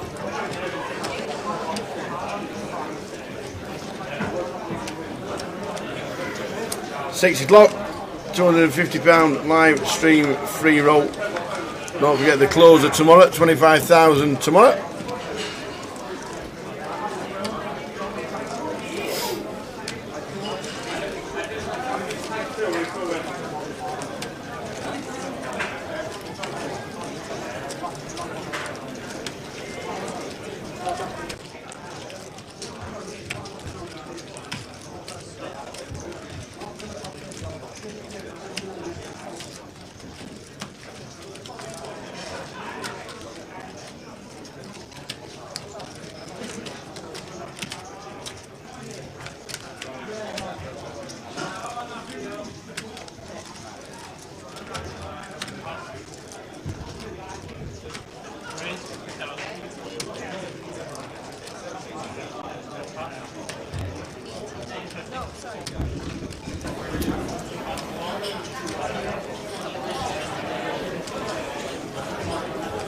Yes, I flopped for Bav, 605. He moved up to $1 million, did Bav? Dropped down again. Rivers 2 pair over Ludo, but unfortunately for Ludo, he's got the back doors. Look at this. Yeah, this could be disastrous for Bav. Yeah, he's going to do chips here, Tower. He's never folding versus Ludo. And the thing is, Ludo's always on point here, and I expect Ludo to go big, Tower. And what a time to go big it would be, because he's going to get paid off with a large size in, with what Baz is holding in this scenario. You got it, Jim. Spot on. Jim Marlowe's got the password. Done me conkers on Towers treble. Imagine. And there it is from Ludo. Said it was going to be a bomb, and it looks like it's over 2.5 size. 245,000. Now then, Bav.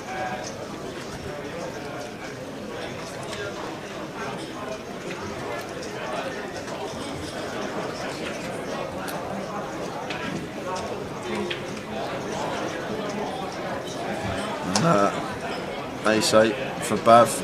He makes the call, and I've got the flush with the deuce 4. It was in his range, but 2-4 on the button, on the big blind defending. With the hearts, the back doors for Ludo gets him back up to 870,000. So the password. Apparently we're not going to be able to guess it, so we might as well send it out there. So it is good luck, well played, good game, but it's the abbreviation of it. So it's GLWPGG, all capitals. GLWPGG. Good luck, well played, good game. GL. Yeah, Tower's going to type it out. GLWPGG.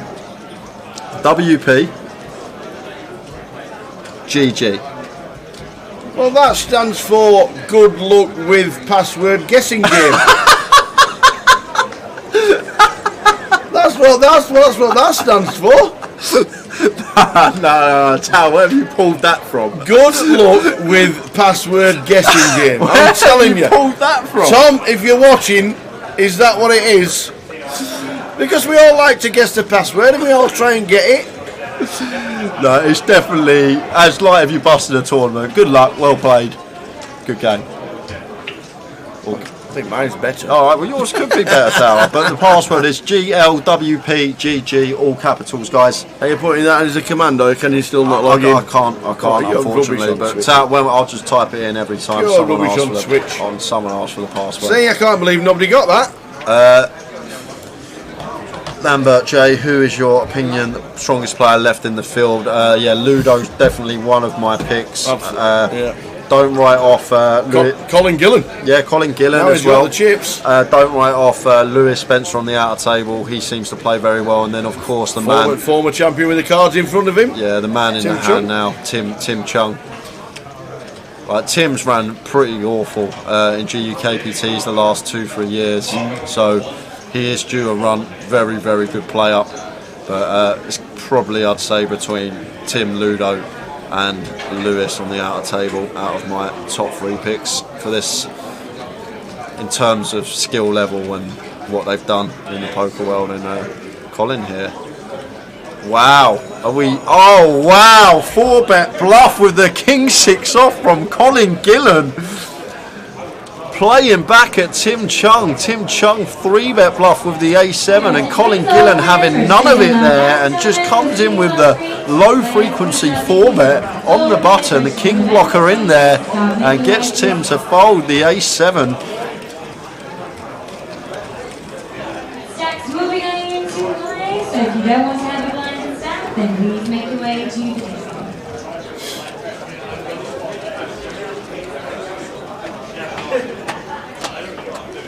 So password for the free roll for those asking is GLWPGG. All capitals. Fair play, Colin Gillen. Tower, that is which a stands for beastly move. Good luck with password guessing game. It doesn't stand for that. It does. It stands for good luck, well played, good game. Good luck with password. Where did you even pull that from so quickly? Take some brain power to quickly think of that like that.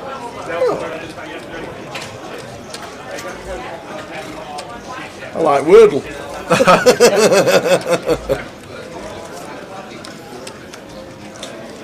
Ludo, legitimate holding on the button. Blinds are now up, playing 10k, 25k, raises to 50.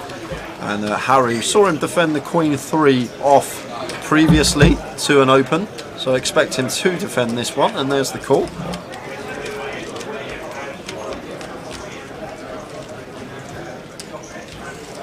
There's 3-4, and he's got the gutter ball for the wheelie nice board. Ludo can't just instantly give our opponent credit for an ace when there's the overcard here. We are against big blind defend range.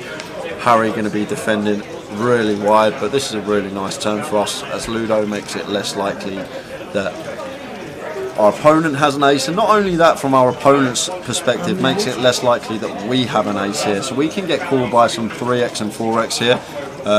So you can expect the value numbers from Ludo now on the turn. Faithful.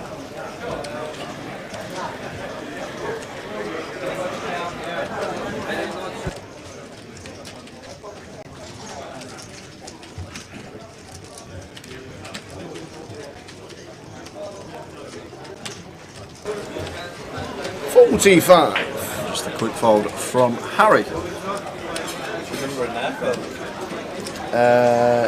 842. So, good luck with password guessing game is the password for the £250 live stream free roll. Ignore him, it's not.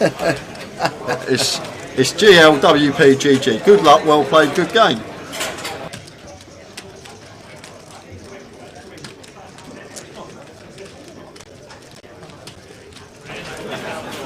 What time does the free roll start? It starts at 6 PM. 8 PM. 8 is it? Yeah, it moved it forward back 2 hours today. Did they realise it was going to be a long one, did they? Maybe. Yeah, free roll kicking off at 8 PM, guys. GLWPGG, all capitals. Okay. And don't forget the closer tomorrow night. £110 in, 25,000 guarantee. Ace 4 for Matt. Under the gun +2 raises to 50.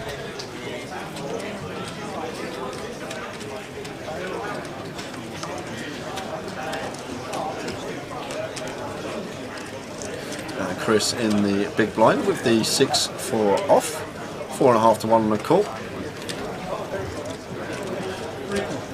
That could go either way with this one. Some players will be fine defending this wide, others will just let it go. And it looks like Chris is going to call.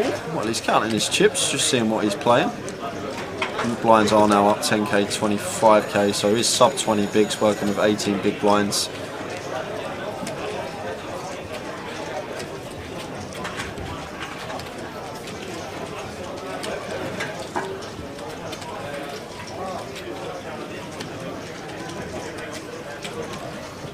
Thinks better of it.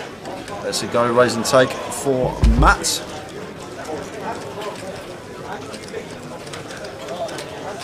Once again, players that are registered in the bounty, please take your seats. We'll be starting in less than 30 seconds. That's all players registered to take your seats. So just before this hand starts, we're going to head over to an outer table, guys, because there has been an all-in and a call, and it's David Attenborough and Matt Davenport involved in the pot. Ace-King for Attenborough, and Matt with the pocket sevens is the player at risk. He's in front. It's all you can hope for when you're all in. Oh, not anymore. Yeah, needs a 7. Not anymore. Only a 7. A 7 to survive. And it's the 8 of hearts. So Matt Davenport, great run from him. He's been on a bit of form lately. 15th for £5,700. And that's going to bring us down to 14 players. As David Attenborough looks like he's been chipping up nicely on the outer table. Registration is available for the first 2 hours. The re-entries are permitted in this time. It is a bounce tournament. When you eliminate someone, you will receive Alexa, play Sweet Caroline. I'm not doing it ever again. That's the last time. Sabrina Bass, sorry about that. I know your dog don't like my voice, always walks out of the room when the stream's on. Amazing. I can't even remember what hand that was. What was the hand? Well, I went mental. Broke the earphone, broke the people's earphones. Oh yeah. I can't remember what the hand was. King 10, 8, 2 heart board, bottom pair for Harry, nut kick up, Matt with middle pair. Matt just happy to fire here after catching a piece. And Harry does have bottom pair here, but the thing is, this is a board that's going to be very good for Matt's opening range. He's going to have plenty of hands that we're still going to be behind to. Do have position though, so Get to see what Matt does first on the turn. Might see him potentially peel once here, Tower, but we are working with 24 bigs in our stack at the moment. Might be thinking about preserving and waiting for a better spot to arise. He's mulling this one over and lets it go. Good fold from him. 118 in the seniors, 118 in the seniors, 81 players left, and the bounty has just started with 52, so expect that to near double before the end of Bain's finish. Quite a few getting eliminated for the seniors, jumping straight into the bounty. Oh, I remember the hand now. It's Nixon, weren't it, against the aces? Yeah, come ace queen versus aces, queen turn, queen river. Of course I'm going to go mad. That don't happen very often. Perfect. Yeah, I remember the hand now, Sabri. Has the password been given out? Yes, it has. It is. Good luck with password guessing game. Absolutely. Abbreviated. GLWPGG, all capitals, Jack. Tower's just putting it in the chat now for everyone. Yep. Good luck with password guessing game. Oh, good luck, well played, good game, as Jay was implying. I can't believe that. I'm not having that. I thought mine was better. But Harry in the cut-off with ace jack here, and could potentially see Bav shove this one, Tower. Yep, good to see that he's taken nice this. One, Bav. He's going to get called off, but love the shove from him. Yeah. Looking at it from a wider perspective, how we should play this hand off 15 bigs, facing a cut-off open. Just always want to be moving in. Just going to get it through so often versus cut-off opening range, and the times that Harry does wake up with it like he has this time with ace jack that has to call.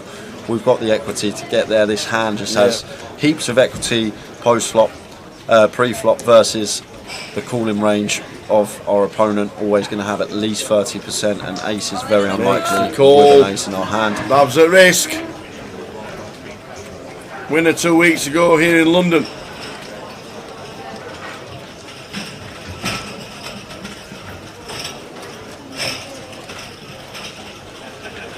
Bav Catry needs to find some help with the ace-5 of hearts to stay alive.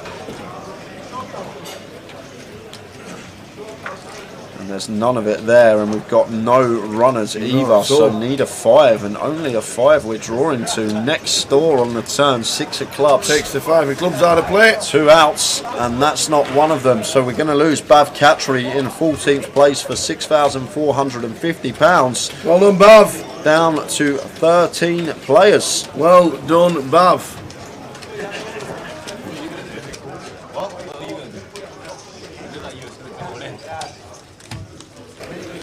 We're on 13. Well done, Bav.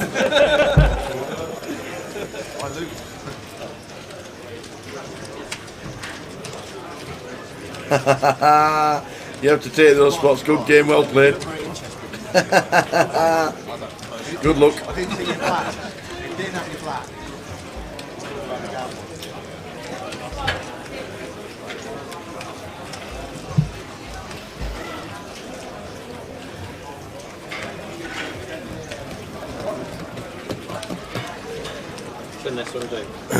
So we're on 13 as Bav has just been eliminated.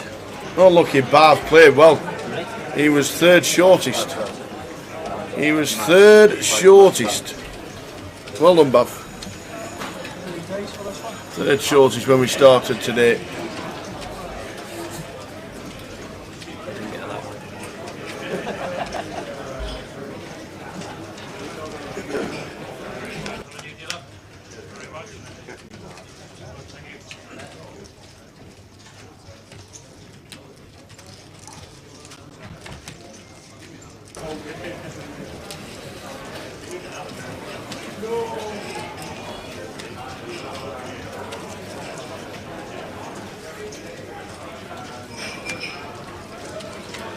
Eight on the river, so Matt makes the best hand.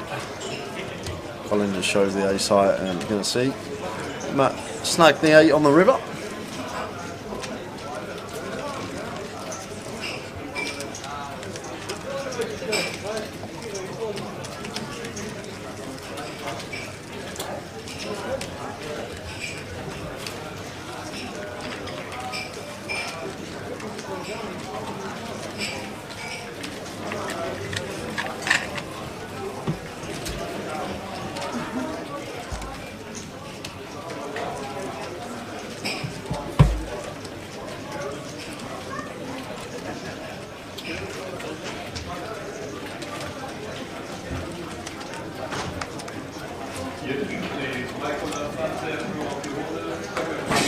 Chris, cut off here, King 5 suited.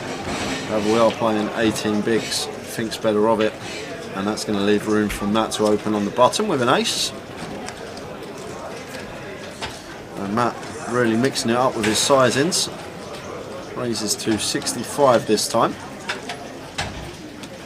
And Ludo in the big blind with the King 3. I expect Ludo to defend this one versus Matt specifically here, Tower. It's very surprised if Ludo didn't choose to come along.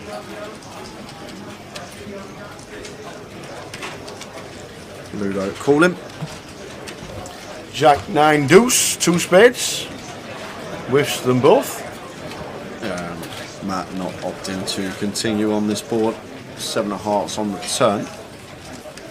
And Matt's still with the best of it. Ace high is good at the moment. Ludo not taking the aggressive route, coming in for a lead on the turn.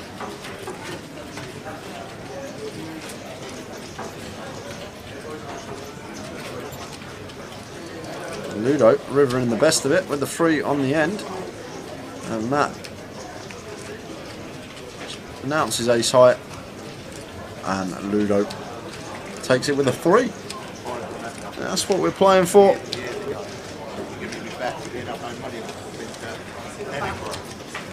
Give me the money to definitely bet on the roulette. What do you mean? On the blackjack. On the blackjack, yeah. Remember, they got me right out of trouble all the weekend. So we're on 13.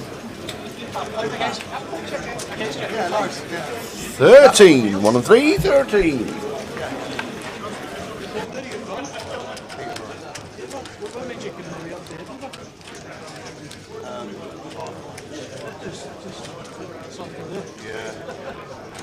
It's a bit of a joint for you. Yes. When you're a compulsive gambler. That makes sense. So play continues. We're on 13 players. But that sick hand last time, didn't we? I had set over set for you, and someone else had to. You took the phone with it. Yeah. On the feature table, look. Yeah. Was it looking No, up? no.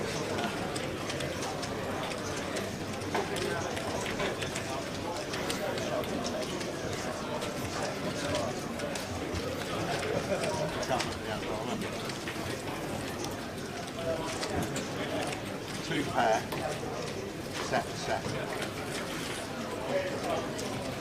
Do we have a list of the names left?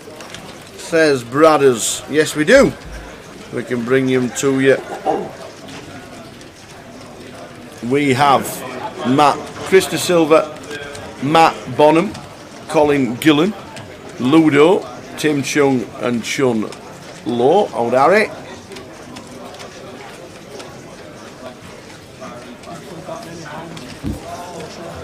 You'll like myself, it's hard to remember a specific hand because you play so many. We have Ben Bond, That might be played.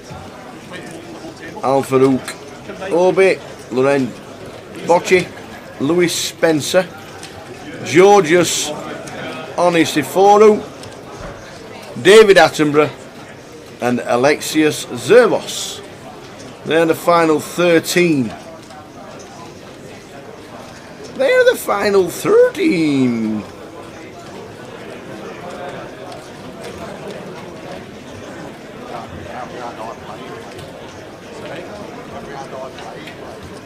It's been a great day. We started with 33. First player eliminated today was Eli Dibb. And then we lost Yudhishthir, Nick Marchington, Danny Pike, Antoine Labatt, Paul Trotter, Antoine Sout, Neo Neophytu, Christian Mew, Josh Bolton, James Bouvet, Ali Sarkashik, Kieran McCulloch. And then this session we saw Martins, Adinaya eliminated, Barney Bowman eliminated, Trev Reardon, Steve Jelinek, all on this table. Dan Sampson. We've just seen Matt Davenport's going out and Bav Katri on the feature, and that's where we're up to right now with 13 players left. Harry Law building his stack up to 1.2 mil.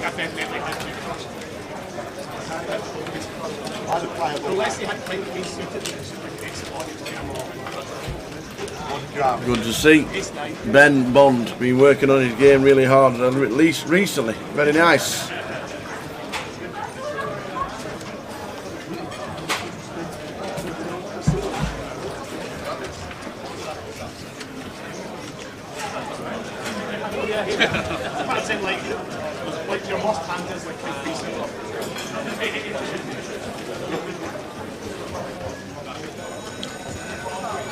Pocket force from Matt under the gun.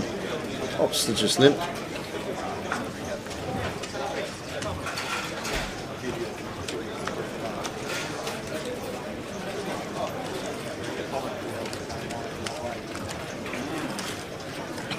Chris 10-5 off, not going to be defending this one, that's for sure.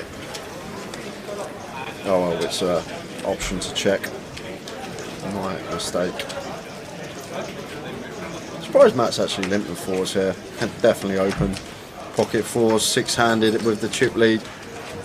Maybe Matt just happy to limp and see a flop. Better to limp call, maybe he thinks, than it is to open and peel a 3-bet.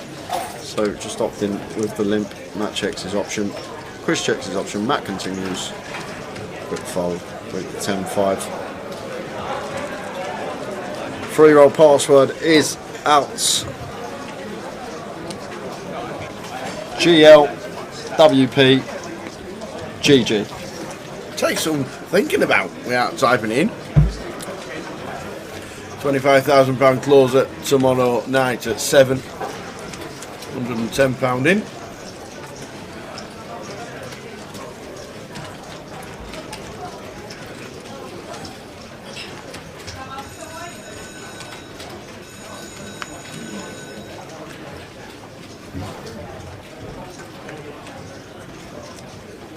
Chris's surname is De Silva. It is. All in the cash this week.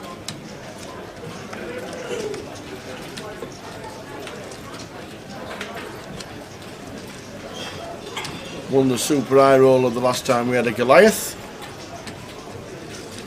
Well, he goes everywhere, doesn't he? Did he win the 25-50 as well at Goliath?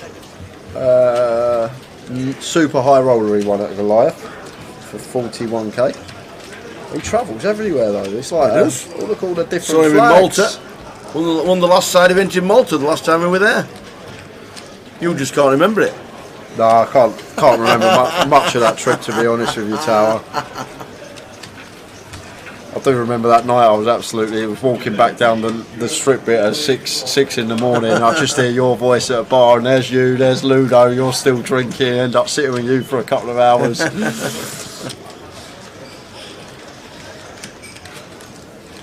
It's a great place. And speaking of Ludo, hijack with ace queen raises to 50k. Matt defends for 25 more in the big. Both players miss this flop.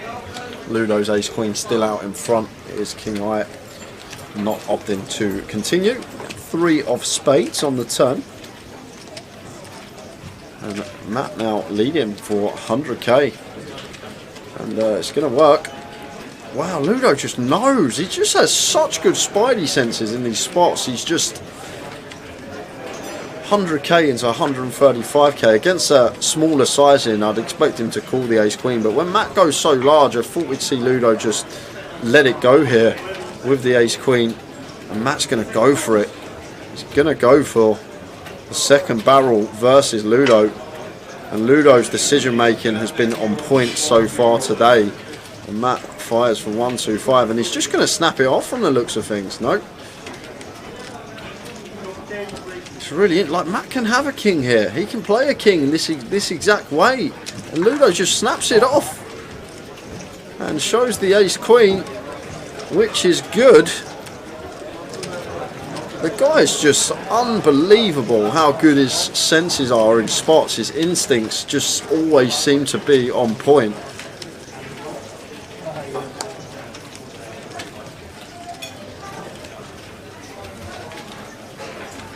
And you don't get millions and millions of pounds in this game from not making correct decisions more often than not, and every decision he seems to make at the moment is just right, whatever the spot may be.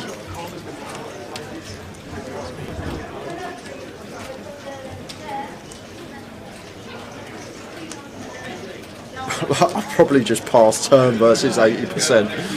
I'll probably just think, done with the hand. Yeah, we got the high hand, but versus 80% on the turn, just going to let it go. Matt can have a king for sure out of the big blind, but Ludo's just went cool in no time, and really nice pickup from him. It's a nice pot, and he's taken some off the chip leader.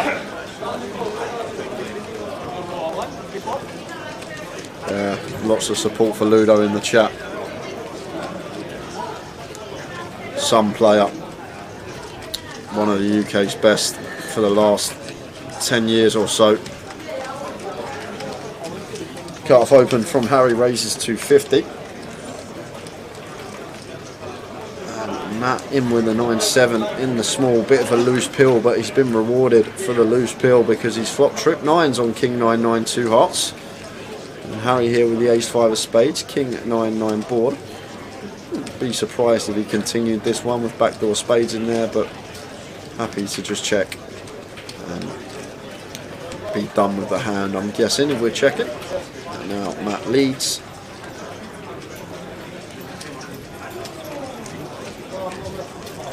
Stalking Geek, the Ludo today reminds me of Ludo 10 years ago. Just insane.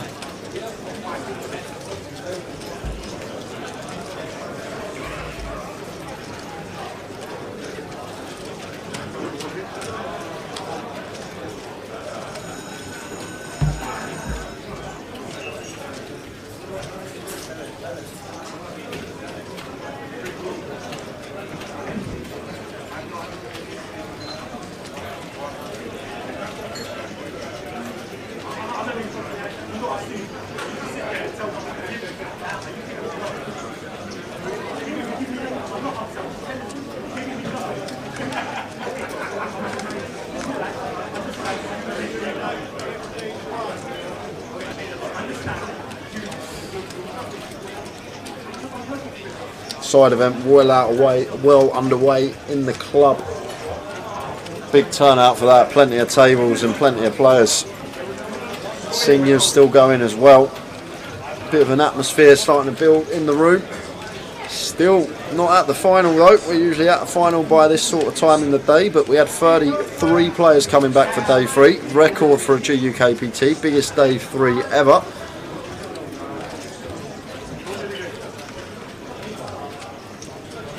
Matt opening on the button. Nice big 3-bet here from Colin Gillen. Love the sizing, like the hand selection. We've got the ace blocker in there, so never can flat this hand if we do want to continue. So much better to take the aggressive route, as he has done. And back on Matt here with the deuces on the button, and Matt looks like he's going to go duck hunting. Whack, whack, whack, whack.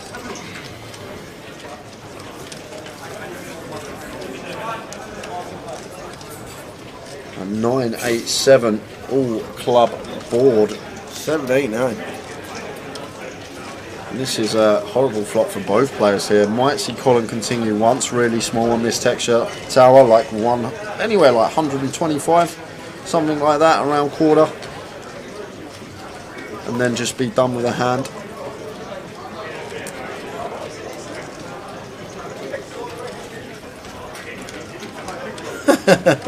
Does bet 125.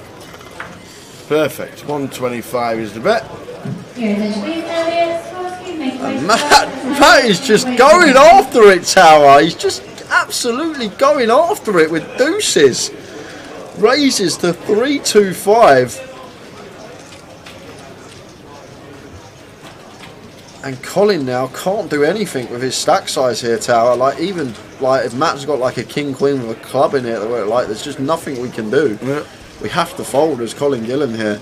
It's unfortunate for us. But where has Matt pulled that raise from? On the flop on 9-8-7. 3 clubs, I guess in terms of range, it's going to be better for us. We're going to have probably more suited hands peeling in position. Jack 10 suited going to be in there. We're going to have some sets as well, 7s, 8s and 9s. But where's he just found that raise from on the flop with the deuces? Fair play to Matt.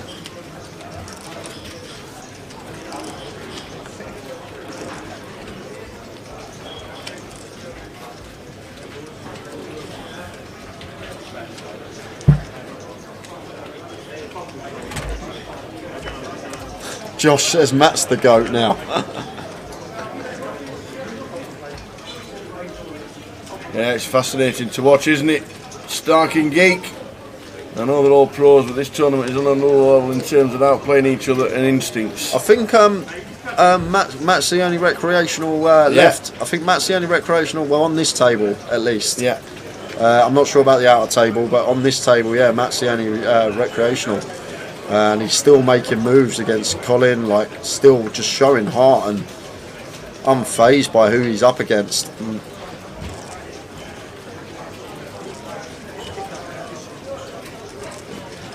Yeah, free roll password is GLWPGG.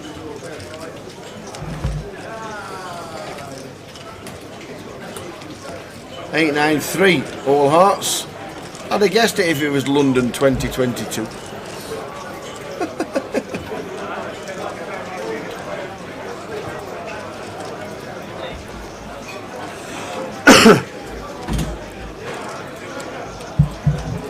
Yeah, standard versus someone playing the right range get quietly, but Matt is very unorthodox. Like Ludo's call, if you plug it, yeah, it may say that we need to call, but that's assuming that someone's playing correctly versus us. That's the thing you need to take into account.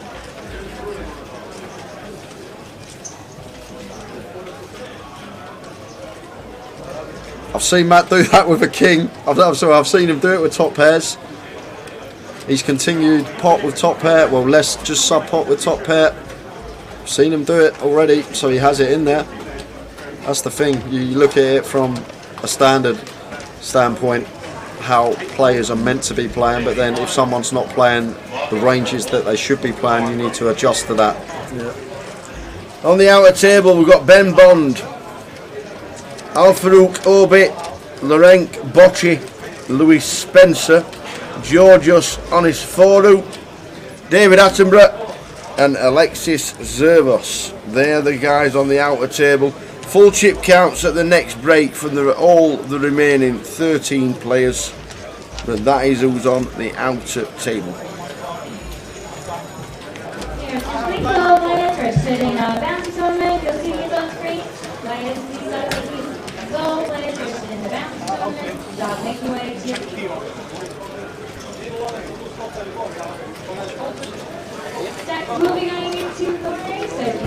Yeah, I probably would have, just based on what I've seen from Matt so far. He's chose that sizing with top pair already, so I probably would have. I would have just probably passed turn and went to the next hand.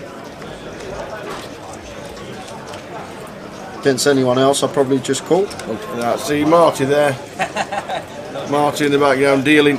He was just obviously giving Simon tips on World of Warcraft. That's what he was doing. He was like, you go down that side, you put your army on there, and then you shoot him. Here he comes. Katie's off. Well, Katie will be off tonight forever.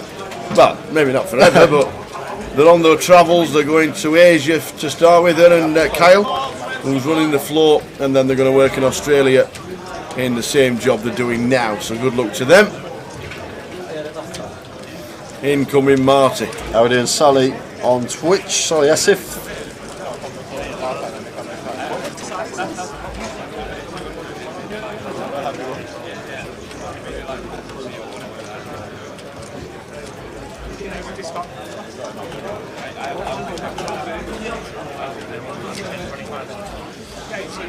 We've got 20 minutes left of this session, guys, unless we hit a final, which is very unlikely because we've got 13 players remaining. Very unlikely.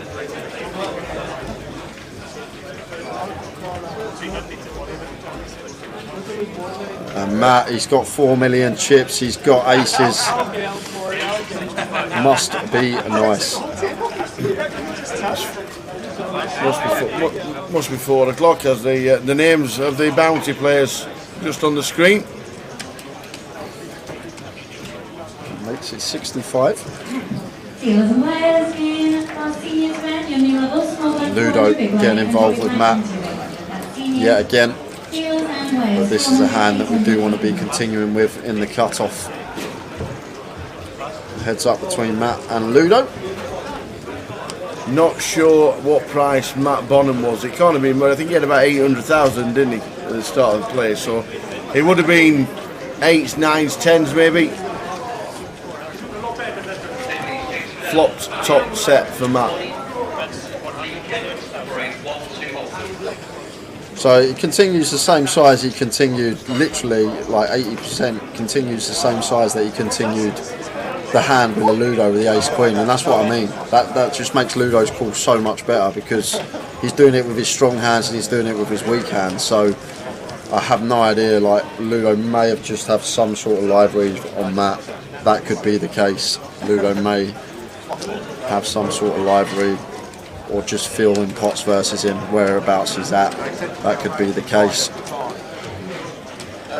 Matt Bonham was 9s, thank you Munch and Biscuits.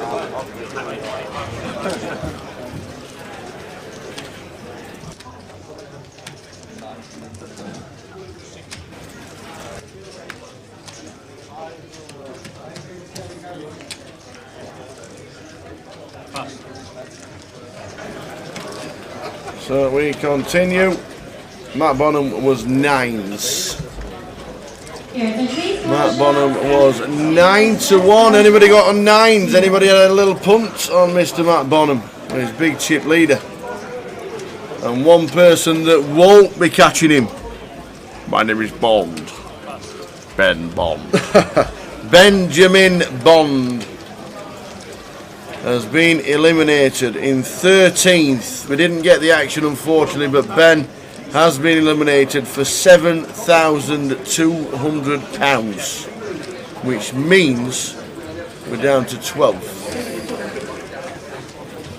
Lebambarth says, seen any particularly interesting / famous people playing these events in the GUKPT, lads? Vicky Mitchell was here. Yeah, Vicky Colin Mitchell. She was here. Victor Moses was here, but it weren't the Victor Moses, unfortunately. James Gill says Leicester is getting pumped. Who are they playing? Oh, Yeah. no, it's Forest. Sam Grafton was here, Neil Farrell. Yeah. Usual UK superstars that turn out to the GUKPT in London. Yeah, David Attenborough's still in, to be fair.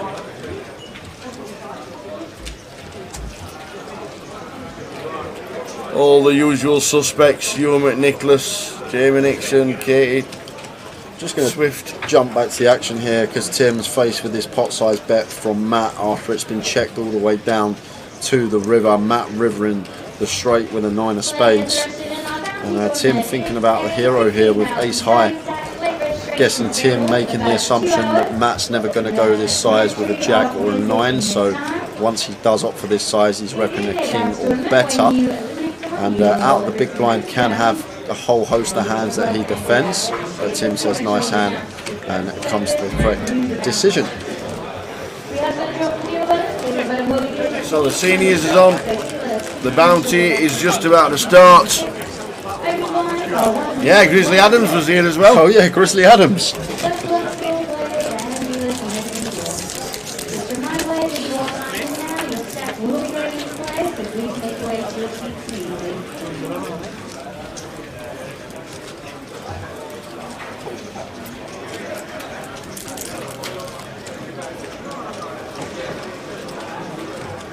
Barney Boatman cashed. 3 World Series of Poker main event finalists have played.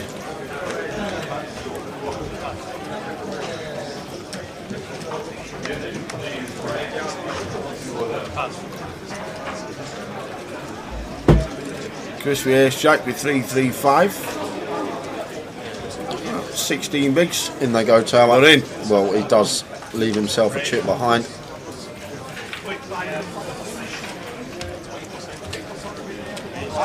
All this is just in case someone is all in on the outer table. He leaves himself one chip back so he can tag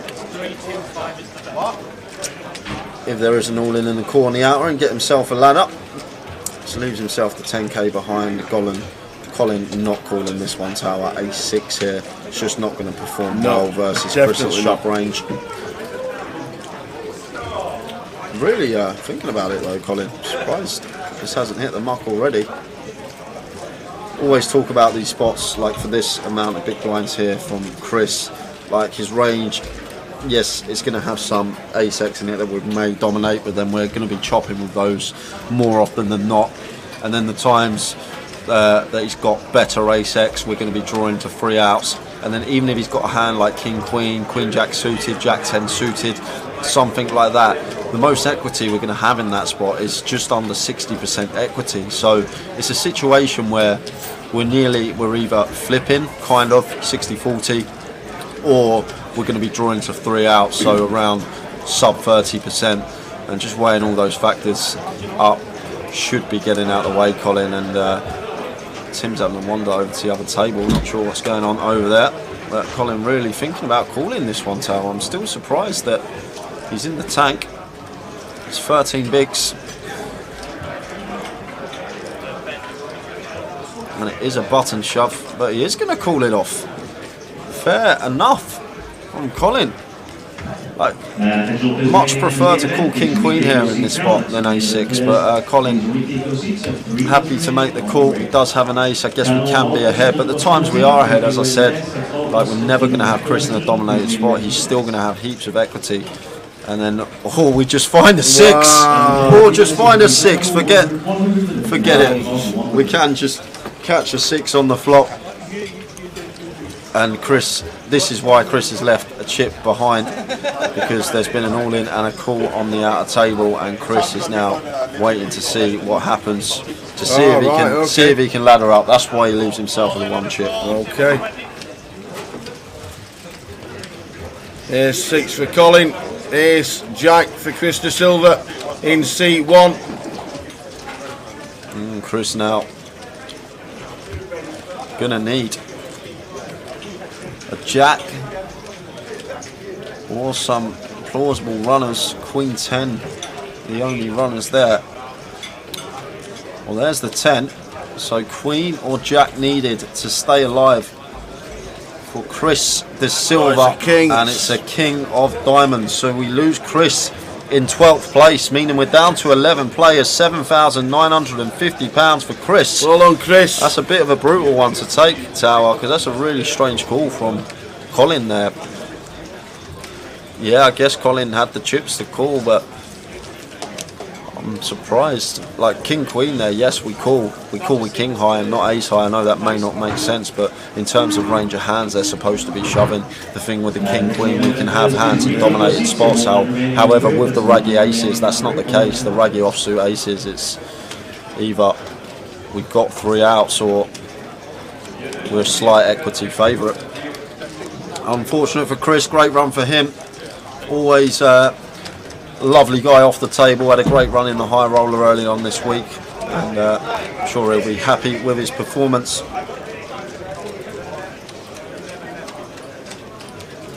And 10 minutes to go on the clock, and then we'll be heading out on a short 15-minute break.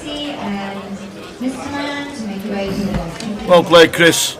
Good effort. Good effort from Mr. Chris De Silva. Tim Chung. Kings raises to 50. Are we on a break in 10? And Matt just 3 bets the Queen 7. And Ludo. Oh wow, Tower. This is going to be a huge pot. This is going to be massive. It's going to get in. It has to get in. Ludo with the ace king suited, and Tim's got kings. And Matt's just they're in. A lot of them. There we go. Well, it's not the lot anymore. It's we'll leave 50 behind the line, but it's raised to about 950,000. And Tim is going to double. assuming there's not an ace or some hearts tower. Yes. Well, that's true, but and then I'm guessing Matt has also snap folded. He has. He's snap folded. So kings for Tim. Massive chance to get the 1.6 mil. Wow.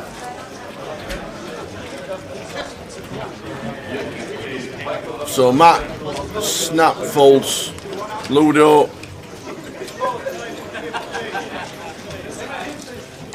He's going to be down to his final 65,000 if he doesn't take Tim Chung out. Wow, this is now a flip tower.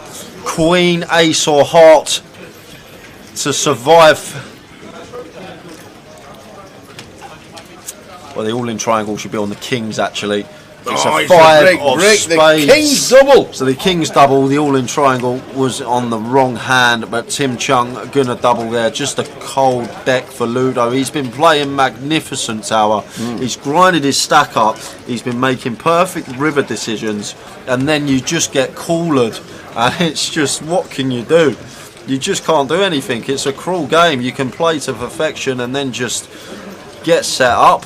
And that's exactly what's happened to Ludo there, and now he's back down to sub 400. Pretty brutal one for Ludo. 5-handed, ace king into kings. It's a setup, simple as that. Brad asked me to check my message. Brad, I haven't had Facebook in about 3 years. Check your messenger Facebook. Yeah, I don't have it, Brad. I don't know how you've even messaged me on it. I get that from a few people actually saying they've messaged me on there, but I literally haven't had it in about 3 years. So he's made a chicken dinner, and he's sent us a picture of it. Okay. While he's watching the live stream.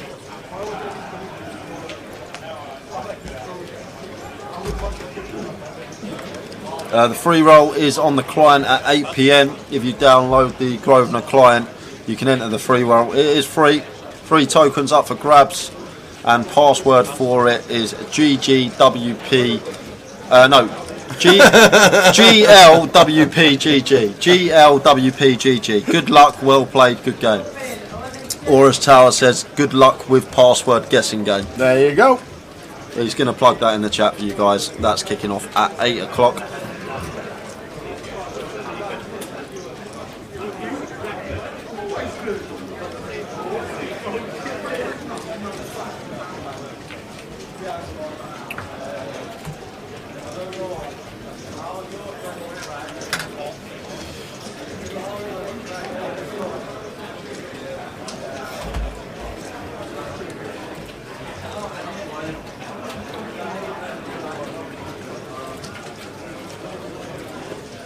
In here, going to raise up over the complete from Ludo.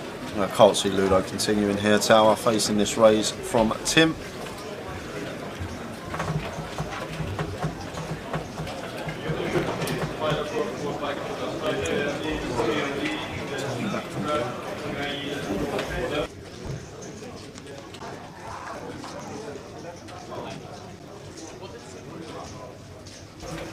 Do you know what? If Ludo somehow manages to win this pot and like rips or something Tower, it's just God mode. Honestly, like decision making's just been incredible. And like if he picks up that Tim Chung's somehow weak in this pot, I can't see how he can. Tim's literally just like a statue there, looking down at the board, and eventually lets it go.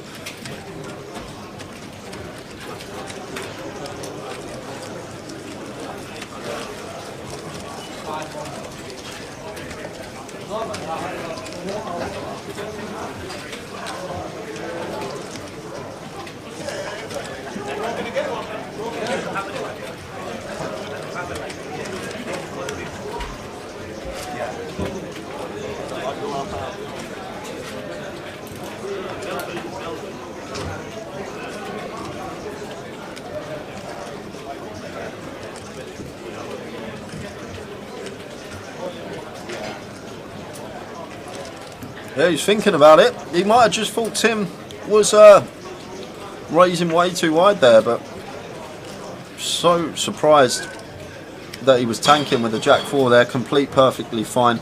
But once Tim raises, just got to be hitting them up. But Ludo might have picked up on something. He might have had that spidey sense or that gut feel that Tim was just at it. We don't know.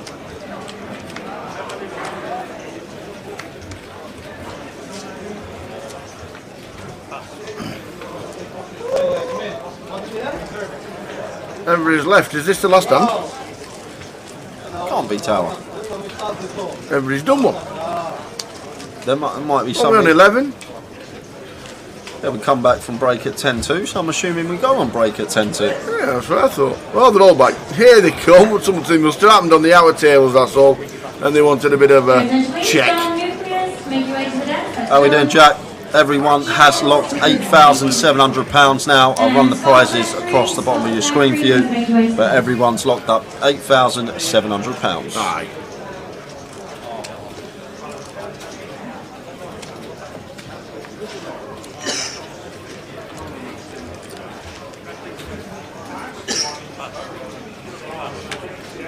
Strolling across the bottom, £185,560 up top. Whoosh! And Harry here in the small blind. We are now playing five-handed on this table. So ace-10, blind on blind here. Just chooses to complete. Down to and the final three. Checking his option with the Minutes 7-5. of the load. 2-5-10. Both hit a piece. Yeah, going to lose some chips here, Matt. Assuming he doesn't get lucky. Harry checking his top pair, and Matt just comes in with a stack of yellows. 85k into 75. And this is what I mean. Someone asked me earlier in the chat when Ludo called with the ace queen against Matt, like what's Matt betting 80% pot with it? That doesn't really matter because he's just choosing like every sizing's different on every flop. Like it's just random sizings coming from Matt, which makes it so difficult. Like he's gone big with middle pair before, he's gone big with top pair, he's gone big with nothing, and that's why earlier I thought the call from Ludo was even more impressive for that reason, as Harry rivers the wheel on the 4 river and wants to see Matt's hand. And the ace-10 is good. Indeed. Fletch, they just don't condone wandering about on the bubble when players just seem to want to see every hand on the outer table, see who's got the short stacks. Because it doesn't make for good playing, and players punching around just to make sure they're on. Obviously, if you're a short stack, you want to cash, but they do try and stop it when it's on the bubble. If you're not, and at this stage of the game, they don't mind it too much. There's no more hand-for-hand play now until... And Holly, if you're talking about the Ludo ace-queen hand, of course he's going to check flop out the big blind, playing in flow. He's not going to donk lead into the aggressor on a king-high board, and then he can start betting his hands on the turn. It's just pure check. Going back to that hand, we're just never leading into the aggressor on the king-high board. Simple as that. Of course we check flop.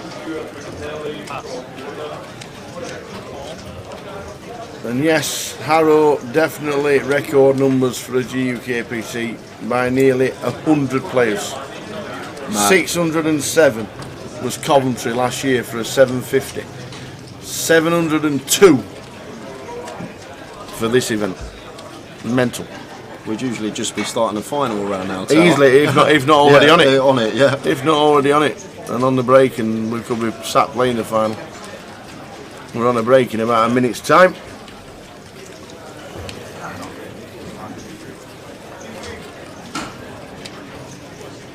This could be the last one. Could be. Might not be. You're not even looking at us thinking, wait, put that on. 41 seconds. One more in. Squeeze one more in.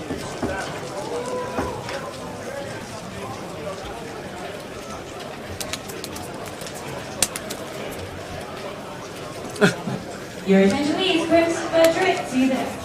What a day. Started with 33.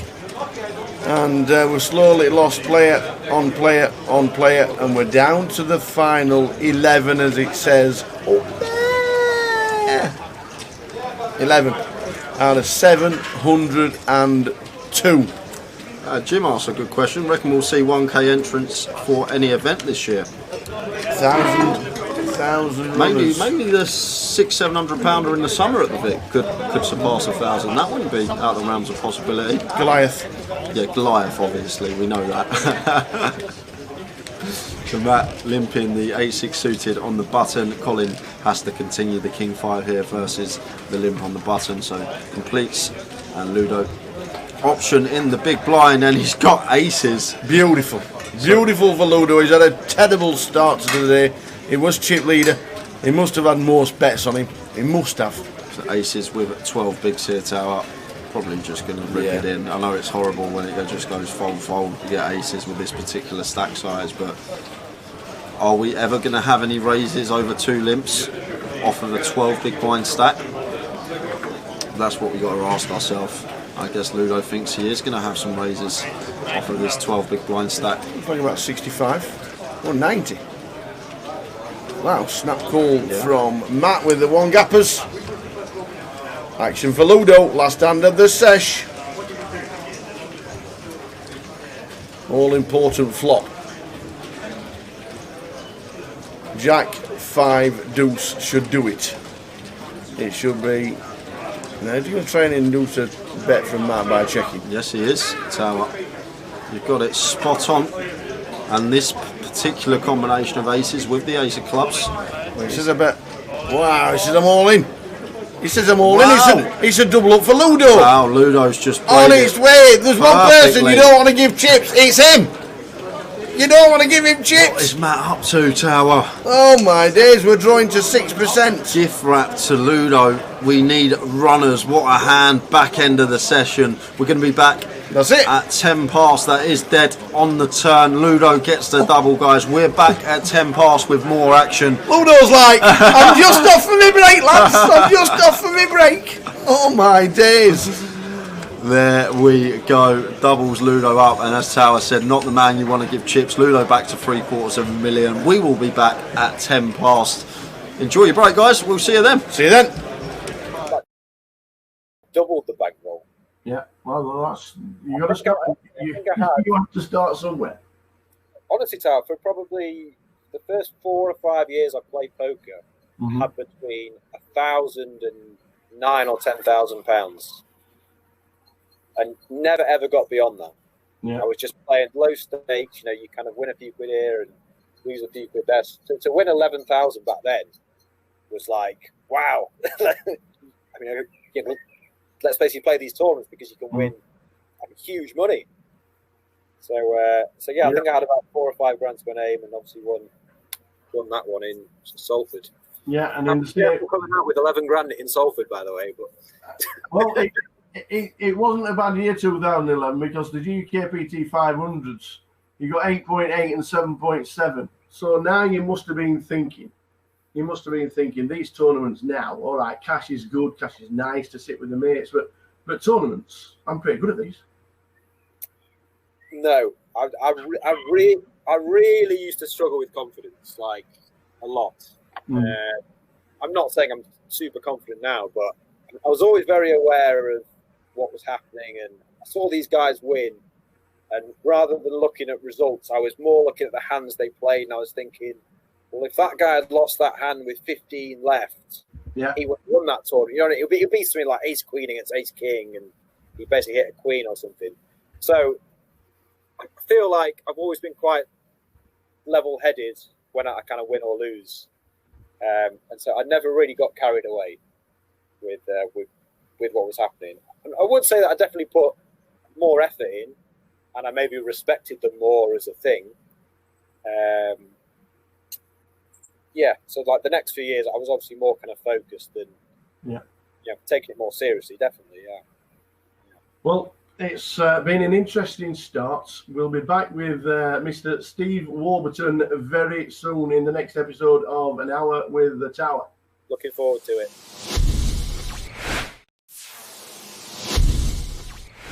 So back with An Hour with the Tower with the fabulous. Can I just say? Can you just lean forward and show everybody that lockdown's not been favourable for most? Mate, this is 4 months. 4 months of no haircut. So we went where did we go? We went to Hampshire.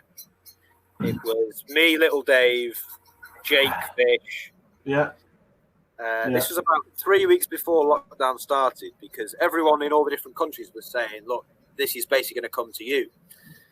So we basically went to lockdown, and I just thought, Jesus, for the next 3 months, no one's going to cut my hair. It's just going to be an absolute disaster. And it is an absolute disaster, but I've made no effort to make it better. Just so you know, this is literally just as it comes out. This is nothing. It looks good. Back to the Steve Warburton story. 2011, your first Vegas cash. I'm guessing right now you still need ID to get anywhere in Vegas because you're such a young-looking chap, and I mean that. And that's the time. You will need a passport forever. 2011, your first ever Vegas cash. How was that? Well, I mean, this was back in the day where if I basically walked around the Rio, not playing a tournament, and was just, kind of looking for a friend or something, I used to have security guards march round all the way around and come up to me and just ask me for ID. And every time I'd say, I'm not gambling, and they just say, I don't, because they're really strict. Massive problems over there. Yeah. And the amount of times that happened, so I never set foot after that. Probably it happened like 4 or 5 times. I would never go into a tournament room unless I was actually playing, because I just used to get ID'd all the time. But 2011 cash, that was probably 3 years before I actually played what I'd consider proper tournaments in Vegas. Yeah. I basically went to Vegas for 3 years, 11, 12, 13, and just played cash games. And I was very hypocritical in terms of everyone I spoke to. I'd say, why are you playing tournaments? Stupid. You should play cash and all this stuff. And then in 2014, I think I played the main event, and that's when I kind of really got hooked as well. I think that 2011 one was just a random rogue cash, which is probably why I got no cashes from that until 2014. No, we're not going to start with the rub downs at all in the slightest, but it is part of history. Go on. Your biggest ever shot at the time was a 5K buying the EPT London. Oh, disaster. Unfortunately, disaster. The crowd would have been cheering, roaring, and shouting and whooping because everybody's made the money. Because Steve Warburton became that unfortunate bubble boy. I've never ever been backed. I'm really proud that I've never kind of borrowed money. I've never been backed. But that was the first tournament that I sold action. I sold 50%, and I think it was my first 5K. And so, I mean, I'm really competitive anyway, but to let someone else down, that's just, I hate that. And so I think when we were about 15 off the money, I basically made the mistake of messaging everyone that had backed me and said, I'm 15 off the money, I'm all right in chips. And then I kind of dwindled down, and on the bubble I had, you always remember the hands you lose, don't you? Of course, yeah. Ace king diamonds, all in against aces on the bubble. And we basically got all in. I'm thinking, oh my God, how's he got aces? Yeah. And like the first 2 cards were diamonds as well. So I was like, well, I've basically got 4 cards. Because also this was back in the day when it was like 1 card, not just 3 cards straight out. Yeah, yeah. So I basically bubbled, and I was in the very far end table of the room. Oh, marvellous. This is a huge, huge room. And the second the river card comes down, there's guys on the mic saying, congratulations, you're all in the money. And people used to get a lot more excited back then as well. Yeah. I'm not joking, Tower. That was the longest walk of my life. Everyone was high-fiving. Congratulations, you've made the money. I had to shake 3 people's hands on the way out because they thought I'd made the money. So I was just going with it. I got all the way to the end of the room, and one of my pals, he told me that if you finish on the bubble, you get a free for next year. So I'm thinking, oh, great. I marched all the way back, found the TD, and he said, oh, no, we stopped doing that last year. Double bubble. So I've had to do it twice. I've had to walk into it twice. Oh, dear. Get out. I'm going to ring everyone and say, I'm sorry, you bet on your money. So, you know. But a couple of years later, you went back to London 2013 and you actually cashed. We ended up 22nd. Redemption, kind of. Which is pretty deep. Just under 20,000. Was it annoying not to go any further in the tournament, or was it one of those where we've just experienced a bubble a couple of years ago where everybody's opening you and you didn't want to be in that circumstance yet again? Yeah, I don't know. That was a weird one. I kind of felt like I was going to final table. Mm-hmm. And then, I just kind of lost a few key hands. And also back then, you kind of get very carried away. When there's 30 left, you're so convinced you're going to do well. And yeah, it's one of those. I was kind of happy that I obviously didn't bubble and I went deep. But I was kind of disappointed to not final table. Well, you started travelling about a little bit, and then obviously the year after, GUKPT Manchester, you ended up chopping it with Rhys Jones and Simon Dedman. That was a good one. That was a good one. 39,000 for finishing third. And I actually remember. So do I. You actually remember you said that you'd cry if you won it. Yeah. I remember it like it. I think you would have done, because I think Manchester's your home, isn't it? Yeah, I mean, that was obviously where I first started playing 1-2 cash, and the amount of hours you spend there, and all the locals, and I don't know, just I feel like with Manchester every year, I always seem to be in the mix and not really make much money based. I'm always quite deep, and I might get a min cash or finish just before the money, and I don't know. I feel like 5-6 years ago as well, I got way more into tournaments in terms of I'd be like so invested mentally and emotionally that I remember on that last night, it was probably day 2, whatever it was, just speaking to you, just thinking, if I actually finally do this, I'll be so overwhelmed. And yeah, and it was more as well, like I've always felt like I need to kind of prove a point, maybe to like my dad, like my family. You would also, because you've been at the EPTs and because you started traveling around playing tournaments, people started pointing and saying, that's Steve Warburton. This guy's pretty good at tournament, Yeah, that was a bit weird, because I'm a sort of guy who's always like feet on the ground, and I don't really get like startled by people, and so like for people to say that, I was a bit just like, well, I've kind of been doing this every day for a few years, and do you know what I mean? I haven't really changed, and you didn't notice me then, sort of thing. So I was a bit kind of weirded out by it almost. But that interview though, I remember it well, and it's slightly cringy just thinking about it. Watching. But yeah, and I think I actually like fell on the floor or something, didn't I? Yeah. I think I was like, oh god. Yes, and finally for 2014, before we end this section, the World Series, we end up cashing in a side event for 3.5, but that wasn't the highlight. No, because we went and played the main event. And do you know where you finished? Will it always be etched? I know it was under 300.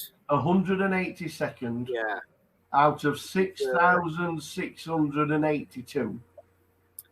It was a good one because it was my first one. Yeah. It was the first time I'd ever played the Bane. I went really deep with my good friend Tim Hickling. Mm-hmm. He was somehow on the table next to me every day. I don't know how that happened. Yeah. And I remember on day 5, just walking in with him, and they had the music on and stuff, and you're just thinking, this is like how it used to be. Like I was saying before, when you first started playing, that real buzz of playing. So yeah, that was fun. But we obviously didn't go deeper than that, but it was nice to win wherever I won. It was a very good run and a good ending to 2014. It would have been nice, obviously, because it was just, I think it was the first time it was 10 mil for the winner. So I don't know, was that the JB Gold year, was it? No, that was of course. Jamie Gold got 12, didn't he? Yeah, when he got 10 million, but 182nd wasn't until that ending to 2014 for you. And it was maybe 40 or 50 grand, which again at the time, even now, it's so much money to win from a tournament. You're obviously really disappointed, but to just win that amount. Well, coming to the end of this episode, we will be back with Steve Warburton very soon on An Hour with the Tower.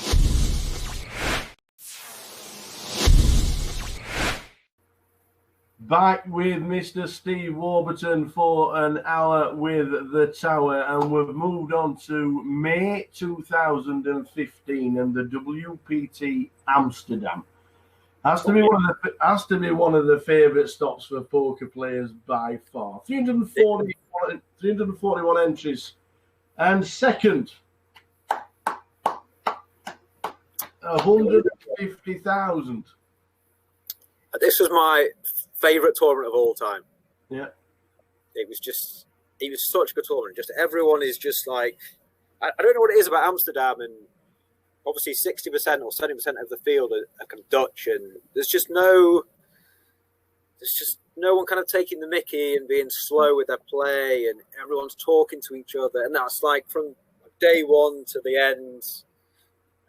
It was just a really fun tournament, and I felt like as well it wasn't a tournament where it was, just winning flips the whole way through. It was like a really good structure and stuff, and yeah, it was just a really fun tournament, and it was obviously my biggest score at the time.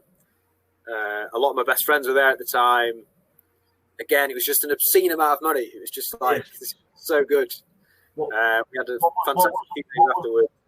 What was the party like afterwards? So good, Tower. It was just so good. It's just like I'm honestly, I'm such an old man. After about 4 or 5 hours, I'm just like a backache and I want to go to bed. But when you've just got like pure poker rush adrenaline, it's just so good just to go out and you just like, it's great. It happens very rarely to win a tournament, but it was a great effort. Then you go on to party poker high roll, another second. And you lost to Alex Golder, but you're good friends with Alex.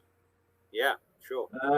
Was there a lot of chatting when you were heads up, or was it like enemies at the table and then shaking hands and a bit of a cuddle afterwards? We were talking about this recently, actually. This is when Dusk Till Dawn had basically banned you from making a deal. Yeah. And I remember we basically went outside to just have a chat, and Simon Trumper came out. He literally just tapped me on the shoulder and he just said, "If you make a deal, you're barred from like DTD for life." And I was like, okay, just outside. So yeah, we weren't actually allowed to make a deal. And I don't think I actually won a hand heads up. Alex won. He was like typically smug about it. And, yeah. As long as you're still friends, that's all that matters. Yeah. As long as you're still friends. Bro, I'm gonna remove the jacket, alright?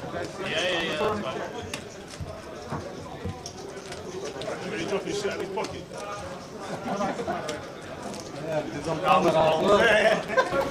We is back. As you can see, the players are coming down and we have a new table, but we've also got the chip counts. There they are. Matt Bonham still chip leader even after giving Ludo them chips. DA, David. He's still in. He's unbelievable. Right? Do we know why he don't sign the GDPR? No, not at all. No idea. Really lovely guy. Don't know why. Off the table, loves to buy a drink, loves to chat, watches the stream, comes back. Everybody's calling me David. Tim Chung, 1.5 mil. Colin Gillen at 40-1 on 1.2 mil. Harry Law, Georgius Onisoforu. Louis Spencer, who finished 20th in the World Series in November. Ludo, Laurent Bacci, Alexios Zerbos and Al-Farouk Obi on 390. We are playing to the final table, and then that's it. We're off home. Yeah. We're not doing any more. I say quit. No, that's it. 11. Down to a winner, whenever that may be. It's just been a great tournament. 702 runners, and we're down to the final 11. Jay's just going to run through who's actually on our table and which seats, because we're just about to start the next session. Six-handed here, 5 on the outer, 6 players on this table for the next session. Al Farouk over in seat 3, Laurent Bocci in 4, Louis Spencer in 6, Lewis in 5, Georgius in 6, David Attenborough in 7, and Alexios is in 8. How are we doing? Dan Cholton in the chat. Oi, oi. Crushing Sundays. Crushing Sundays. How are we doing? Sneaky winner. Very good evening. Just got in from work. Free roll password is GLWPGG. GLWPGG. All capitals. Good luck with password guessing game. Abbreviated. Oh, well played. No, good game. Good luck with passing word guessing game. I have to say it like that now, so I know exactly what it is. Hiya, Dickie. It does indeed. He the man. Cheers, Dickie. Georges, who survived. Who's, well, I just can't get over that picture every time it pops up. David Attenborough gets out of the way. Georges with the jacks opening under the gun makes it 60,000. Ren can't call this one. And action on Lewis with the 9s here. And Lewis playing 25 big blinds. This is going to be a shove for him, Tower. Yep. There's the all-in. And the jacks have to call it off. This is six-handed here. 25 bigs. Has to call this as Georges. This is a pretty standard shove for Lewis. 25 bigs versus gun open 9s. Should just be moving in as he does. And Georges here hasn't called yet. If he folds here, Tower, I will be shocked. Yeah. Was it Georges that busted Matt as well? There we go. Yes, it was Georges. In very fortunate fashion, wasn't it? Lewis gets the bad news that he's run into jacks. He's going to need a 9 to survive. Both suits are live. If you can find 4 hearts or 4 clubs, that would do the job as well. Lewis Spencer, my tenor is riding on you. Come on, the 9. Come on, the 9. He was 14 to 1 this morning. Backed him to 8s. Well, he's going to need help now, Tower, because 9 and only a 9 oh, man. To survive. We need a 9 or we'll lose Lewis. That's a deuce. How far away can you get? Lewis Spencer in 11th, £8,700 for him, and that means we're on the FT bubble. 2 tables of 5. Well done, Lewis. Great effort. 11th. We're on 10. Just like that. Just like that.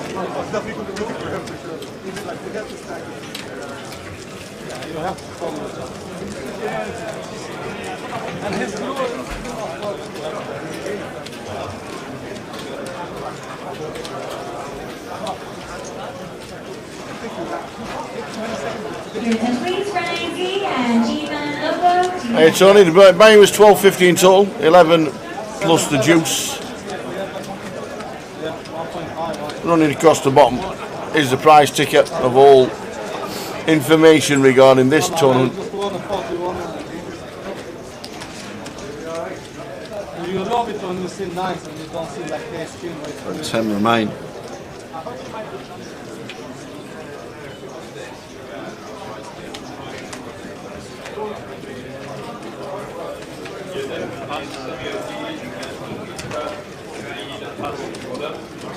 Oi, oi, the loop start. John, how are we doing? I hope you're well. How are we doing, Debs John? is too. Tim Chung for me. Tim's a great shout, especially now he's up to 1.5 million. Probably going to be my favourite third in chips at this point of the day.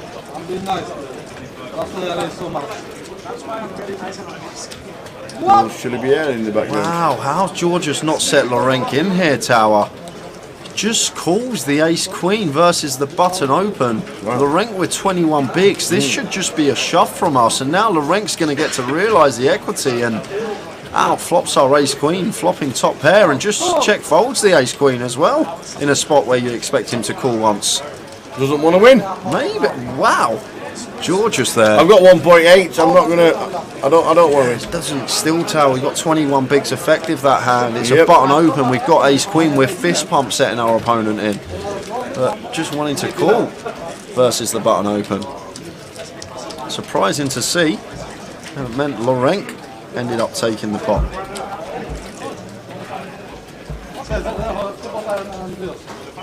I'll let you get there. Shouldn't have seen a, probably shouldn't have seen a flop.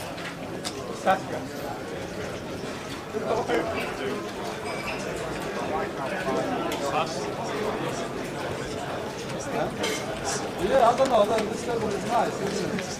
What's the mix of Rec and Pro on this new table? I believe Alexios plays for a living. He's always here grinding at the Vic. And I think that's about it. And I think that is it, yeah, on this table. I think Alexios is the only one that is the full-time player. I think this is, yeah, I'm looking through, yeah, I think that's it. I think Alexios is the only one, Lebambath on Twitch. And the rest, all playing for fun, and they've made it this far.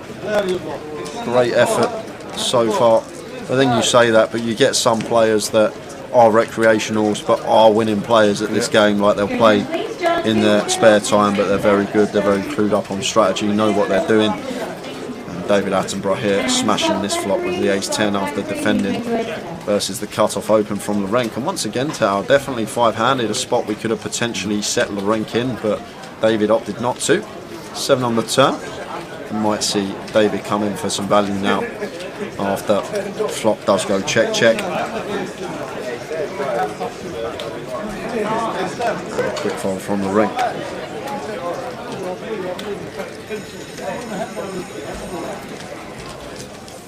Lewis, who just busted, was a pro as well. Lamban-Bath, who plays for a living. Yeah. Final last 20 of the World Series main event last November was Lewis. Yeah, David Attenborough seems like he plays well every time we see him on the featured table. Seems to be very competent. Knows what he's up to and why he's doing it.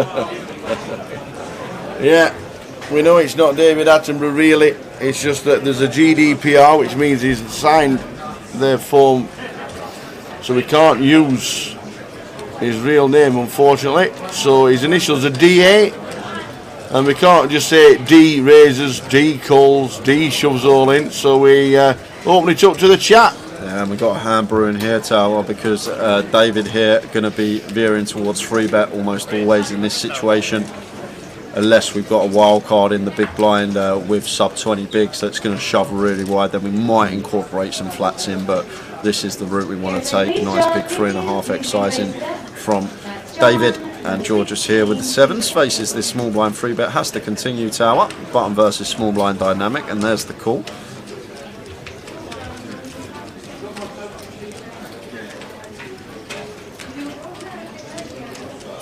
10-3-10. Yeah, good flop for both players here. Obviously the worry is at a 10. With 2 out there, unlikely that either opponent is holding one from each perspective. And David just happy firing with his jacks here. Bets 140 into 460, so 30% from David. And Georgios here with the sevens, got no option but to just call here, Tower, with our sevens and take some turns.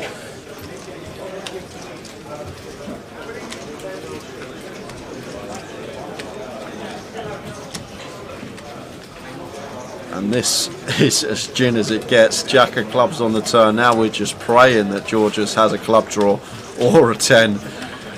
And David here now checking it over to Georgios after turning him dead. And if I'm Georgios here, probably happy to check this one behind. Yes, David can have ace king, ace queen, these type of holdings, but just want to get to showdown now with our sevens, with 740k in the middle. That is a good job, it's not a 7. 8 of hearts. Now after this goes check on the turn, going to have to fire here as David. But the thing is, you expect Georgios to start barreling his flushes on the turn if he has one, Tower. 10x as well, probably going to be firing here. So may not choose to go too large as David with his river bet here. Like got to think about the hands that we're targeting to get called by. Well, it looks like it is going to be a bomb. There is a lot of 100k chips in his left hand. That's like 800k, I think, Tower. He could put 5 of them in, perceivably. Yeah, so he's going big here because of the strength of his hand. And it is a big, big bet. 700, so pot size from David Attenborough here, and Georgios with the pocket 7s. Can't really call. Obviously we've got to ask ourselves, once he goes this size, what's he going to have for value here in this particular spot. Like aces and kings with a club, probably going to choose smaller size, so repping a 10 or better here, as David can have some 10x that we incorporate some free bets in out of the blinds, out of the small ace 10, king 10, queen 10, all can be in there, as well as like some 10-9 suited perhaps. And then there's, you've got the quads, the one combo, you've got the jacks in there as well, and then pocket 8s as well can get to the river in this style, Tower. Pocket 8s not out of question to be in David Attenborough's range here. However, then we've got to flip it and ask, what are the bluffs here? What hands is he ever going to choose this size as a bluff? Hands like ace king, ace queen with the ace of clubs perhaps, these type of holdings. And Georgios just way too low down his range to be making the call for that amount, and it gets out of the way. Is Chris De Silva still in, says Hog King. Chris De Silva left us in 12th. We are down to 10. Leicester City will not be winning the FA Cup this year. Or ever again. They're losing to Nottingham Forest 4-1. Yeah, I get that, Jim. What you're saying is we can go large, Jim says, to get called by 10x and flushes, but on the turn, it comes down to the turn check. Like Georgios, if he does have a flush or a 10, he's going to be building a pot on the 10 to try and on the turn to try and get his stack in on the river. So I just think he's going to be firing turn fairly high frequency with those holdings. I'm making that assumption. It may not be correct. It's all about what you think your opponent's range is and what they do with particular hands in particular spots, but I just think more often than not a 10 or a flush is going to be barreling turn, and then once he checks behind, he's going to be more weighted towards like the pocket pairs, maybe some ace-3 suited, which was a 3 in there, and that's why maybe I prefer the smaller size. But we have got a monster hand, so maybe, like you say, we do go big. And the great thing as well, Jim, when we choose that small size, say if we opt for like third pot there on a river, 250k, a flush is going to raise against that size anyway, so not only do we get the value from the flushes anyway, we also sometimes get heroed off by one of the hands like Georgios actually had in that particular scenario.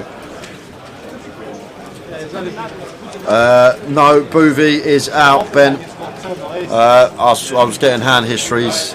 He was messaging me all day, sending me hand histories. He didn't run too well, to be honest with you, old Jamie, but I'm sure he'll be back. Giving comps another go at some point this year. Predominantly a cash game player. Played thousands and thousands of hands with him over the years at the cash tables, Jamie, but doesn't play too many comps, but ran fairly bad today in a lot of different spots. And David Attenborough loves the featured table. Had kings 3 times first session of the day, and raises 260 here. And Alexios on the button, ace-3 off, working with 11 big blinds.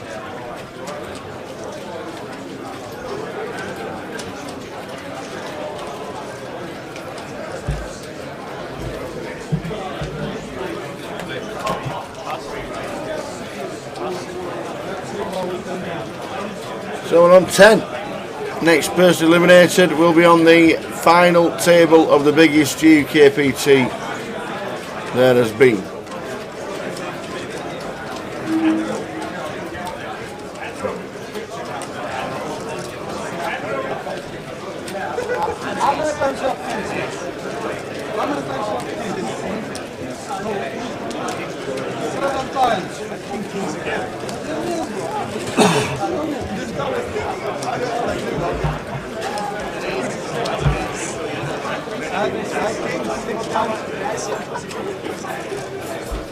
I had kings.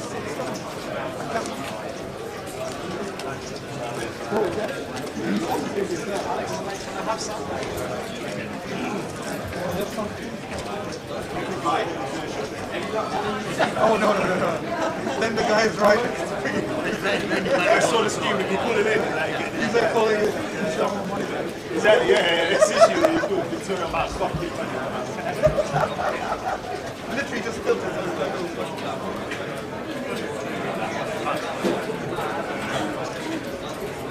3 million is on.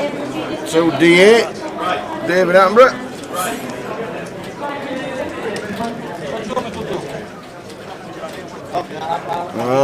Final table bull. Scott KTN. Remembers it. Hope to see you soon, Scott. Flop time. Georgius, King 6, flop 6. Lorenk also has a piece of it, that's 30,000. Just cool here, Georgius. This is just going to be pure for us. Not folding, not raising, blind on blind here. Have to call. Wow! What? Wow! Are you sure? Ladies and gentlemen, get ready for a long one. We are here until Tuesday night. Oh, Georgius, man. Oh my days. Blind on blind, flopping middle pair in a limped complete checker option. We flop middle pair and just fold to third pot continue. We are here till Tuesday. What's the overtime rate, Jay? I don't know. We'll figure it out depending on how many hours we do sour. Wow. And then Nicolai, Mr. D to ship the whole thing and get absolutely hammered afterwards. Mr. D? Who's Mr. D? It's Mr. D as in like David. Yeah, maybe David, maybe David Attenborough. Oh yeah, of course it's David if he's talking about getting hammered afterwards. Has to be Mr. D.A. Alexios Ace-4 suited, 11 big blinds in, they go under the gun. Not going to be able to call off Ace-6 off. Yes, we can see does have the best hand, but can't be calling off this shove with that particular holding. And Alexios and David sweating together.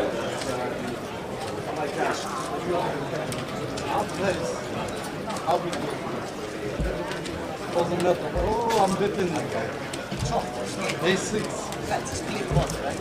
And I'm suited. I actually have more equity than you. I have more equity than you.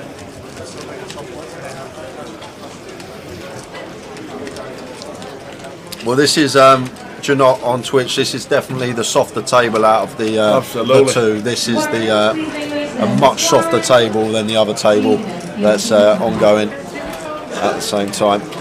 We switch every 2 hours. Should be at the final though before the end of this session. I'd be very shocked if we're not.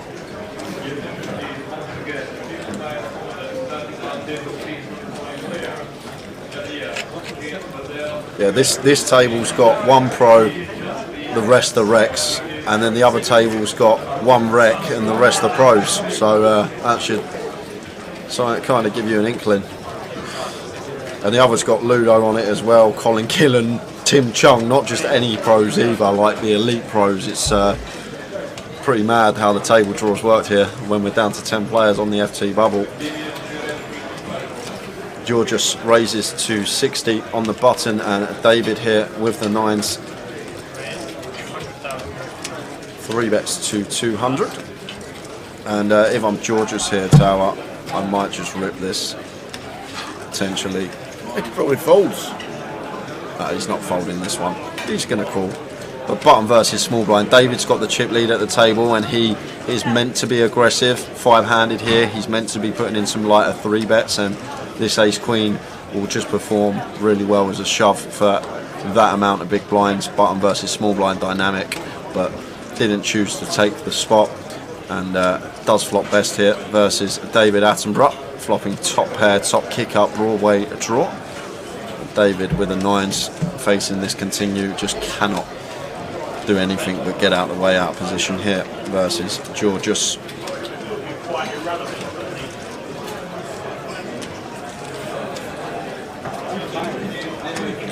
Yeah, terrible flop for the nines.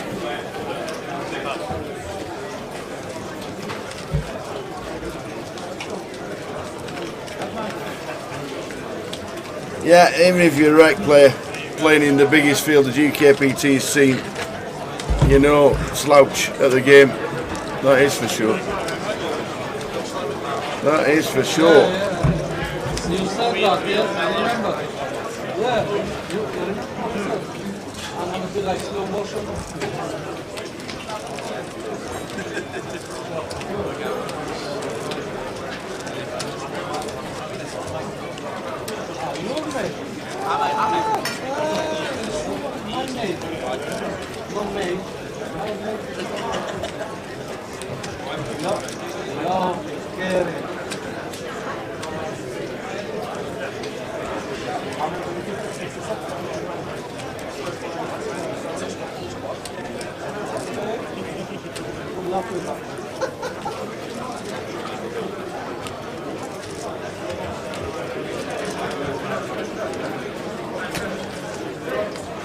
Mad Magiles for the password. Tower's going to type it in for you now.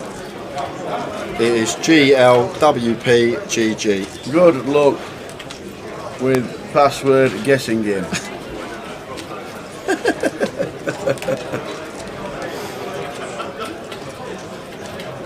Blind on blind.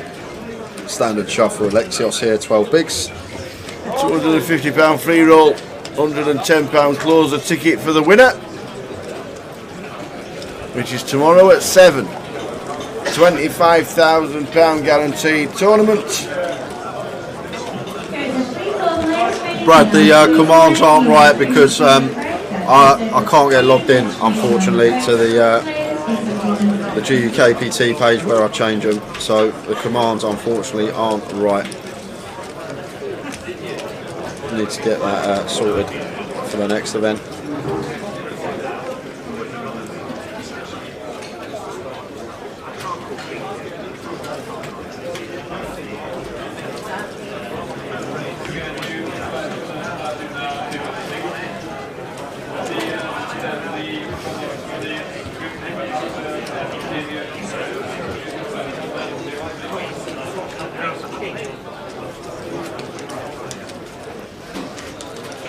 David ace-9 here, folded to him in the cut-off. Raises to 60. And the rank queen-8 here. Who's taking the bait? Who do you think, Tower? Who's the only person that would do it when I tell him not to because the commands are wrong anyway? Oh dear. Only one person. The buy is £12.50. The password is not well played, Ewan. Can we delete all them, or is it because you can't log in? I can't delete the Nightbot, unfortunately. I'll start banning. Start banning this person called Chef Brad. I'll time him out next time. I'll time him out. Look at this. You go on his. You click on anyone else that's watching on Twitch, Tower. 10 messages. Like yeah. Yeah. And then Brad's 999 plus, and then he's been timed out 9 times. I'm surprised there's not a ban by his name. Raise and take. It's just a shame you can't just delete a message rather than ban a person, because obviously we need all these, whoever's doing the, I don't even know why he's exclamation mark Towers treble. I've no idea why, but if he could delete the message rather than delete the person, it'd be a lot easier. I don't understand why he can't. I've timed him out. I told him not to do it again. What did he go and do? Yeah. Done it again.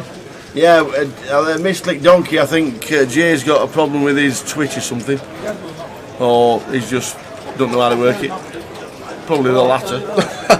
Thanks. Dave Attenborough raising 260k. Georgius, lovely one to defend.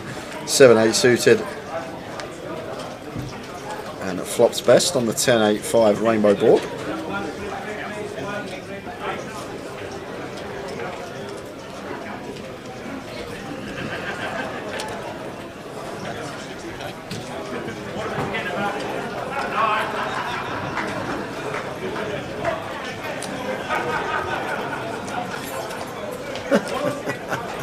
Chef Band Poker. Queen of Hearts on the turn. Does bring in a gut shot for David Attenborough. Georgios. Well, this is a spot where I'm going to be checking more often than not, but what I've seen from Georgios so far, Tower, I'm probably just going to be firing here, knowing that he's just going to be overfolding too often. Like, his 8-7 here, like, target is 5x, his 8x, and Georgios probably even going to fold his 10x. Look, he snap folds his 8x there, so if David's aware of how tight Georgios is playing, we can really start exploiting that by double barreling some spots more frequently than we would usually do, and picks it up there with the worst of it. Well played, David, up to 3 million himself. Look out for him today. Seems to be playing very well, running good as well. Lethal combination in this game. I only timed him out, Hodgepodge. I told him not to put another one in, and he done it. Didn't listen. He did it. He'll be logging into YouTube soon. Yep, he will be. He will. You're right, Tower. We're on 10. Trying to get to a final table of 9 players. The next person eliminated, wherever it may be. Well, this table or the other. That's the only options we've got. Then we'll let you know if it's on the outer table. PK will be there with the camera, bring you the action. Georgios Online Cash Game Crusher. Players up to 5,100. Well, he won't be folding top pair online, that is for sure. Not ever. So he obviously plays differently live. Yeah, Alexios, we know. What's his online handle, Chris Kadji, and what site? I'm going to have a little look, because I don't think that's going to be true, just from what I've seen so far. I really don't, I don't know. I want to have a little look.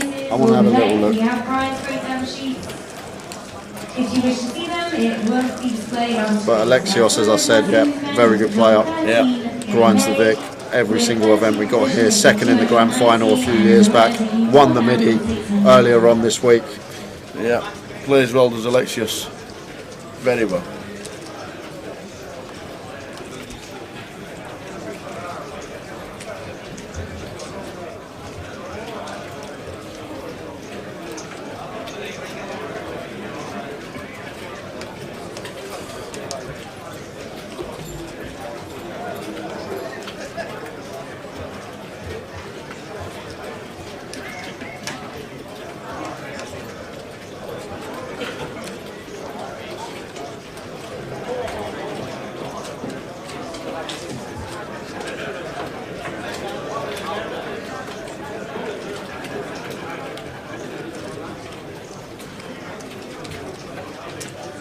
It's just the ace-queen spot that baffled me. The 20 big blinds facing a button open ace-queen spot, just defending the big. That's the one that baffled me versus Lorenz button open. That's the one that made me question it. But when we had Jack in the booth with us the other day, we had this discussion about really good cash game players not knowing standard tournament spots.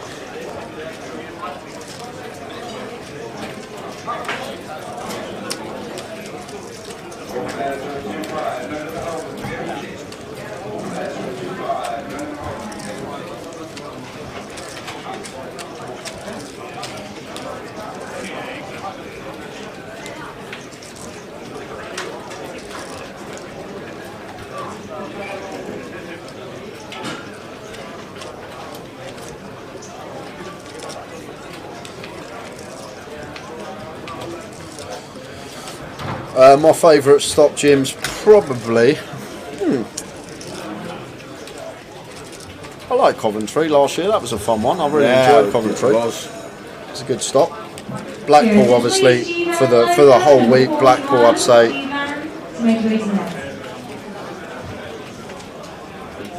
Surprised Razor Kev can remember any of Blackpool. Oh, we had a good birthday, Kev. It's Kelly Saxby's birthday today. And Nick Marchington's mum, Ali Marchington. Happy birthday to Ali. It's her birthday as well. Unfortunately, Nick bust out earlier today. What is Matthew Bonham's chip stack? Not too sure since the break, but it was 3.4 million at the break. Do you want me to go have a little wander? Yeah, If you want to jot a couple of down, drop a couple of. I'll just do the outer table. Go on then. It's only 5, ain't it? Go on then. Go on, do them. Take me 2 Off minutes. you go. He's off. He's going to do the chip counts from the outer table. Maybe he could just ring Peaky. But no, he's gone for a wander to do the job properly.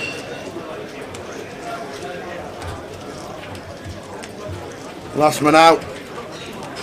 Half an hour ago, Lewis Spencer. We're on the final table bubble. There's no hand for hand, but they do take it steady, just so that one table doesn't rush into doing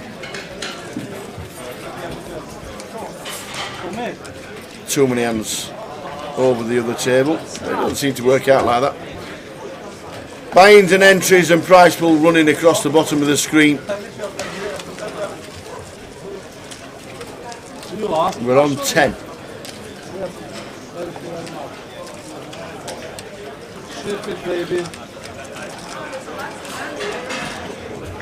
A C4, nice picture, young man. Sent us a message saying he's grinding in Zagreb. Good evening, sir.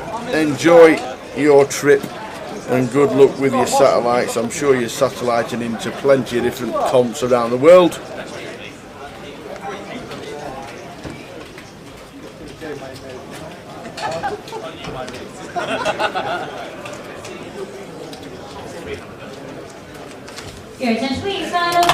Right, it's only rough because I was quick.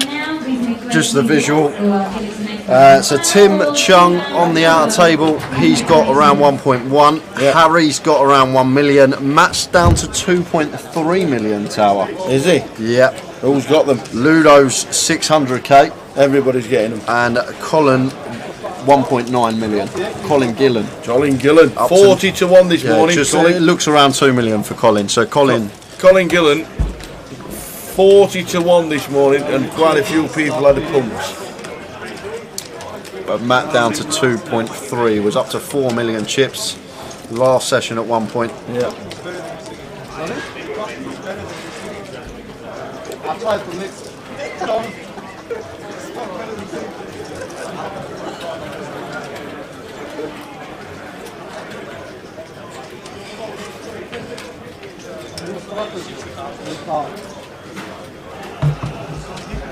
Alexios with the Kings raises to 60.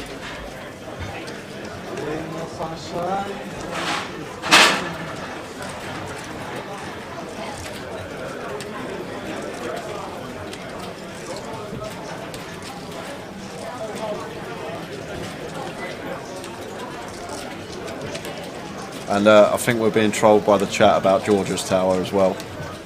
Oh, right. Yeah. I will clarify, but I'll ask him. I'll talk to him myself on his next break. Absolutely. But I can just ask him myself. But I think, from what I've been told, I don't think he does. Sandra Hardwick on Facebook. Can't wait for Goliath. Talking of Goliath. Here we go. The black screen means we're commentating in the dark. But there are... That's the main event flights starting on Saturday the 27th of August. The big change for Goliath this year is Friday, the last buying day. It's 2 turbos, 2 turbo flights. 12 o'clock and 7 o'clock. 12 o'clock the flights finish at 6 and then 7 they finish at 1. Get ready for Goliath 2022. We are on our way back. Oh, so now Sam's getting involved. I don't know, Sam. I've got people telling me he doesn't. I've got people telling me he does. All I can do is wait till the players are on break, and I'm just going to ask him myself. It's as simple as that. Get it from his own mouth, and then we will have clarification. He still might do. I've had a few people tell me he does, a few people who tell me he doesn't. As Al Farouk shoves under the gun for his last 10 big blinds, and David Attenborough ace 9 here in a small blind in a 5-handed situation. Closer than it looks, but still think that Dave is going to fold this one, Tower. Yeah, he will do. He'll get out of the way. Can you buy into day 2 of Goliath? No. No day 2 entries for Goliath.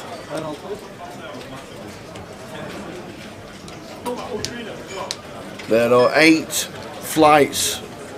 A, B, C, D, E, F, G, H. 8. There are 8 flights to play. You cannot buy into day 2 of Goliath. Imagine the queue to buy into day 2. There'd be 500 players trying to buy in for day 2. C. Drew 1994 is the schedule up for any other events for Goliath. Only one. Only one. Don't know if you can guess which one it is. Shall I give you the clue?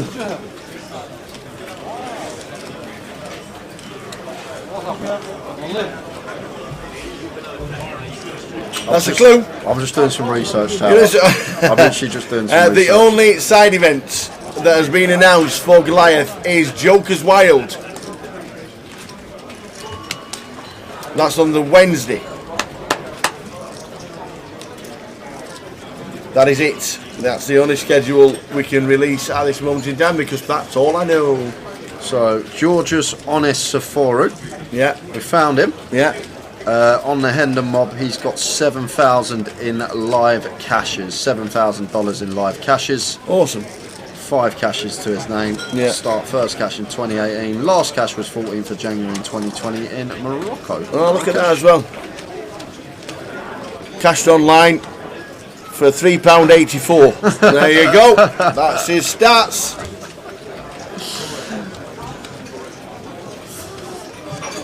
I think I will find out. I think we got Sam and Chris trolling us, but we will find out. We could be wrong.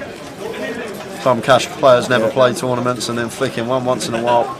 Yeah, not confirmed at this moment in time. Any other events? So have we now gone hand for hand or not? What's the plan? Have we gone hand for hand? I don't understand. We haven't been we don't go hand for hand on the final So why have we table. stopped? Well, must be a bust out on it. We restarted for 60 seconds. Why have we stopped? No bust out on the outer table, Tower. I've got it here. I don't know. Why have we stopped? I think the action on our table is a lot quicker than the action on the outer table by the sounds of it. So they've had to slow it down. But not official hand for hand, but just trying to slow them down, that's all.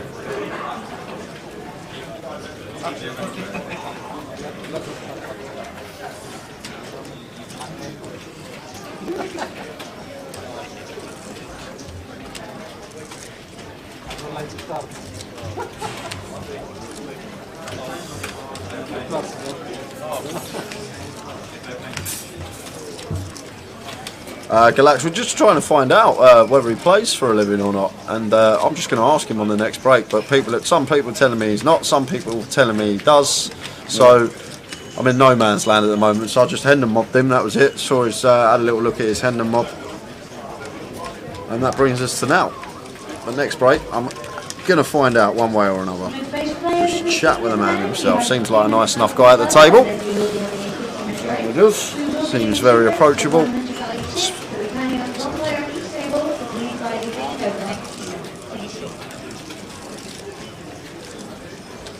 Your attention please, Stuart McNally.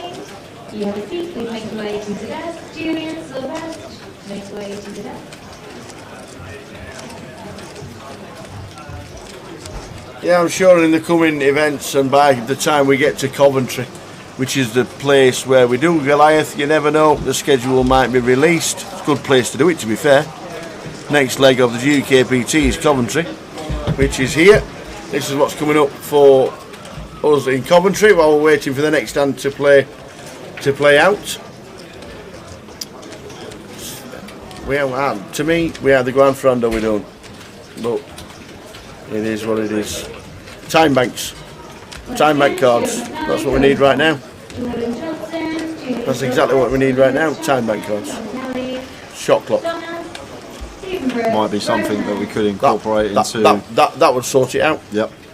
Not ever was it an issue at the last event we did. The Coventry's right there, and I wouldn't be surprised if a lot more of the schedule for Goliath was released when we got to Coventry, because we'll be in Coventry again. Yep. For GUKPT and Goliath. So 24th of February till the 6th of March. That's what I would be looking at. G400, satellites, mini mains, PLO, plenty going on. £200 on the Saturday, seniors and bounty on the Sunday. Well, they're taking their seats, so I'm guessing. Yeah, we just need a shot clock. Maybe just introduce a shot clock for day 2 or day 3, because this is just. Yeah, they have an official hand for hand on it.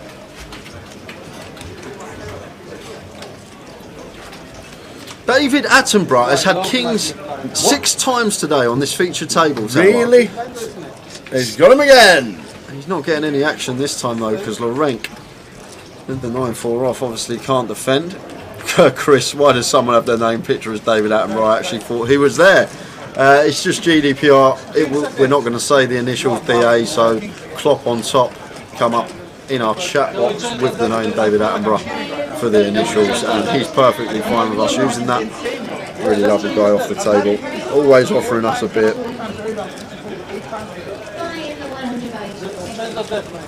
No one shouts every single.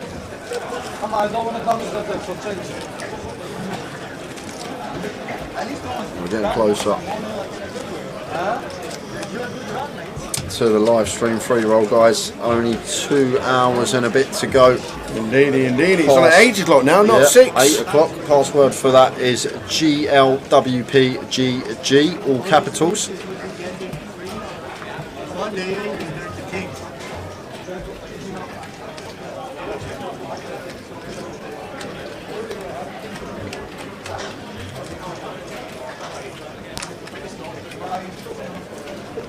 Okay,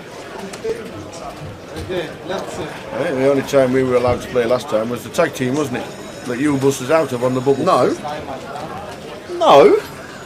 that's not how I remember it. I remember the hand. I remember That's you. how I remember. I remember you shipping kings over a button open for about 700 big blinds. I remember that. He could have called. Well, yeah, with what? Aces? I don't know why. I should Queens. like la mushka. Jacks. It was a fun game. I was giving them all a chance. 8, 9, 4, 2 hearts. Lawrence has just flopped happy. Yeah, smash this flop. 2 overs, gut shot, flush draw, and continues. Quick fold from Georges.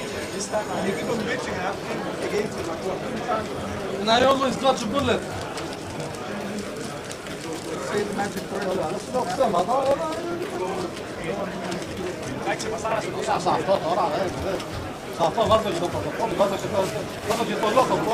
Fingers crossed. I know they were thinking about it. I think we need to, Anfield, to be honest with you. Alright boys, how's things? What are you still doing here? I thought you'd been home. It's flicking it in. Oh, Tim. 2017.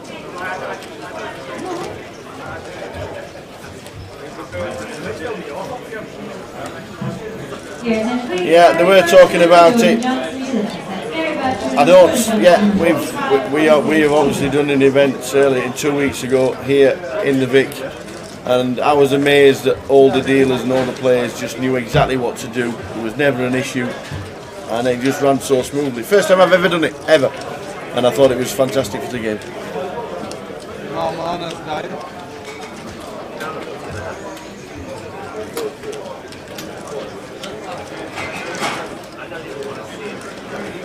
I'm still in.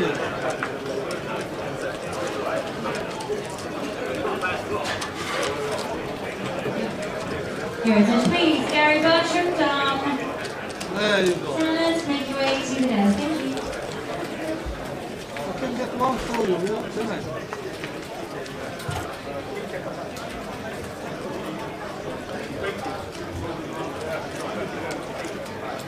I? And Boss is telling us that Georges plays 2-5 or 5-10 live cash, which would make a little bit more sense. Yeah. You've got to be a certain breed. Oh, look at this. Chocolate. He's only been here 27 years. It took him that long to get us a present. Thank you. 27 years, young man and boy. How are you, Mr. Cleary? Did you run into work? No. Barely had any sleep there that night.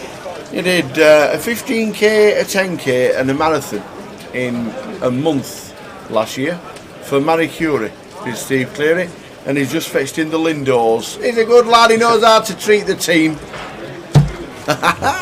Are they dark chocolate? Oh no, the double chocolate. Double, yeah. And you're not eating chocolate in February? No. Oh, that's a shame. No, not necessarily. Just not while I'm working. Just not while I'm working. You might need to eat some of them to keep us up later. So David Attenborough here, up and down faced with this double barrel from the rank here, and David's actually getting 6-1 on the call here, Tower. So happy to make it. How's he running? Well, bricks this time, 5 of hearts on the end, and Renk's going to check it back with his top pair, which is good. Check. Lorenk gets a few more chips. Very nice indeed.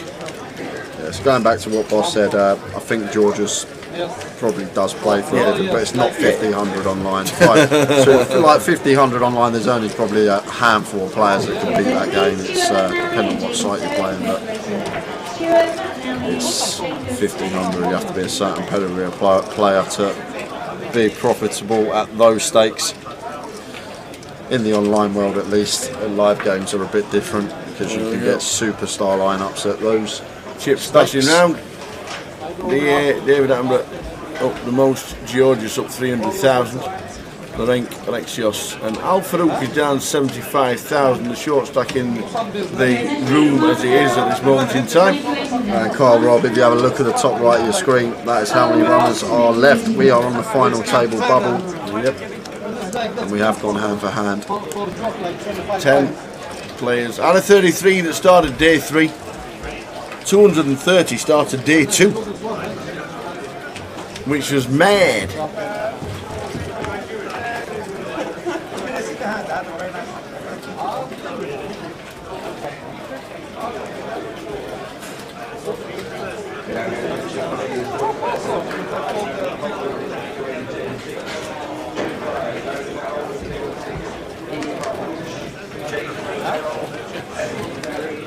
Are we stopping at the final table, or are we going live until there's a winner?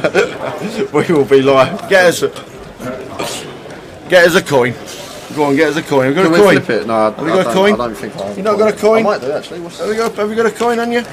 No, no coin. No coin? I don't think I've got a coin. Have you got a coin, Will? Yes. Yeah, come here. Yeah, coin.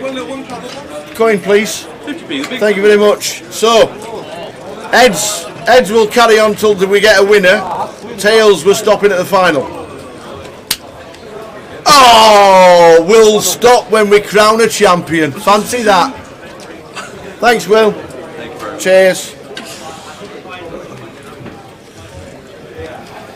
Alexios is all in here with the ace-10. Yeah, Alpha Rook, sorry, is all in with the pocket 5. Whoa. And that's wowzers. Nigh on flopping him dead, fading running Queen Jack Tower. No way. No, not like this. We're not going to a final like this, are we? We're not, are we? Are we? Oh, it was paint, but it was the wrong paint, and Alpha Rook gets the double. A little bit of sweat there, and that's going to leave Alexios smile really on his short. face. The smile on his face. So now Ali telling us Georgius plays 1-2 at the Hippodrome. So it's gone from 50-100 to 5-10 to 2-5 to 1-2. Probably just plays a different variety of cash games across the country.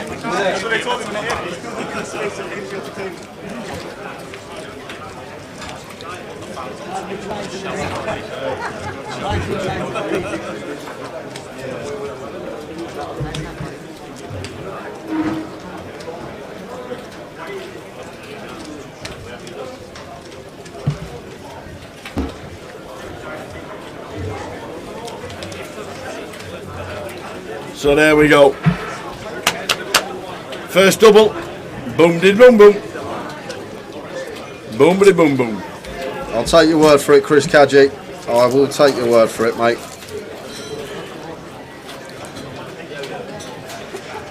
Plays in the private Boom scene biddy boom as biddy well. boom boom boom. We've had a double.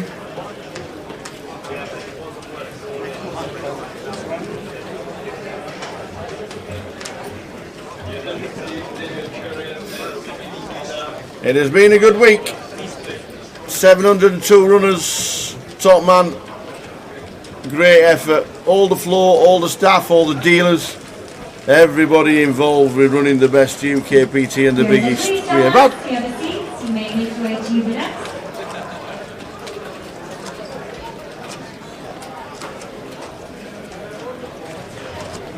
Alexios Shortstack in the room. Shorty in the room. That's what we're playing for, everyone. £185,000 up top. We had 702 entries for this one, making it the biggest GUKPT ever. Amazing. Absolutely amazing. And David Attenborough with the ace jack raises to 60.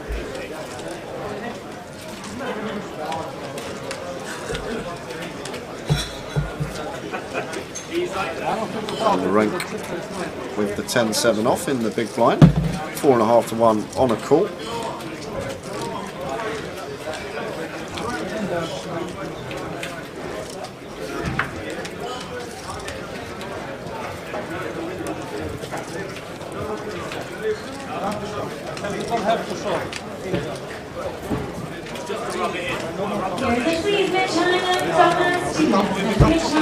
We are on 10. Who was the last out? Last out was Lewis Spencer. Lewis. You're nice because we're nice. Imagine if we're nasty, it wouldn't be nice. Gonna see anyway. Yeah, no, but like on the fountain. Yeah, 100%. Not sure. Players remaining in our seniors event. You have 3 minutes remaining on play. Not sure That's at all. just over 3 minutes remaining on your break. Players, please proceed to the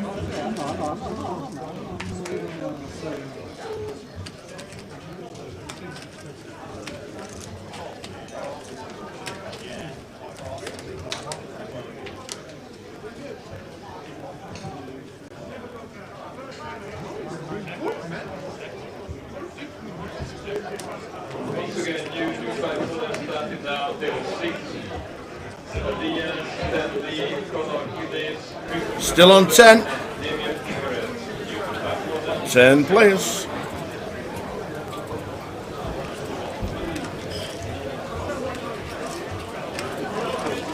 You're not cheap now. Big stack, wouldn't you? 2.8 mil for David Attenborough in seat number 8. DA as he is. Obviously we've got the name there. Alex Zervos, Georges.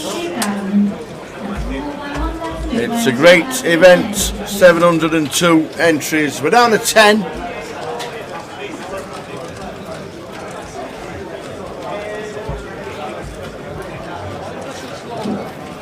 Anybody got the link for the Grosvenor Discord, please? I didn't know there was one. These players, obviously, the players think about these aren't taking too long to decide. And that's why you know that the 80 is the 37 The shot clock, perfect. perfect. I hope they do it in the GUKPT. Yeah, I wasn't here for that. I heard someone that might do it So we're on 10. in the future. No, honestly. Yeah? What do you say? Wanna do it?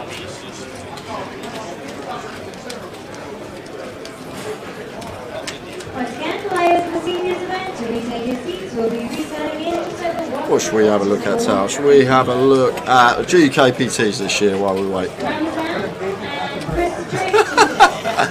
You thought we'd fraud then, didn't you? I thought you'd find Coventry, Berry-New Road in Manchester, Reading South, Edinburgh, Luton, back to the Vic, Leeds, back to Luton, Blackpool, back to the Vic.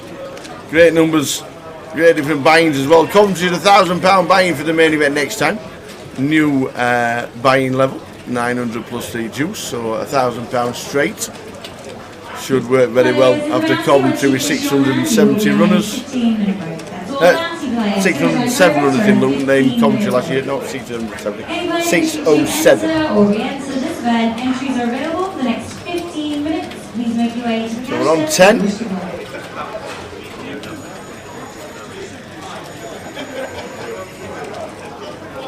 waiting for the action. Yeah, any questions, guys, for Tower, alright? Absolutely. Fire them in the Sling chat 'em in. boxes.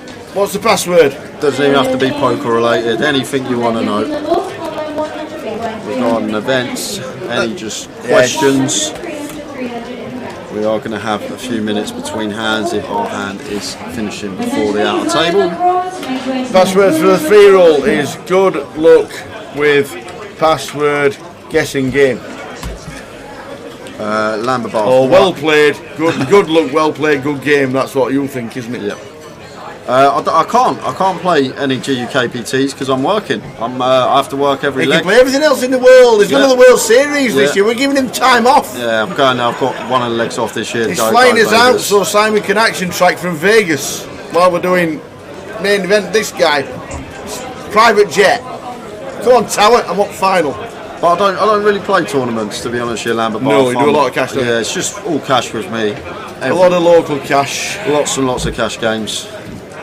Probably try and play 20 tournaments a year, and they're usually only no bigger than £200-300 buy-in, just the side events really for the GUKPTs.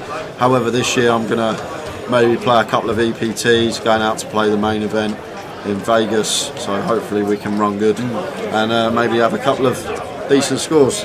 Why haven't we got the second GUKPT at commentary on that list? Because it's only just been announced and it's part of Goliath. Because Jay had an exclusive yesterday that I didn't even know about. Was like, didn't know enough about it. So that was only added yesterday, Dennis.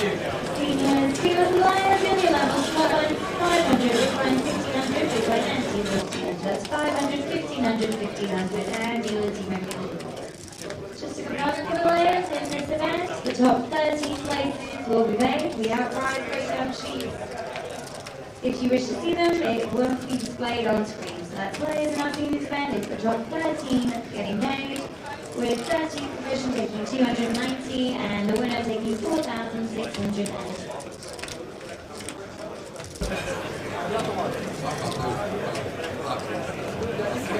It is La Bamba. It is phenomenal.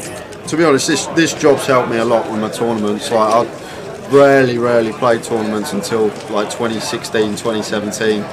Then ended up playing the GUKPT one year, ended up getting this gig, and then the last 4 years just watching good players play on stream, seeing what they do, talking to players at the bar after I finish, during my break, just getting understanding and just trying to take everything on board and keeping an open mind as well, looking at things from different perspectives has really helped my tournament knowledge. But this year hopefully we are going to play a few more. To answer your question, Carl Smith, I'm going to be playing the main event, and I'll probably be playing just tournaments out there. I'm probably going to go bracelet hunting, probably getting a few of the mixed game fields, like some 8 game, something like that, because they've usually got the smaller fields and you've got a better chance of winning a bracelet. So going to be the main event, maybe a handful of Hold'em tournaments, but I'm going to definitely flick in a few of the mixed game bracelet events as well. Never know if I could even sell the action as well. Maybe I might even play the what's it called? The championship, the 50k championship, when they have the horse, yeah, the 50k horse, which they all play. You never know. Or if there's satellites to that, I might even try and satellite in, but I'd love to play that tournament. That'd be a dream for me to play one day. It may not be this year, but the Poker Players Championship, hopefully one year we'll get out there to play it. But this year, definitely the main event, plenty of bracelet events, and hopefully we have a decent run. There we are, thanks Big Neil.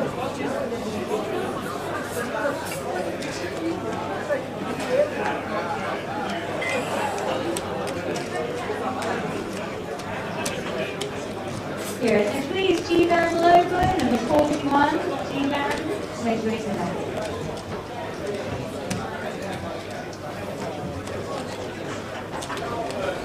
So Alexios, blind on blind, finds an ace, he's all in.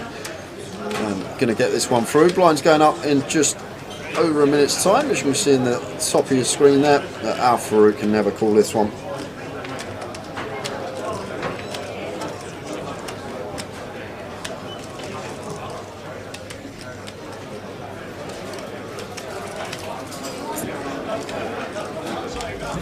Yeah, I played the Goliath. Probably last one I played was probably 2016, I reckon, Dennis. Maybe 2017 actually, 2017. I can't remember the hand, as I've probably played millions since, but if you remember it, sounds like me at the Goliath. How are we doing, Raw Sauce Robinson? For a player who's played a fair few home games, how did you transition to playing your first proper tournament? Well, put a bit of work in off the table first. That's what I would say. Do a bit of study. There's so much content out there nowadays. Just get an understanding of the fundamentals you need to know for tournament poker, like what hands we should be shoving off of like a sub 15 big blind stack, because eventually in the tournament your stack will get to that point. You need to understand shoving ranges, calling ranges for X amount of big blinds. One thing I will say though is experience. You need to get in the mix and start playing, and the more you play, you start to notice patterns, tendencies of players. And I think that is one of the best bits of advice I can give you, is just experience. So don't start coming to play with big buy-in events. Start playing your local comps, your 40, 30 pounders. Just get the feel of live poker, and then you can put some work in off the table if you want to take it a bit more seriously. Start applying that to when you are playing.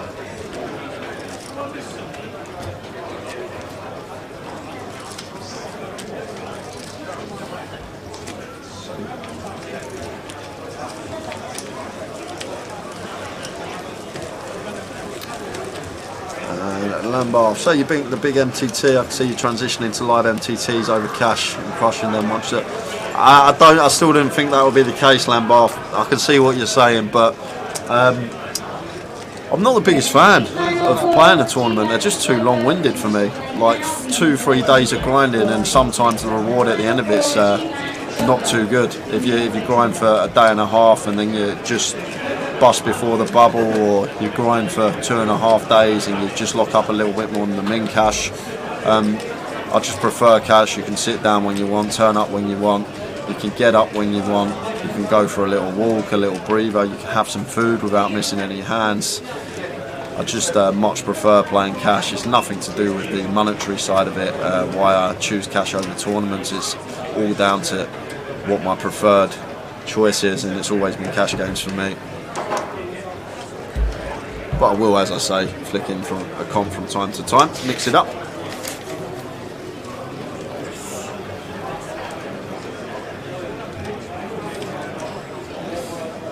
So David Attenborough with the deuces raises to 80k. Blinds are now 40-80, guys. George just defending the 10-6 and an overkill flop for him. 10-6-6, flopping the boat here. And David happy to continue on this board. And George's here should just be flat in here, tower. Do not want to do anything else. David opening can plausibly just have hands with this board. His overs, we want them to catch up. He's got a hand like ace king, ace queen, ace jack, king queen, king jack, so on. Want one of those overs to roll off and potentially get more chips in the middle. 3 of clubs on the turn, and David Attenborough now checking this one behind, and a 10 on the river. So David's playing the board here. Not often you play the board on 10-10, 6-6-3. That's hard to do.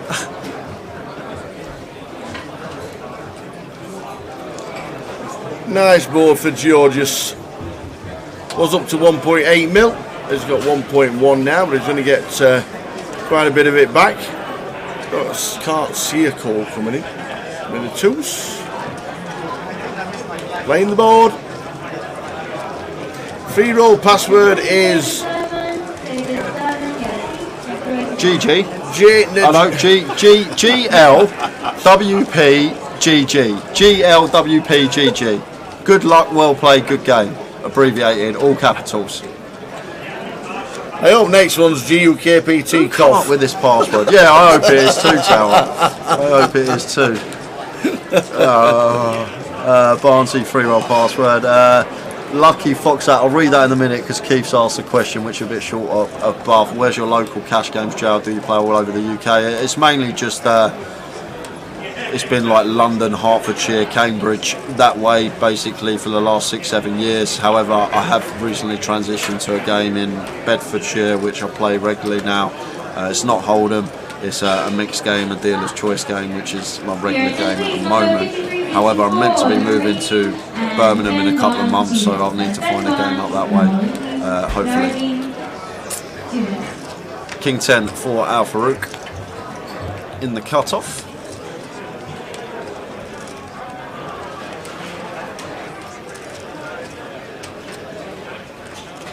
Simon Cleach has been to the Forest match. Bet that was good. As a Forest fan, obviously. Al Farouk raising King 10 makes it 80. We play a 9-handed final. So we're on the final table bubble. Our table's slowed down because the other table's playing like 1 hand to our 3.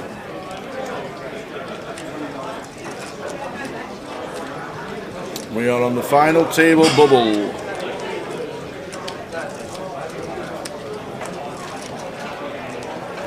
Ludo is still in, yes. The next full chip counts will be when we get to the final, have the break and then come back. We'll have the final all set and ready.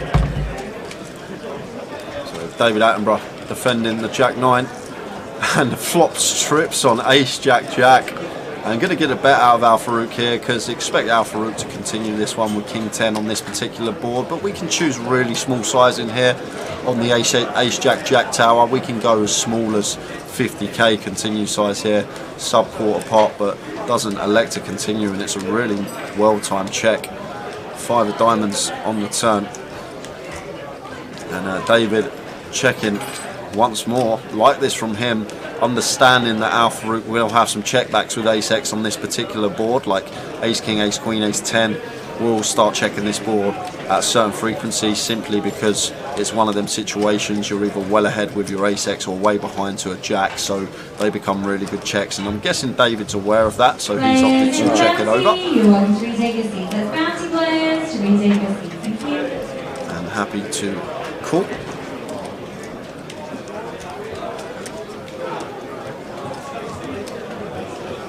Seven of clubs on the river, so David should just be playing in flow here. Al Farouk with the King 10, not choosing to bluff at it, so this is going to David Attenborough. Right, there's been loads of questions, guys. Sorry if I've missed any or Tower's missed any. If we miss your question, just type it again. We will get it. Lucky Fox at Hi J Tower. For bankroll management, I have a bankroll starting roughly 5-6k, and we'll be playing 1-3 no limit cash games. Advice on how much to sit down with in general. Usually base it off the stacks at the table. Any advice, Jay, for the commentary? Thanks for the commentary and advice, guys. It depends what the buy-in is. What's the amount people usually sit down? If you're pulling up 100 big blinds, which I guess isn't the case nowadays, it's rare that you get a cash game which is that shallow. I'm used to buying in a lot deeper games. Whereas if everyone's buying in for like £1,000, I'd probably say you want at least a 20k roll, like 20 of those buy-ins. Whereas if you are pulling up like 300, the 100 big blinds, like yeah, your 6k, 7k should be fine. But the thing is, like you can run pretty bad. You could hit a patch of run bad if you're doing things right, and then that 6k could soon become 3k if you lose like 10 buy-ins over X amount of time, and then you're going to need to drop down because if you continue running bad, before you know it, that roll could be gone potentially. So maybe not even the 1-3, maybe start with like a 1-1, and 1-1 games live especially, very easy to beat if you're doing the right things. There can be a grind and very long-winded certain games, but usually I'd say at least 20-25 buy-ins is what you want in a live setting, at least, because you're going to be playing less hands. Online it's a bit different. Free roll password is GLWPGG, all capitals, and Ben says best piece of advice for cash games, know the players. That is probably paramount when you're playing cash, and the players I've played with over the last 10 years or so, well 9 to be precise, the pools are fairly similar to what they've been over that amount of time, and players don't change their games. You get players that play the same year on year out, and once you know how they play and you've got a decent sample size, you've just got to find ways to exploit that. Have a little sit down, have a think how you can exploit their strategy, like Ranger hands they're playing against someone that's too loose, tighten up. Against someone that's too tight, start making moves. It's all about adjustment and knowing who you're playing against. And what I will say, if you're sat in a game where everyone's good, just don't play that game. Even if you're bored and you want to play, just don't even bother getting involved in the game for that reason. Ludo's having a wander around.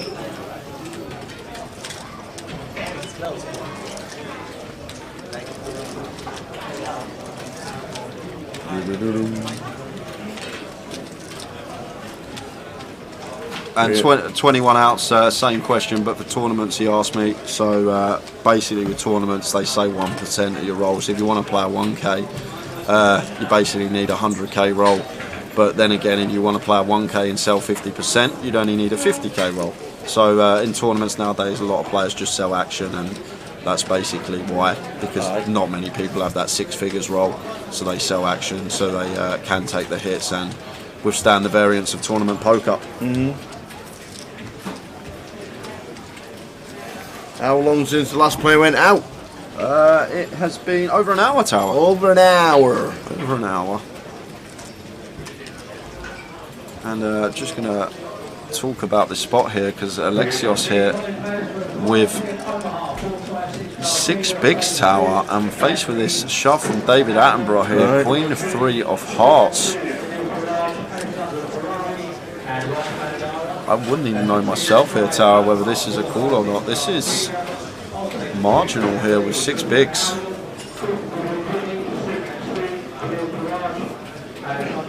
And Cardsmith is basically all live, not online. During lockdown I played a lot online in private rooms on apps, but it's mainly just all live with me.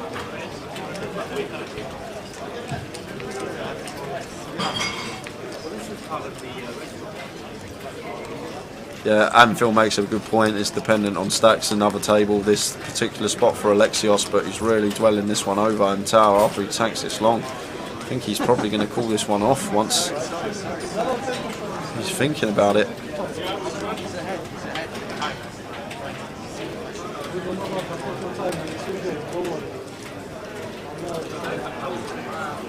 Five figures locked up if we get to the final.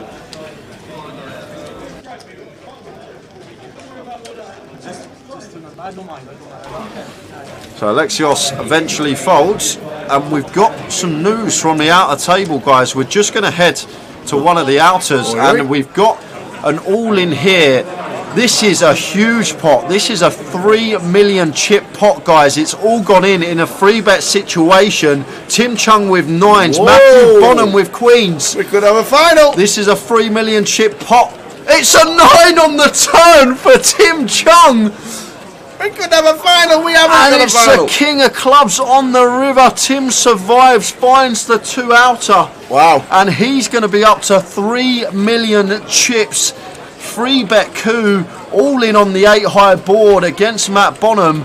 And the 9 rolls off on the turn to give Tim Chung the pot.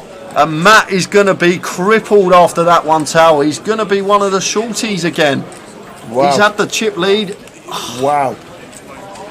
Oh, wow. 9 on the turn. He's got him. He's had the monster chip lead, and it's just, he's now one of the shorties. How things can turn so quickly. Tim just letting everyone know how lucky he got. We got a bit lucky. So we're not on the final table. We are not.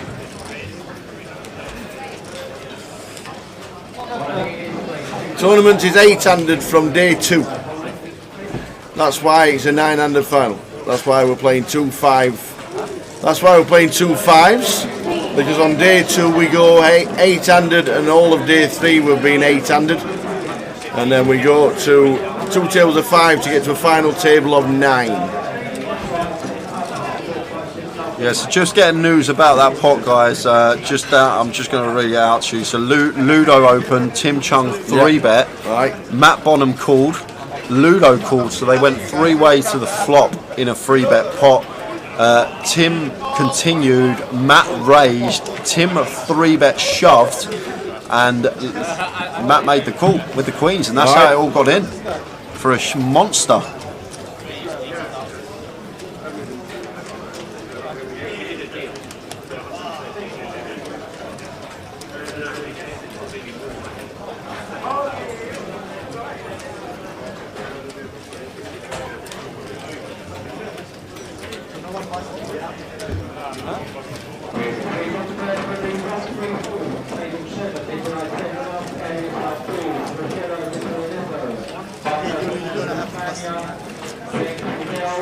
So now Alexios here shoving over the open from David Attenborough, as he should. Dave's going to have to call this off, Tower, once it's back round to him for this amount. Yeah, it was queens versus nines, that's all in on the outer table.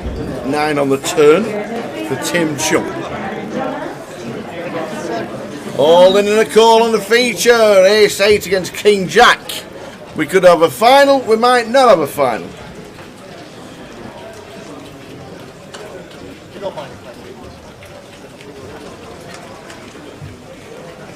So Alexios with the best of it. Oh! But he's flopped. He could be dead on the turn, Tower. Man. King Jack Deuce. David Attenborough. Well, he's not dead on the turn. Not dead. Can find an ace or an 8 to survive Alexios. Otherwise, we're on the FT. And it's the queen of spades. We are now on the pool, the final table. How long's the break? 15, 20 minutes? Yeah, about 20 minutes. 20 minutes is the break. So we will see you back at 6:45. A little bit before, as they start to sit down and have the picture taken and the chip counts and what have you malarkey. So we will be back at 6:45 with seating draw, full table draw, chip counts, and then the final table. And as it was asked in the chat box, are we stopping streaming at the final table, or are we carrying on until we get a winner? We'll carry on. So Lambert Bath, just before we go on break, I'll answer a question asking recommendations for MTT courses out there. I've never actually done one or paid for one of the ones that are out there, but I've heard from a few people that the upswing courses are very good. So that's all I've got to say on that. I've never done one myself, but just to answer your question quickly before we go. And what we're going to have to do before we leave is to prompt you to have a refresh, find it back in YouTube, because we have to start for recording purposes, because we're definitely F5 going over the 12-hour duration today, because the final will start at 6:45. So everybody on YouTube will have to refresh and then find the link. We know there's thousands of you watching, but it literally is a click, start, back again, and we'll see you at 6:45 for the final. See you then, guys. The biggie. In 2015, we head up to Barcelona. We play another EPT. We have 1,694 runners. There's nearly 10 million in the prize pool. Yeah, it's big, yeah. 1,070,000 for second. Ridiculous, isn't it?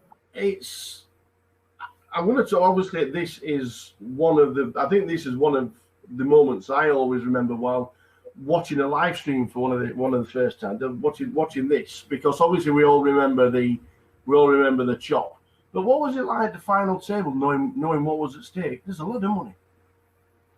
Yeah, I mean, I've never really talked about it. Like, obviously it happened, and people congratulate on the money and stuff. But I've never really talked about like the whole thing. I mean,